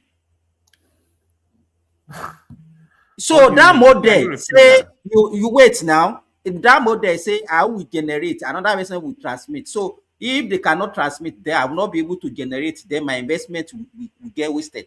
I think what they need to do is that what federal government is doing, that they are now having mini grid. They wanted to. I think they said they are going to have like 10 mini grids now all over the country. Let whoever is generating should transmit and distribute. That is a full business. You'll be in control of whatever you are doing. No, again, you are. And then another thing again, I will never, with the experience of Nigeria with subsidy in anything, I will never subsidize. If I'm in government, I will never subsidize anything for Nigeria. I will have a way of palliating them in one way or the other. But subsidizing, let's say you say somebody consume, how will you the kind of scandal that you see in that electricity sector will be worse than that of fuel? Can I also do something? I don't know, man. Go ahead. Go ahead, AY, but I get your points. I see my leaders like people that doesn't have understanding about what they want to do for the country. But their greatest failure is their inability to look elsewhere where it has worked. How those people were able to put structures in place to make sure those things work well. It's very important. And when you look at the structure of business in Nigeria, I keep on saying it. Everything there is doomed to fail. There's no two ways about it. There's no structure to subsidize because we don't have the data to follow. And we don't have structures, and we don't even care about data. You just manufacture, you place it there, and that's all. I So think let's even go with back the to new let's electoral go back to even the telecommunication that people always come here like Ola. If he's here so he can hear me, they always praise it. United was failing. We're going to my brother. Tell me anywhere, even African country, they don't scratch card again. You pay monthly. What stop hours? And if you look at the amount of money Nigeria spend on telephone, go and compare with even the advanced country where they pay higher, where they pay higher wage. You will even discover that you will even discover that they are exploiting our people. I think there was a year back, I heard that those companies, they make huge profit and they want to take their money out of Nigeria. You come and make that profit in Sweden and tell them you want to take it, or whether you will take that money out. I'm telling you. Okay. Listen carefully. If you look at wait now, make I just add up this one. If you look at the totality, whether they say they want to give it to a state, I see it like somebody is having a new car. You destroy the engine, you scatter the tire, even no seat, he can't even start. You now say, okay, the other man, you take this, go and take responsibility, everything is set. Understand? Wait, Midwest. Wait. They are not handing anything over to anybody. If you, the state They have can start. wait now. They now wait. After the federal government have destroyed everything, they now say states should come and produce their own. No, Midwest. Wait, let me hold on a moment. Some of the cable they want to use to transmit electrical, what is it called? Producer, we call it, whether electrical, so for transmission. Most of those cables, they are older than my grandfather, and they are naked. So when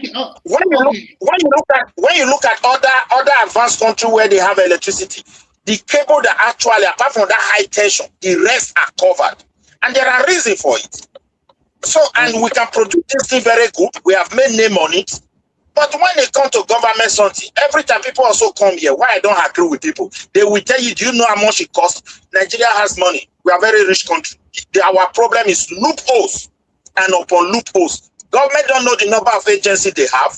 People can even manufacture fake ones. They can even push it to budget level. Everything is completely failing. To be honest. Don't take us to that route again. Okay, Remy, can make your submission. Okay, Remy, coming with the promises we have electricity. Let's leave it there. Okay, what I see in everything is that for now, the government of Nigeria have taken the right step by decentralizing electricity. So it's not left for the governor to start building their own power plant. And for time being, 5 states already came very quickly. States like Enugu, Lagos, I don't know whether it's Cross River or Rivers, maybe Oshun, because they are so some states have already came already. And when you talk about business, when you want to acquire a business, you acquire both assets and liabilities. And when an investor, as a multinational investor, Remy, you are speaking grammar, man. This is more technical than your grammar. You are speaking grammar. No. I'm also speaking the term a little bit. So what I'm trying to say is that when an investor comes to your country, they did not come to your country with empty hands. They also came with a lot of money. They also saw this money from international organization, maybe their finance house or whatever. And they have a terms of agreement when they sign the contract. You don't expect MTN to pay $247 million as licensing fee. Are you trying to say something about what Midwest said that they can't take their money? I just want to quickly that you don't just say, okay, because of that they don't take the money. It's just that one. He doesn't understand what you are saying. Yeah. Forget about even in Sweden, if you have a foreign company that is doing business in Sweden, won't they take their profit back to their country? It's just saying whatever. That one is not something. I think for now, I think some states in Nigeria, if they get their act very well, let's take Lagos State for example. Lagos State by October or November this year, they say some section of Lagos Island they are going to be having 24 hours of electricity, maybe 2 or 3 local And governments. AY, please let me just say something, and then before you come in, because I want to go and pray. Okay, go Please, ahead. sorry. Okay, the thing I want to say is, Your prayer is already this may lit. sound shocking to everybody. This may sound shocking to everybody, but the promise that Tinubu made, and that he's going to supply Nigeria electricity, it is perfectly defensible that the reasons why he cannot. And what AY said, and I second, about Obi saying that it's not possible, I also second that, because that is the reality. Do you know However, why? what I would have wanted, Let me let me tell tell you. you my reason. Let me Azan, the just tell reason you my why, reason now. wait, now, Azan, the reason why we are discussing that was that just 2 or 3 weeks ago, he said he's going to produce 10,000 megawatts. And then 2 weeks after, he said, no, he's not promising any Nigerians anything. Okay, so okay, so see, this is the reality, right? Nigeria does not exist in a vacuum, and what has happened to the global manufacturing, spread, is that it has contracted, and everything is now virtually manufactured in China. And the parts that make up the substations, the very vital, important parts, and because of an ongoing AI race, that requires a lot of electricity and the infrastructure for substations, step down stations, whatever, all those high tension wiring, there, most of the whole chain is manufactured in China. Now, AI companies in the United States themselves rely on China. So right now, if you order, say, a substation, the whole thing, there is a backlog of at least 4 years. That is if you pay in full. There is a backlog of at least 4 years. Now imagine, even if Nigeria were to have the money and were to be able to generate, okay, because right now we are even losing a lot of what we generate through transmission. But and also we're also losing because of the gangsterism of the discos too, in the way they do their thing. So there is this conspiracy, but the reality is that no matter what, it is not even possible, because it is supply. Something has to be available before it can be used, and that is reality. And that's just it. So, yeah, go ahead. That's not points well taken, but our electricity problem did not start yesterday, right? It didn't start yesterday. Okay. What you say Yes, right I now agree. is I agree. today's I agree. problem. I agree with that. Okay. Okay. It is. Yeah. It is today's problem. China is at the center of everything. But our problem with electricity is kind of a legacy problem. So my question is actually to anyone: which one is out of the three phases of electricity, the generation, transmission, and distribution, which one is more pertinent? Which one is more expensive?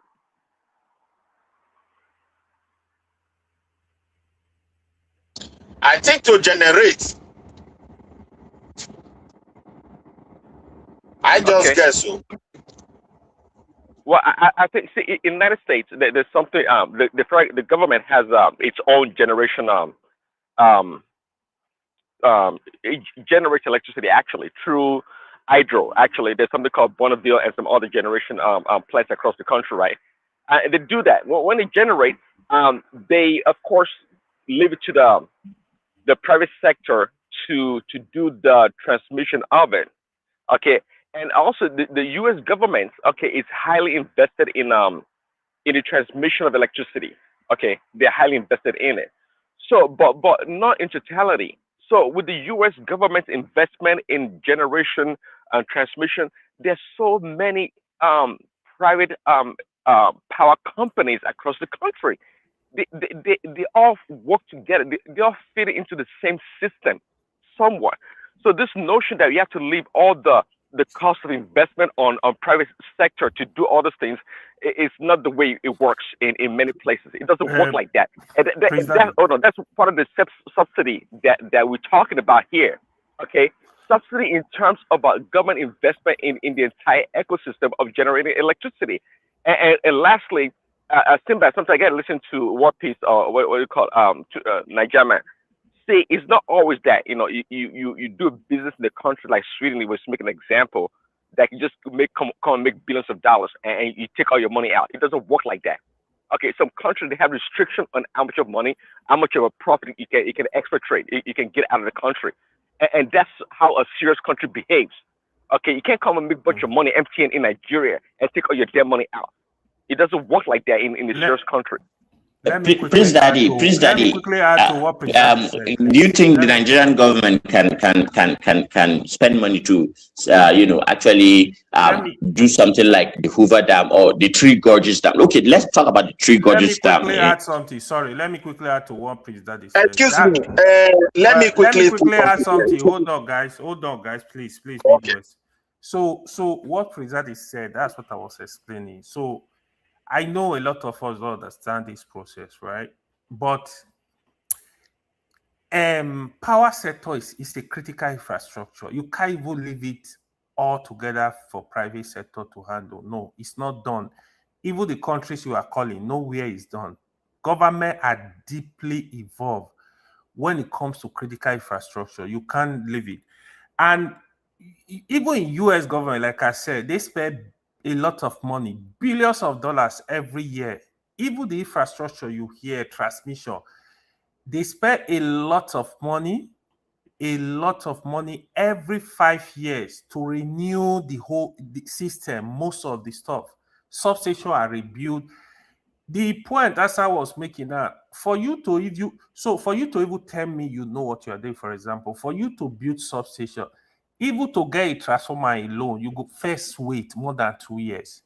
Cable, there are specialized cable you will use in substation that you will wait over a year. So these are log lead items. So if you know what is involved in electricity, you will not even come and say, for example, I will give you light in 4 years. No, you can't do it. There is no way. There is nobody that can do that magic. There is a lot of money involved. Federal government needs to come in. So people, let me finish the last one. People that are saying that, they've decentralized the power sector, the state should, no, it's not done that way. So if you want a system to work, look at the people that have done it, that are doing it, and you take from them, you learn from it. Let me ask you now. Yeah. AY. It's not true. Because majority of the electricity in America, I don't even know where you and the place that are getting that one.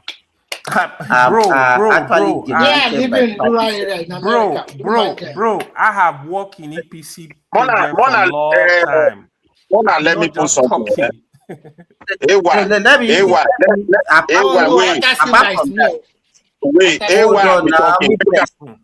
Midwest, keep quiet, please. Okay. It's me. You are saying earlier on your submission, AY, that if you are the president, instead of investing in road, you will have invested the money in electricity. Knowing fully well that there's no amount of wait now. There's no amount of investment that you can do, even for 8 years in Nigeria, that can show in electricity. And nobody will even vote for you because wait. They will tell you that you are doing nothing. This is the kind of democracy that we are practicing. You can't just say you want to face a sector. AY, I want to respond to you. They are mutually exclusive. You have to balance it. You have if you say so. So what's your point? That they should focus on road and leave our What did you get wrong about American power? Mona, wait first. I guess what you are. Let's not try it this way. Let's not try it this way. Remy, come after Remy, Midwest. Simple. So, AY, I want to tell you, as presently considered in Nigeria, both generation and distribution have been privatized. The government is still holding on to transmission in Nigeria. So all those big transmission lines you see in Nigeria is owned by federal government. But generation are owned by private company. That is why that Adeleke, that video father, was able to is it not the same transmission that normally by the time they put load on it? The transmission that is making the grid to collapse, and also the transmission is actually the most expensive part. Is the most critical part of the distribution aspect of it. All those disco, they then said they did not invest very well in it. That's why Simba was telling you, see the wiring alone. You see, Remy, I will tell you, okay, let me break it down what US government do, for example. You have to give, you can give loan to these private companies, a lot of grants, a lot of incentive. They didn't spend the money wisely. We need, okay, I don't know if they do it that. Yeah, so I'm telling you the trying truth. to break I it down told for you that you. they find a way to get a lot of money from the federal government of Nigeria. I'm talking about the discos. At the end of the day, they do dabaru or whatever. At the end of the day, the disco are also complaining that majority of their customers did not pay for electricity consumed. So that is why Oba Tinubu is looking for about 5 trillion naira to settle them. He has settled them some tranche. There still remains some trillions of naira that you consumer in Nigeria are not paying. So that is what Timba is trying to tell you. As an investor, consumer, yeah, this power is a long-term investment. Sincerely, consumer don't have Nigeria. Let me say this. When you look at, sorry, let me just break this here. When you look at the workforce in Nigeria, right? The workforce in Nigeria currently, I can tell you more than 60% of Nigeria workforce cannot pay for 24 hours electricity. Period. So that's how bad it is. Go ahead, Midwest. Sorry, let me ask, is Patrick here? IBB, are you here? Because he's not been talking. That's why I'm calling him. Maybe he's doing all that. I think it's Patrick now. I don't think he's here. Maybe he just step away, probably. Yes. You want I think Midwest want to say something. Let me put this one there. Yeah, there's what's called national security when it comes to energy. And most of these term privatization, Nigeria's understanding of privatization is that private people owns it. In privatization, when it comes to Europe, most cases, the asset belongs to the government. And I think that's what the Papa T is President is trying to put here. All this generation of electricity, most of the government don't allow private people to generate their electricity. Midwest, sorry, that is what I refer to as critical infrastructure. You don't allow private companies to take over your critical infrastructure. No, you people are wrong on that one. You are wrong. You can let me land my point. Let me land my point, Remy. I will give you time to come in. Wait. Most of these assets and generation of electricity are owned directly by the government. Some of them involve nuclear plants. They can't put that in the hand of private people. And some of them involve so many other critical infrastructures for the country because it's the lifebone of that country. Even when Europeans move heavily to renewable energy, bringing private, you will still discover that these things directly is owned by the government. Where actually they start getting money, even the distribution, all those your high tension cable, all those expensive equipment, the government is fully involved. Where they now bring these people in is that when you want to go into that transmission, you bring in money. They start stealing back those money they spend, and they get the right to run it for them with proper arrangement. Okay, look at what Remy is saying. Nigeria could not pay what they consume. Consume what? As corrupt as our country. People are coming back to government to lobby, to claim money that actually they cannot defend, that Nigeria actually consume. They don't have meters. So the company that produce meter, are they dead? The same people that run the government are the same people who are in charge of these things. So when they mention privatization in Nigeria, because of the way we do business that lack regulation, like it's I don't know. People don't even have understanding how business for this capitalism function when it comes to my country. Because they have access to money, no taxation, no proper system. Everybody just do it, boo like that, and they have money. They have made money through corrupt system. They always come forward. This electricity, why people are running, I think Siba has said it. These are long-term projects. The government must take it to a certain level, and they must run it effectively. And when the private people see it, and that confidence is there, they bring their money, and that's when the government starts getting money back. No. I don't know why you argue that. You try to argue. All these private companies you are seeing in Europe, you are hearing their names. They are not the owner of assets. They are just running it for the government. And government, let me come in. Let me come in okay. here. Two countries are not the same. In terms of Nigerian setting, if we still continue to say the federal government should generate electricity, that means you are not changing anything. Because when they want, if they generate electricity, that bias will be there. Now people will say it's government money, a lot of corruption, so many vices always come with it. And that is the major reason why the electricity have not improved over the years in Nigeria. You have to also consider so many things. The population of Nigeria 30 years ago is not the same population of what we have now. People in Nigeria need more electricity for their businesses now, whether they are providing. How do you even know? How So do you know that what they have done now? What they have done now is the best thing that can happen to that country. I've already said it before. I said, state now generate, you distribute, you also transmit within your state. But it's now the federal government, they still hold on to the transmission by themselves. So if you have more than enough electricity, and then you now want to sell to your neighboring state, the neighboring state will not pay money to you. It will not connect to that national grid that we have, the transmission line. And then that state will not pay, let's Ogun want to get electricity from Lagos State. They will pay Lagos State. They will pay some kind of money to federal government for helping them to transmit it from Lagos to Ogun. That is the best way to do it. It's as simple as ABC. But if you are still thinking, okay, it's a national security, government should not, government will monitor whether you like it or not. Because the transmission line is still with them. That national transmission from one state to another all over the country. So as we stand now, is the best way. But I want the federal government to work more to invite more investors that will invest in maybe simple 2 or 3 local governments.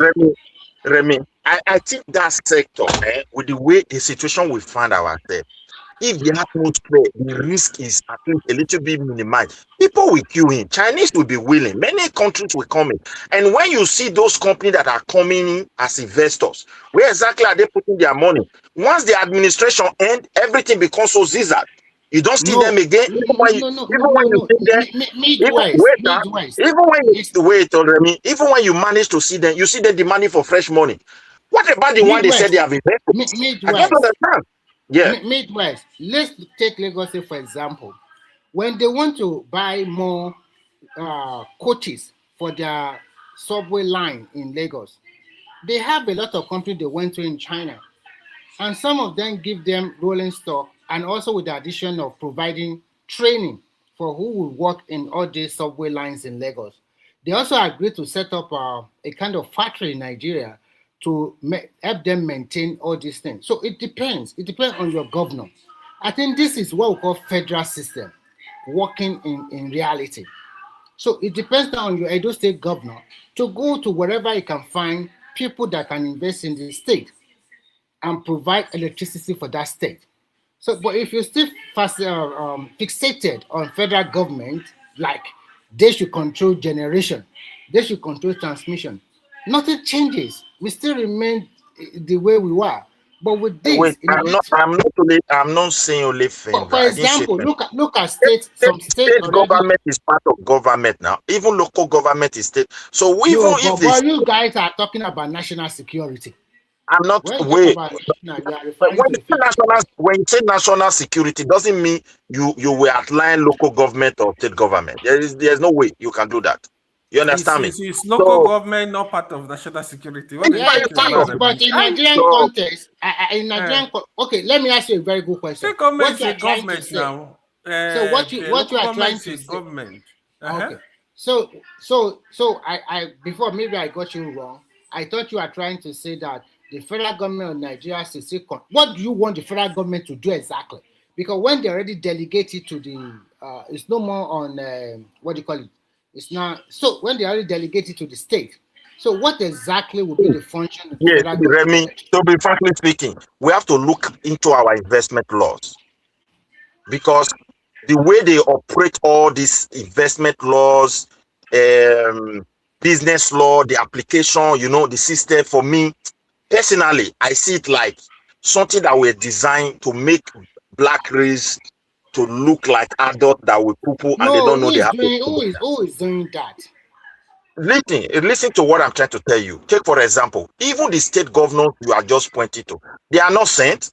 In most cases, they are even worse than the federal government you are pointing to. No. Let me tell you something you don't me know. There's hold on. Let me something put this one there. guarantee.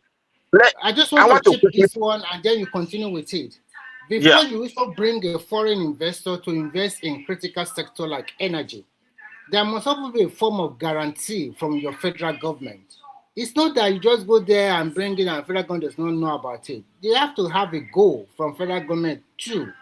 That is why you see that during Tinubu as a governor first time, when he brought a lot of energy turbines into Lagos, Obasanjo just stopped him, or maybe Buhari also stopped them. Let me use my state as an example. When Obaseki was there was a plan they called Siomo plant. Now, when this new government came in, he looked at the arrangement made by Obaseki. He could not follow through. Now he's also building his own. We can clap for it. Maybe the next administration will come in and tell you, no, this thing's here, this one. Me, I cannot work with this. I don't know whether I understand. But if there are guidelines and there are principles to what they are doing, what you can do, what you cannot do, you're supposed to sue the governor. You have violated this law. The law says it must be like this. So if you can't just make it open for them, and they continue to recycle us with lie. Just imagine.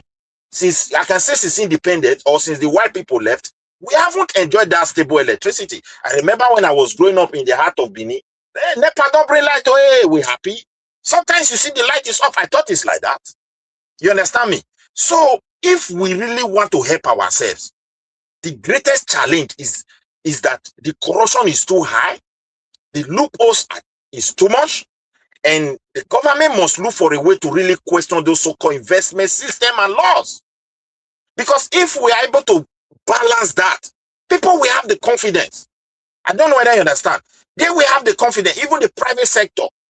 They examine everything carefully because these things require many years. It requires stability for them to make money, and government must involve his money, not just guarantee, but in terms of the asset himself. It is the day-to-day running that you now start telling people to bring. They will see those assets to be credible and they can release money, and you start getting those money, you put them back as a government. While they are running, they are making profit. The law is, on the basis of agreed law, not on the basis of Mr. Governor or Mr. President have issued a decree. It must be like this.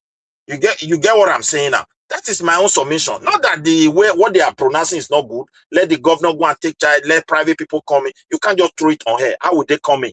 Define it properly. What is the role of the governor? What are they trying to build? Okay, if you are going to run it with gas, I as a government, I will subsidize it like this. If the government don't have a proper bureaucratic system to even subsidize I don't know whether those modular electrical this small mini electrical generated centers that they are trying to build, all these small ones. If you cannot subsidize one or two or three with proper bureaucracy, that is to say something big is wrong. Mini grids. This is just my information. You have to, yeah. You make a very good point. I think we have the gas. I don't subscribe to subsidy electricity. Wait, hold on, Remy. For me, let us be. I don't know. Let us be sincere when we made our submission. Subsidy is not a problem. No, listen. Wait, to subsidize. Wait now. You have been talking now. Let us say something. You said you stop. Okay. I'm not against subsidy. If we subsidize education, I'm in for it, even up to university level. If you subsidize health, I'm into it.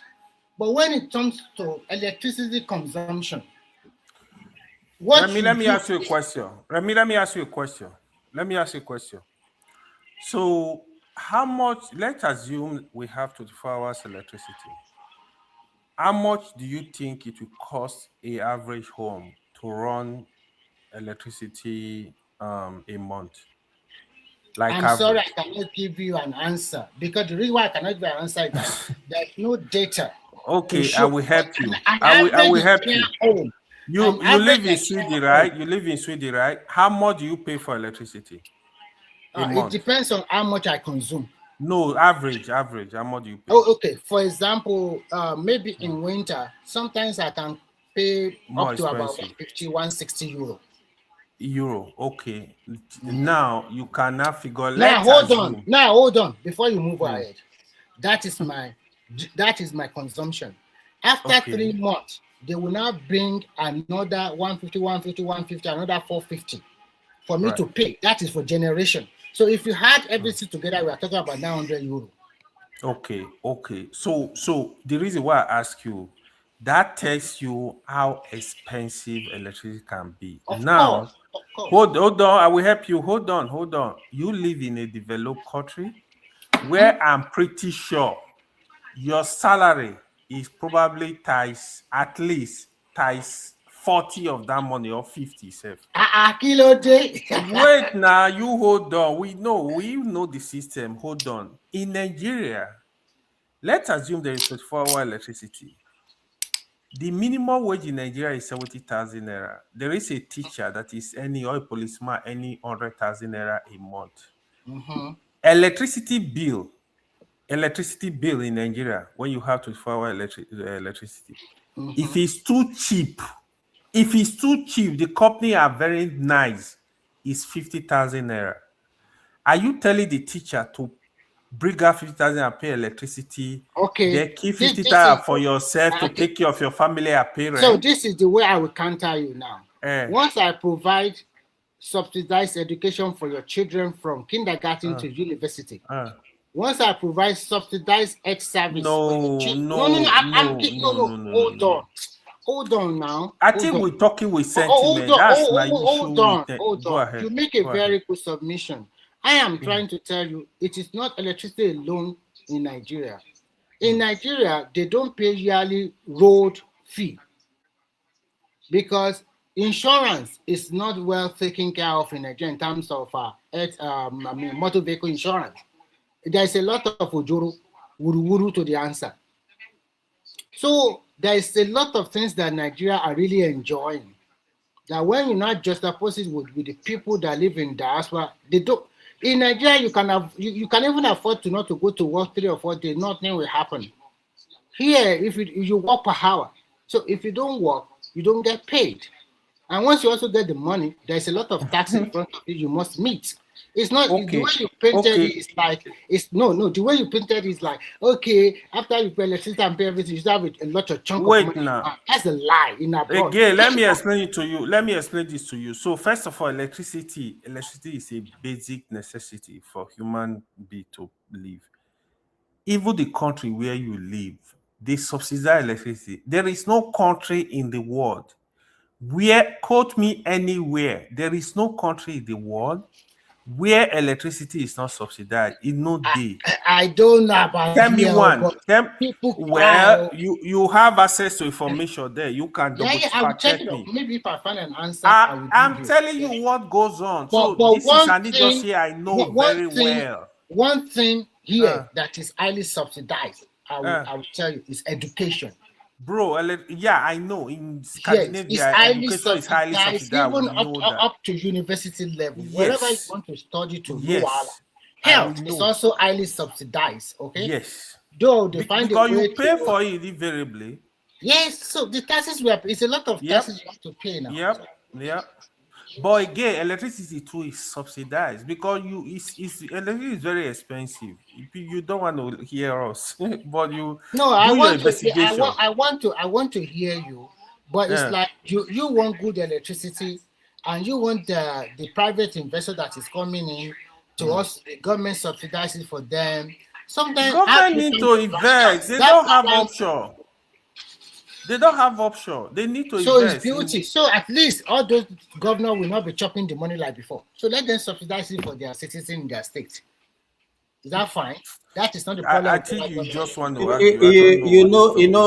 AY, Even Simba, I want, hold on. Even Simba that is talking there, oh, Simba with all the plenty money when they pay, Simba they subsidize electricity for her. Oh. Simba they see her. This Simba, where did they see them? how do you know say how did you We say know they pay me now. Come plenty on, money? we know. We know the system. No worry. No,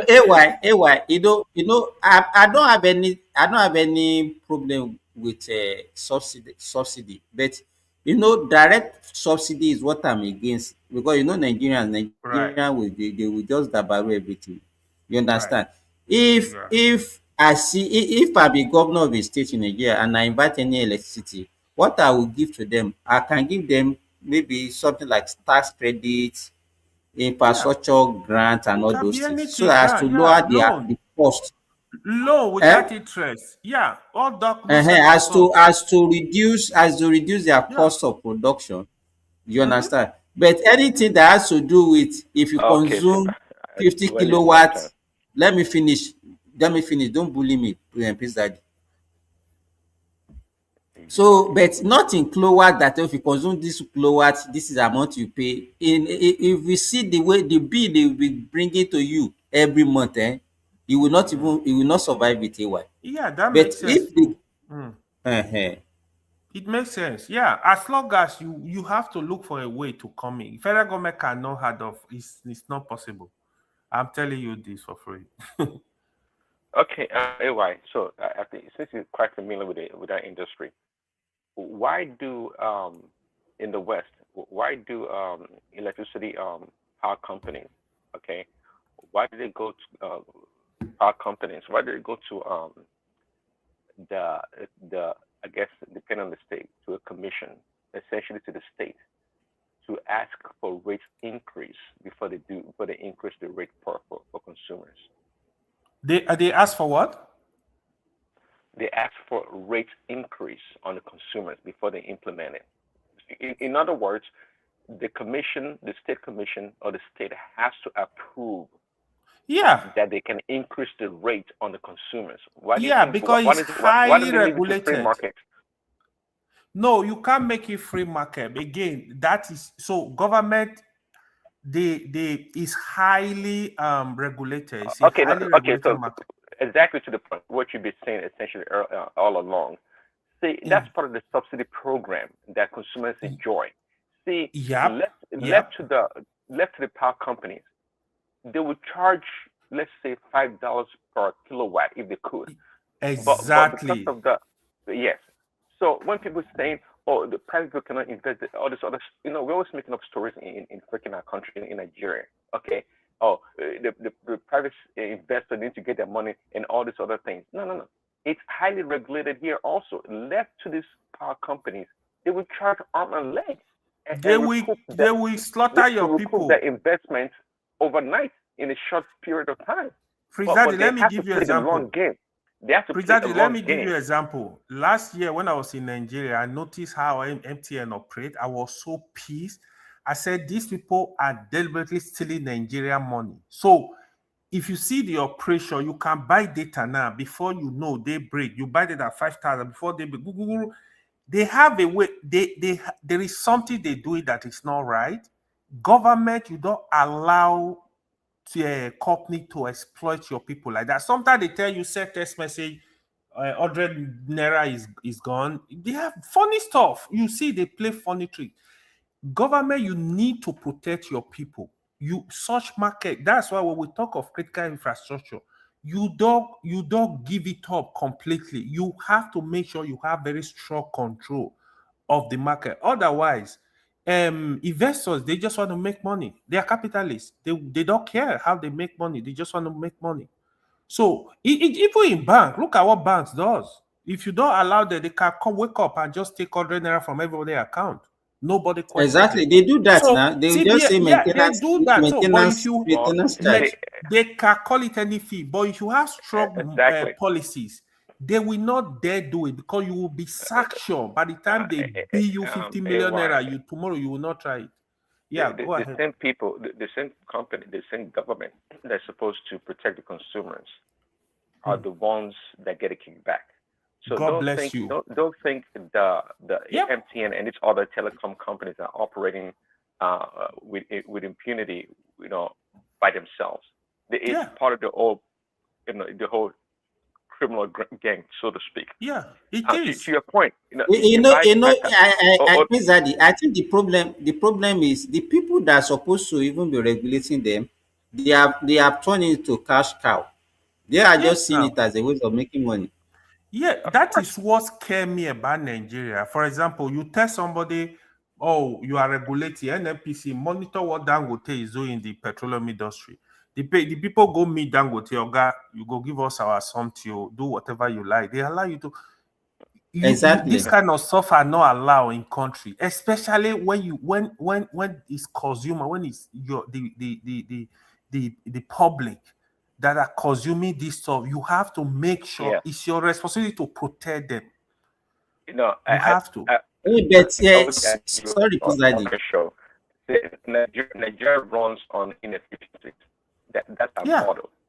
Nigeria runs on inefficiencies.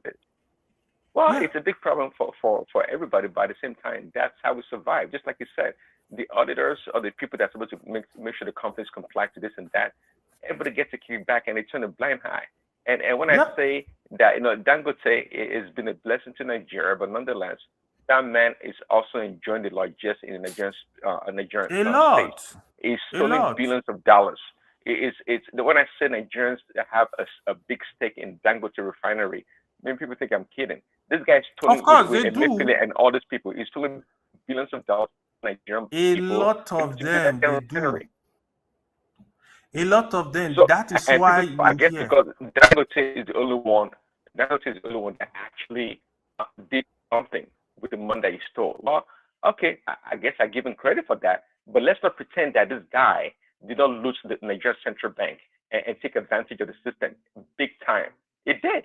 So, but at the end of the day, he's able to build something. Okay, fine. But again, it is the inefficiencies in the system that allows people like Babachi Lawal to spend. Let me ask you guys. Let me ask you guys one question.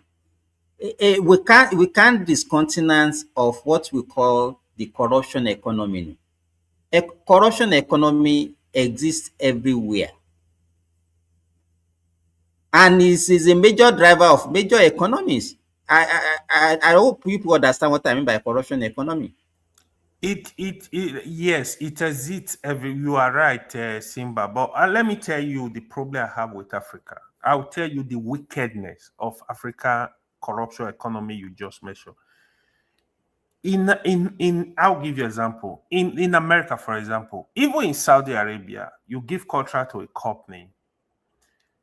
That contract, you have to do it to standard. If you want to construct road, they will do all the study. They will make sure, okay, this road you are going to build, you are giving assurance for that road.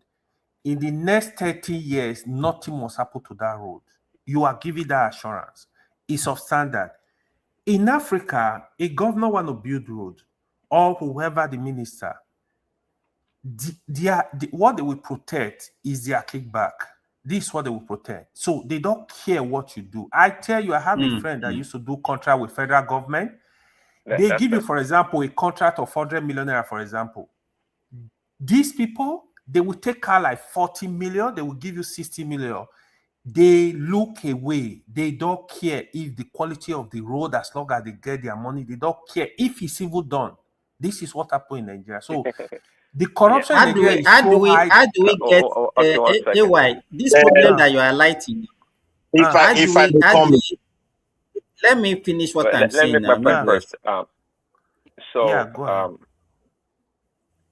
Well said. In other countries, I said it before. I was talking to this guy. It's Kuwait. This guy from Kuwait. During the course of the conversation, the corruption came up, and the guy said, "In my country, there's corruption also." He said, "There's big time corruption." Yeah.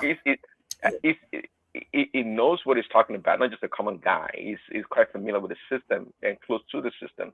So to your point, there's corruption everywhere. Everywhere. But it comes down to how we value ourselves. I said it to somebody a while ago, and Simba was quite confused by what I said. That the leadership is a reflection of the people, and vice versa. See, to your point, 100%. okay, to your point, see, in a different country, there's corruption everywhere. Trust me, there's big time corruption in America here too. I can tell you all about that. But the point is that they would demand the quality of the work that needs to be done it's to be not of high standard. compromise. Yes, even though they still get kicked back and get their money. But just like I said in Nigeria, there's no oversight. They don't care. Even if you don't build the damn road, no problem. No problem. This is how bad it is. They look away. That's my fear for Okay, the question Africa I when want to I'm ask looking you, at the Nigeria. question I want to ask you, why is this? Hmm. When how can we change that our attitude? Do you understand?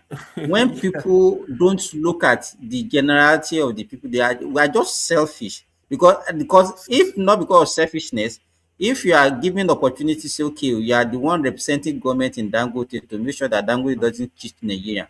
But the only thing that you are after is to get to fill your own pocket. Whatever Dangote is doing to Nigeria doesn't concern you.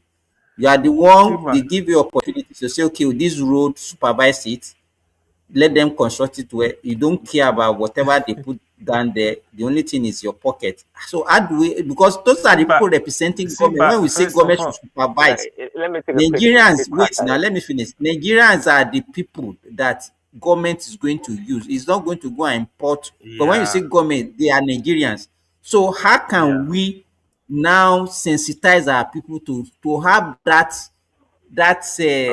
belief in, you understand, to make sure that things are done, because these are the same people that be complaining. I understand your question. Let me take a crack at it briefly. So it comes down to, can you fight the system? Can you fight the system, right?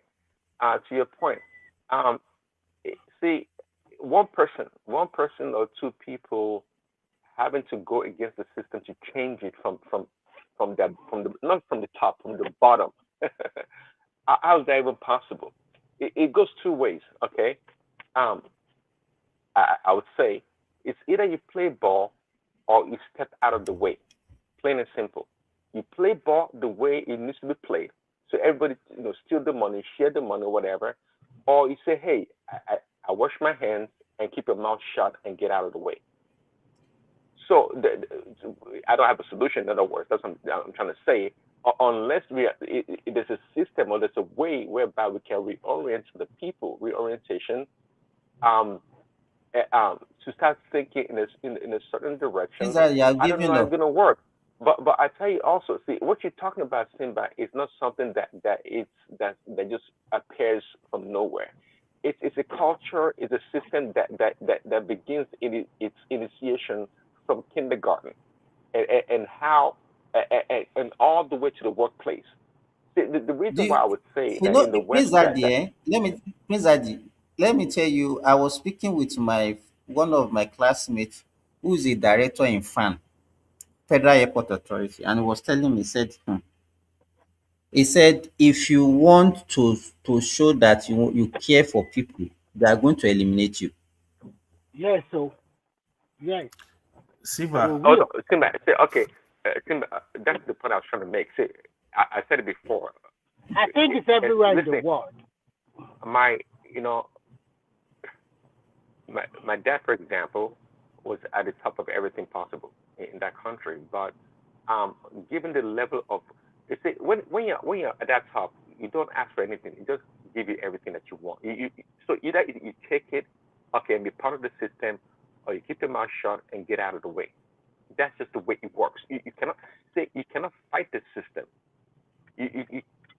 I bet you could somehow, but how to do it, I don't have a clue. Because you small person that you're going to show up. When you're a guy at the top, say you should do something, you're going to say what? You want to go to police or go to court and do what? You have no choice. I think what can solve the problem is more decentralization. That is what can limit. Remy, forget it. The decentralization cannot solve that one. Remy, hold on. See, you talk. Do you know why? Do you know why? The people at the state, hold on. The people at the state or the local government, are they angels? Are they not? Exactly. They are not angels. But look at, for example, the way they practice federal in America. Why are the states very competitive in America? There's a huge corruption in America. I know, even more than Nigeria. But at least the states are competitive. You can decide to leave the West Coast and go to the East Coast, or maybe go to the South, and you can see opportunity there. You cannot You know, eradicate corruption there are instantly. certain Prizadi, you said something earlier on. There are Can you certain also things that give I me, cannot can see. you give me time to contribute Let me to in that? the Midwest. They are calling you Always Midwest. Go when and answer somebody your is phone, talking, Jare. just let the person land before you start talking on the person now. There I are always certain see things permit. I want to there are certain things I want to say, Prince, that I cannot say online. You understand? Yes, yes. We know Maybe you. when we go to the backstage, I will tell you the the level of corruption in Nigeria, is just is just a tip of iceberg Simba, when you see what. Yes. finish. Go ahead. You You can't understand? finish When you see now. what is happening in other climb, but we will talk when we go. When I will say what I want to say when we go to backstage. Simba, let me be honest with you.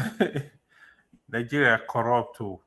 Nigeria, the We corruption, accept. you have It's no even we're idea. over 5 hours now, and we're Every anybody. Let's go to the backstage. even me, if I Let's tell go to you I know backstage. the I will put the solution, link. Sorry, Simba, AY. Mona, let me also contribute to that space because you You asked a will con- question. Let me go to backstage. Anybody that want to come and join us, come and join us. I'll put the link there.